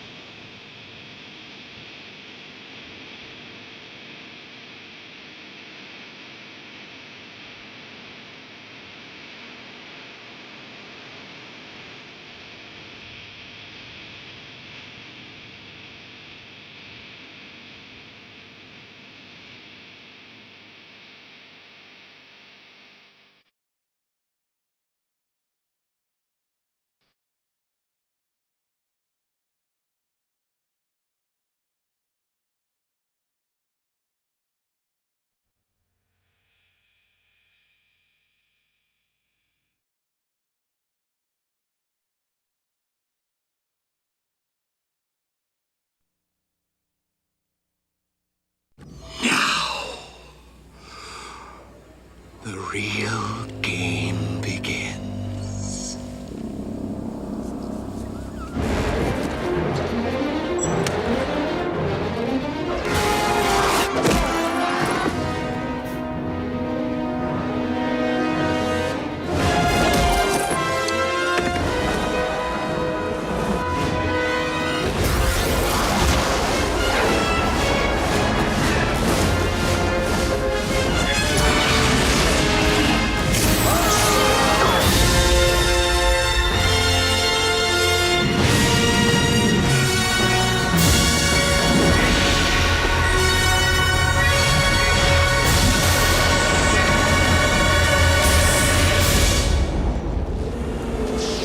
Riddle me this, riddle me that. Who's afraid of the big black bat? There was a definite agenda to have a bigger Batman. And my job was to put in everything new that I could. I guess the feel, the mood with a bunch of grown-ups is it's Halloween and we get to do whatever we want because it's a magical world. It's one of those strange, once-in-a-lifetime experiences. It was such a different feel, you know, from the first two movies. I think that when people saw, you know, they were doing the Riddler and stuff, and it just had a different look to it. And I think people were really excited when it was coming out. Bob thought that because the second one was perhaps in moments a little too dark, then the third one should be a little more upbeat. Not like the television show by any means, but a little bit more lighter, brighter than the second one. The movie was bigger and more welcoming than we remember, because now we see it in the context of history. But it was a kind of spectacle, and a kind of spectacle that touched for a second what people seem to be hungry for. It was wild summer entertainment. Joel always wants to push the envelope. He wants it fantastic, I mean, to use his own words, exciting and a little extreme. Now, you look at it today, you wouldn't think twice about it. At the time, it was a little on the edge. It was sort of like Saturday Night Fever on acid.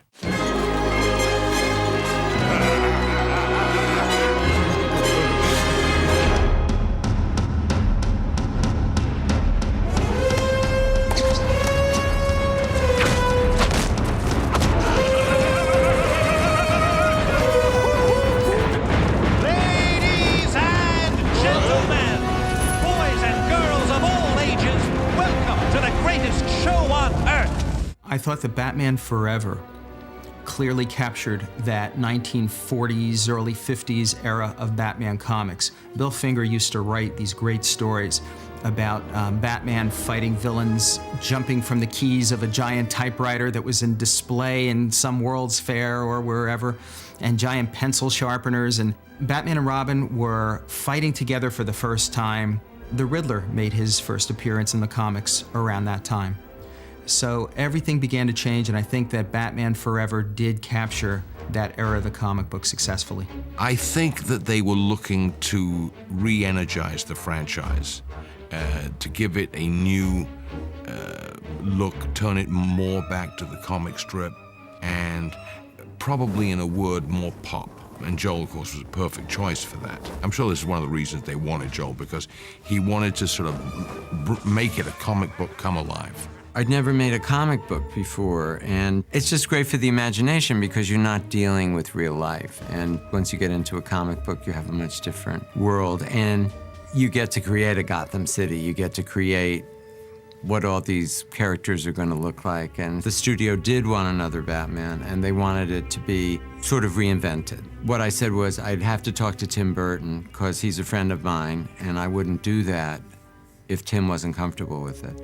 So I went and had lunch with Tim, and Tim said, no, I'm through. I'm out of there. Tim was sort of transitioning away from directing and staying on as producer, but handing the reins off to Joel. But we sat down in the room with the both of them, asking, what's your take on Batman? And Jen started talking about how Batman is always about duality, and Tim's eyes just lit up. He said, yes, they get it. The transition was absolutely smooth from Tim to Joel. We had a couple of meetings with both of them, and then Joel was taking the reins, and it just seemed like the smoothest possible transition on a franchise of this size. The Batchers wrote the first draft, and in it, Edward Nygma, who becomes the Riddler, was a scientist. He had a pet rat named Sydney, I remember. It had charming things to it. It was not quite where I thought we were going to ultimately go, but it was a wonderful start, and they were very creative, and they really cracked the ice. We always figure somebody's going to find a way to make it work. Somebody's going to find a way to put it on screen. And our job is to have the wild enough imagination for it to be worth putting on screen. I think Joel wanted to make it a little more poppy than Lee and Janet. They were a little more in the tradition, and Joel wanted to stretch it out a little bit, which is, I think, why he ultimately chose Akiva to come in. What I was trying to do was sort of make it a little bit more of a psychologically real story, try to infuse the characters with a little more pathos and angst, and those things that were slowly but surely getting allowed into comic book movies. Yeah, I thought the first movie with Nicholson and Keaton and those guys was amazing. The second one, I didn't like the second one as much. I thought it got really dark. I just didn't enjoy it as much. And Joel coming in, I thought that, this is going to be perfect, because I think he'll make it a little bit more colorful and just lighten it up a little bit. These films are all about the visuals, and Joel's a very visual guy. Tim was more a psychological thriller, and Joel is more a viewing thriller, of excitement to look at. Joel's style is very presentational and operatic, very sort of beautifully lyrical and larger than life. And that was clearly the style he was taking to Batman. Go ahead. You can say it. You're a genius. Practically speaking, the first thing was to find space. To make a movie on this scale, you need an enormous amount of space. I mean, this was Warner Brothers Studios. It's got, 40 stages. There wasn't a stage big enough to build our sets. So that was the very first practical problem of where are we going to build these sets that we can get to and film, based in Los Angeles. The second thing was the cost. It was critical. When I first started the film, I thought I was going to make it with Michael Keaton. When Michael Keaton fell out, I had just seen Val Kilmer in Tombstone, and I thought he was fantastic in it, and I thought he would be a great Batman. Michael didn't feel that he wanted to continue. Same thing again, sort of like Tim, that he'd done 2 big Batman movies, and he wanted some change in his life. He dabbled with maybe coming into the picture, maybe not.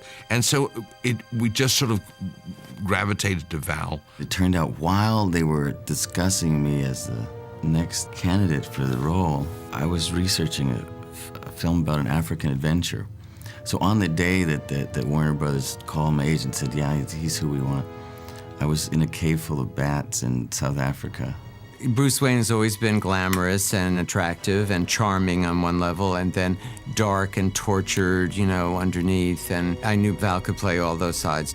It's not that much fun to be Bruce Wayne. He's kind of in turmoil, I mean, as a character, I was thinking of the character and doing stuff. It was kind of challenging playing the role, to be involved and appropriately involved in the depth of the truth of the character, the myth, and not be so far in it that you're out of the style. Broken wings mend in time. One day Robin will fly again. I promise. I think bringing Robin into the Bat, I don't think at the time when Joel did this, we envisaged that it would become Batman and Robin ultimately, even though from a creative point of view, we knew that, but that wasn't the determination. Joel felt it needed a youthful energy. Well, I'd never known Batman without Robin. I I grew up on Batman, and there always was Batman and Robin, so it just seemed natural. And we went way back to the early comic books. The circus story and his parents dying that way, that's all from a comic book. I came to be a part of the movie when I got a call from Joel Schumacher that he was interested in me playing the part of Robin. I asked Chris to do it right away. I had seen Chris, in all his films, and I thought he'd be a perfect Robin. And Chris was off in Ireland doing Circle of Friends. I had heard on, TV how they're having these casting calls all over the country and meeting people. I'm like, well, I'm confused because I got a call from my agent saying Joel wants to meet me, he wants me to play the part. Mally Finn, our casting director, did a nationwide search, and we also looked in London. The day I was in London, they were all teenagers. I met Ewan McGregor, Jude Law, Alan Cumming, Toby Stevens, and a whole bunch more that have all become stars now. It was pretty wild to be offered the part because I grew up watching the TV show religiously as a kid, and when I was like a Batman fan, it was like, well, I'm gonna be Robin, okay, and it was surreal. It's kind of a double-edged sword. I mean, there's so much exposure that you risk people always remembering you, from that role. But at the same time, that international exposure, it can be so beneficial to your career and getting films made and that sort of thing. So you kind of have to, think for a second before you kind of just jump into it. This is your brain on the box. This is my brain on the box. Does anybody else feel like a fried egg? Jim Carrey had, his first picture was out, which the Ventura picture, and there was just a buzz about this guy. I had known Jim ever since he started out as a stand-up comic. I had met him very, very early in both our careers. And he was just starting to emerge as a superstar. One of the fears that I had going into the project was that, okay, here now is my first huge budget, kind of deal with a lot of people, with a lot of egos, with a lot of everything. And everybody's the best at what they do, and so are they going to be open to my ideas, and of course, from the first moment we met, Joel and I, it was just, me spewing and him going, that's great! I'm going to tell everybody I thought of it. There would be times on the set where, the scene's going okay, and, you could see Joel was kind of hoping we'd do something else, and Jim would just kind of come up with something different. And I know this is the case on half the movies he does, but it was so incredible because, I think it's like a kid in a candy store for him. He's in this ridiculous costume, he's on these enormous sets, and he could just really go to town. And in the same way, I think Nicholson was just so bigger than life in the first Batman. I think Jim Carrey was pretty much the same in ours. Was that over the top? I can never tell. It was very hard not to laugh when Jim was working, because he'll try anything, I wish we'd done outtakes. And it's funny because I think sometimes it kind of rubs some people the wrong way, as if he was maybe stealing the show or something. But I mean, the guy's a genius at what he does. We had some bad press. I don't know why they did this, but they said that Jim and I weren't getting along, or that I didn't like him or something. I don't know how you can not like him. You have to be an alien not to like Jim Carrey.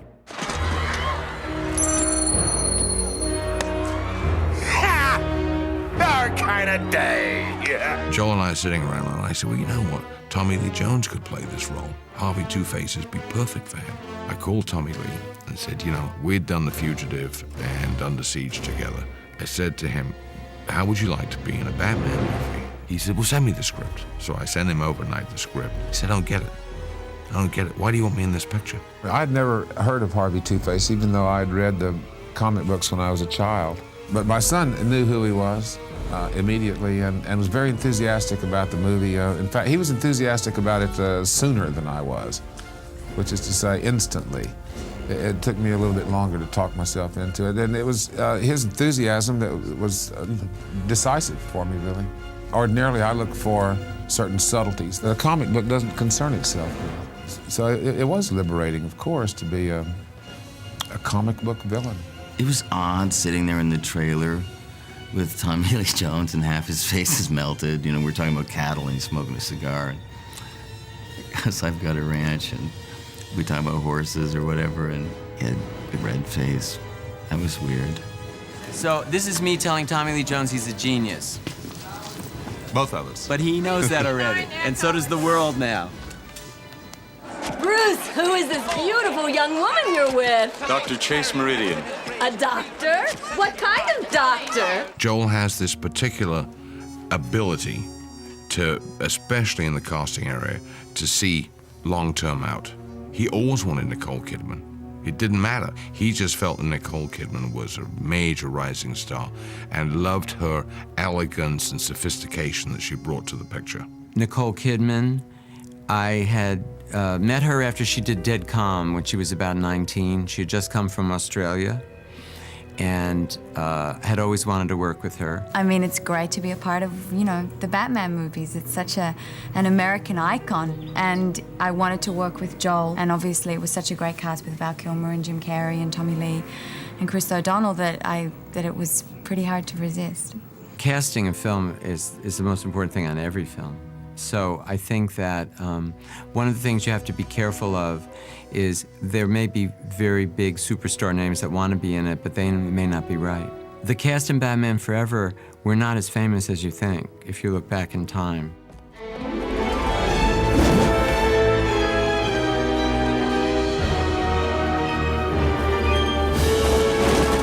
Pre-production is a long period on a Batman, between around 10 months. So the design phase is an extensive phase. I mean, our art department was massive, no question about it. It's one of the most expensive things. Everything in the place is made to order. And so the design and the manufacturing stage is the biggest part of the movie. You know, it's a much more difficult to build outside the realm of the real world than it is the real world, because it's something nobody's ever done before. They haven't built this before, so it's like, well, we can only try it and see. You know, it's a lot of experimentation, and it's far more fun than any real world, because it's, you know, you get to invent. Every single thing was of such quality, and it shows in the film. It's amazing the craftsmanship on the technical side, and really inspired designers. It's just, you know, it's amazing how every single detail fits. It's big. I mean, it's like the best of every department coming together on something that they don't have to take incredibly seriously, you know, that they can really be creative and fun with. And that's the exciting part for me. The pressure doesn't come from the complications in the character. It comes really from the magnitude of the movie. The sets are enormous, and some of the mechanical aspects of those sets, the moving parts, are potentially unwieldy. You know, the challenge that really came from living with and maintaining this enormous scale.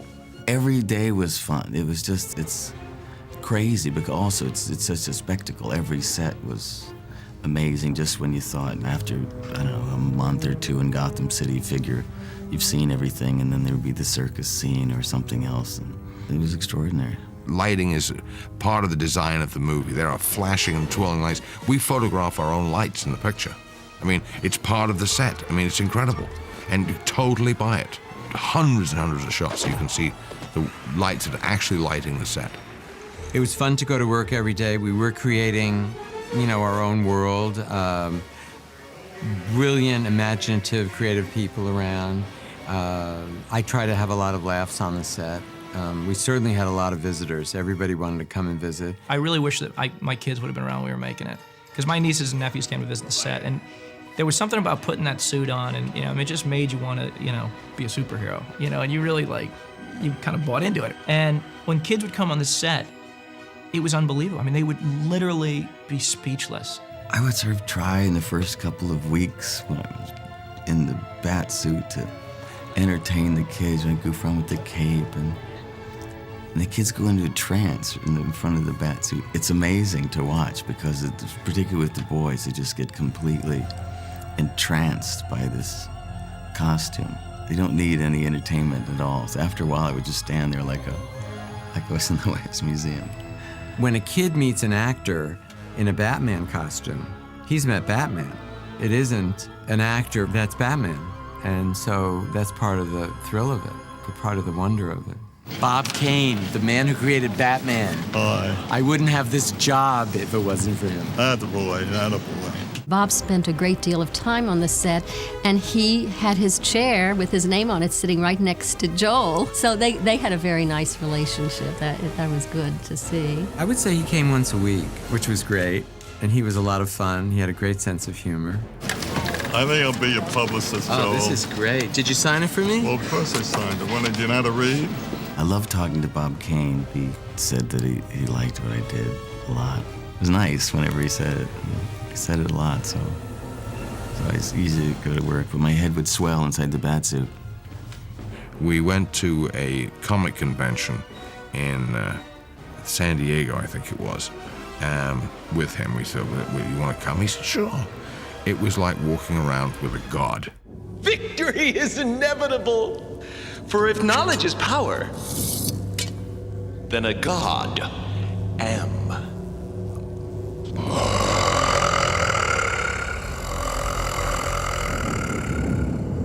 Long ago, when this whole thing started, Batman Year One, the Frank Miller comic, was always my favorite.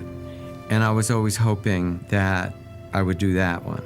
There was no desire to do that the first time around, and there was definitely no desire to do that the second time around. Batman Forever and Batman and Robin often now get squidged together, but Batman Forever is darker than Batman and Robin. It is a retelling of the origin story in a way that attempts to take a little bit closer look at the psychology of young Bruce Wayne and how he became older Bruce Wayne. There's a piece of the movie that isn't in the final cut, but which is strangely the narrative component that the story was built around. All the way throughout the movie, there are these images, there are these recurring images of this book, this mysterious book. And in the movie, when the book is revealed to be Bruce's father's diary, it simply says, He'd written in it every day of my life, but now he'd never write in it again. At that moment, I knew my life would never be the same. In the screenplay and in the movie that we shot, there is a very different center of the movie where he opens up the book and the last entry is, Martha and I want to stay home tonight, but Bruce insists on going to see a movie. And so the idea was that somewhere Bruce remembered and had repressed his fantasy that this was all his fault. That if he just hadn't made them go see a movie that night, they would never have been out and they would never have been killed. And so the whole movie was actually built around this kind of psychological reckoning, which is why the love interest is a psychologist and why, in fact, there was a whole section of the movie, which was actually in the commercials and the previews, where Bruce then returns to the cave that he fell in, running away when he was holding that book, and sees that giant bat. Val sort of spread his arms and the bat spread his arms, a very sort of gothic component of the movie, quite dark. It was a much more complex, really kind of fun, but much darker version of the movie. Now that's impressive! The post-production process is extremely pressured. In fact, from the last day of photography to completion of the answer print with all the visual effects in there is 10 weeks, which is, in today's world, is lightning time. There wasn't an enormous expectation on anyone's part because we had gone into it with being told constantly that no one wanted another Batman movie. That was sort of that's what we'd all been told by so many people by then, that if they were banking on it being their biggest movie of the year, they certainly didn't say that. We had around 200 sponsors, from the hamburger company all the way to toothpaste. I mean, it's just extraordinary.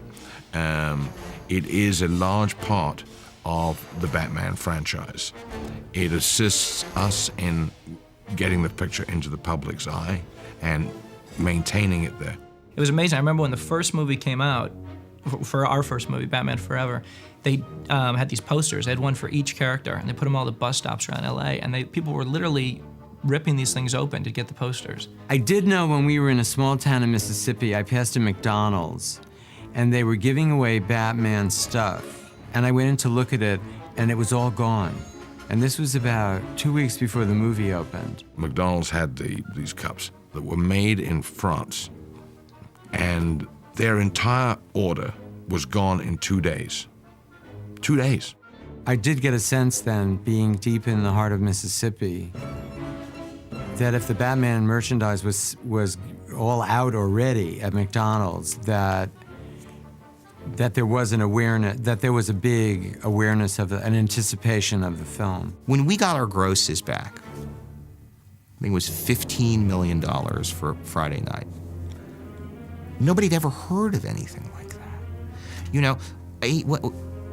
Today, yeah, it's 23 on Friday, you know, but I mean, dear God, that was so much. We all thought it was a typo. I remember being in Australia on the press junket for Batman the day it opened, and I remember getting a call from Bob Daly and saying that it was going to be the biggest opening weekend of all time. And I know there are some movies that think they're going to do that, but we didn't.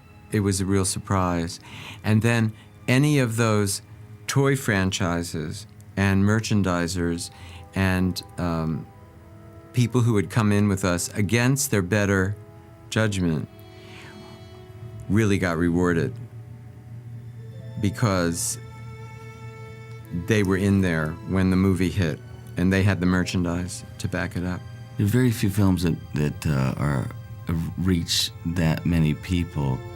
I don't think any, none that I can think of, that don't have a really compelling story. There's something fundamentally attractive about the story, and we all want to know who we are, and we all have nightmares that could turn into something that's healing, or we have nightmares that are reoccurring, like Bruce Wayne, that need to get healed, and it's really well made story.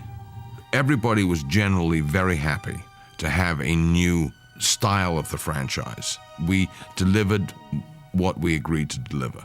The success of a movie doesn't really happen to you. You just sort of someone tells you about it, or you are aware of it. Your whole experience with the film is really finished when you hand it in. It's like raising someone else's child. You have to give it back after a while. The truth is, it's your movie while you're making it, but it really belongs to the movie studio, and ultimately it belongs to the public, because that's who you really made it for. It was a great experience, and an unexpected, a really unexpected success. I mean, I thought some people would go to see a Batman movie, but I didn't know we would have the success we did.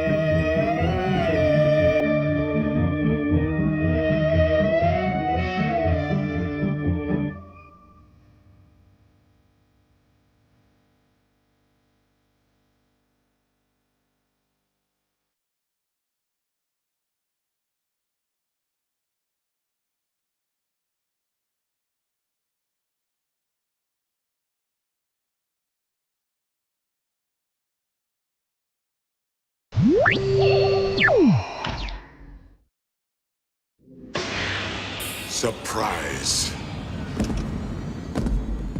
Winter has come at last.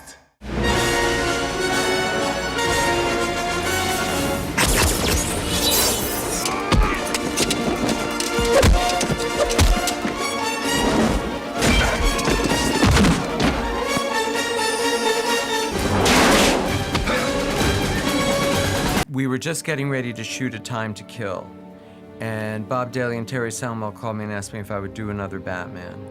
And it did seem like the audience and the media and the studio, everybody wanted me to do another one.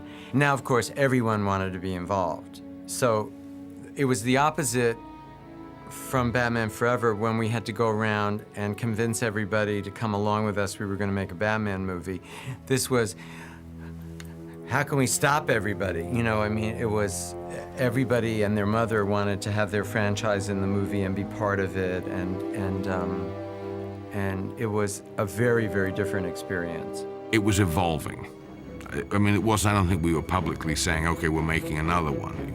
We're going straight into the next one. As it turned out, we did pretty much go into the fourth one, second one for us, almost without a break.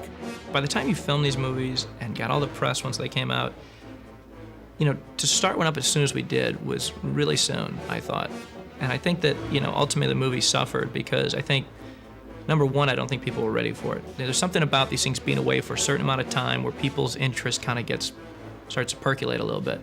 I think people were still sick of seeing all the press and all the coverage and all. I mean, it's an assault when these things come out. In Batman and Robin, there was a real desire at the studio to keep it more family-friendly, more kid-friendly. And a word I had never heard before, more toyetic, which means that what you create makes toys that can sell. We involved the toy company. We let them look and be involved in how the Batmobile was going to look, how Batman's gadgets were going to be, which they wanted. This is key to them. They need a lot of lead time. We started planning in August of '95. I knew I wanted to do Mr. Freeze and Poison Ivy as the villains, and so we started with tear sheets, comic books, and discussions of what they would look like and how we were going to make Gotham City bigger, better, and what areas we were going to be going into. So all of those things that you're designing, they're ripping them out of your hands because they're going to make the molds. The molds for them usually have to be made in Asia. So you have to give them the designs far in advance. Movies, to me, have always reflected a different era from the Batman mythology. To me, Tim Burton's first film was truly the Batman of 1939 before Robin came in. Batman Returns was more of Tim's tribute to the Batman comics, the way they were portraying the character in the 1990s. Batman Forever, pure middle of the 1940s to the middle of the 1950s. And Batman and Robin clearly was all about the Batman of the 60s in the comic books. So I think that a fan's perspective or an audience's perspective on these movies is different depending on what age group they are in and what type of Batman comics they grew up reading. I think the reaction to fans, generally, especially the more avid fans, is they were hoping that we would have gone a little darker than Batman Forever. We didn't do that. We went the way it is. It had been some years between the second one and the first one we did, the one with Val. And I think probably the studio would like to maybe have had another year. I don't think we would have made it any better, but I think they would have, just in terms of the audience, the core base, I think they would probably like to have had another year between. The merchandising and licensing became a very, very important part of the making of the film. But I also have to say, I was an adult, I was awake, and I went along with it. So I'm not pointing a finger at anyone else and saying, they made me do this, all right? I was there. I think what the conclusion was is probably the same place Tim Burton was after two of them. It is an extensive part of your life. I mean, it's 4 years out of probably a 40, 45-year life, a work life. So you've just spent 10% of your entire work life on two productions. The studio wanted me to do a fifth Batman, which would have been my third, which would have featured the Scarecrow. And I just couldn't do it. It wasn't really in me anymore. It has to be a true passion. It can't be a job. And it can't be because people expect you to do it. If there's anybody watching this that, let's say, loved Batman Forever and went into Batman and Robin with great anticipation, if I disappointed them in any way, then I really want to apologize, because it wasn't my intention. My intention was just to entertain them. You know, I felt very much, and still do, that we were doing exactly what you're supposed to do. I leave the opinion of quality to the individual viewer, but what you're supposed to do with icons is contort them. I mean, the reason that comic books survive over time is that the characters are durable and they are afforded different realizations. They're different lenses through which to see the world. They change and are changed by the world, by the time, by the historical moment that they're in. And without those aborted and perhaps less successful bends and twists, you never get Dark Knight Returns. You will never, ever find a Clint Eastwood version of Batman. And those are the things we want. And that's what we yearn for. We yearn for something old made new spectacularly. And so, that's the job. The job is stand it on its head and see if it stands up or falls down. I remember years ago, Jerry Weintraub introduced me to Colonel Tom Parker, who, discovered and managed Elvis. And he told me that Elvis was such an icon that after Elvis died, he could just send the suit around the United States and make a fortune on the suit. Batman is like Elvis. It's really the suit that is the star, which is not to take away from Michael Keaton or Adam West or George Clooney or Val Kilmer, but it's Batman who's the star. And Batman's gonna go on long after us. I'm not worried about Batman.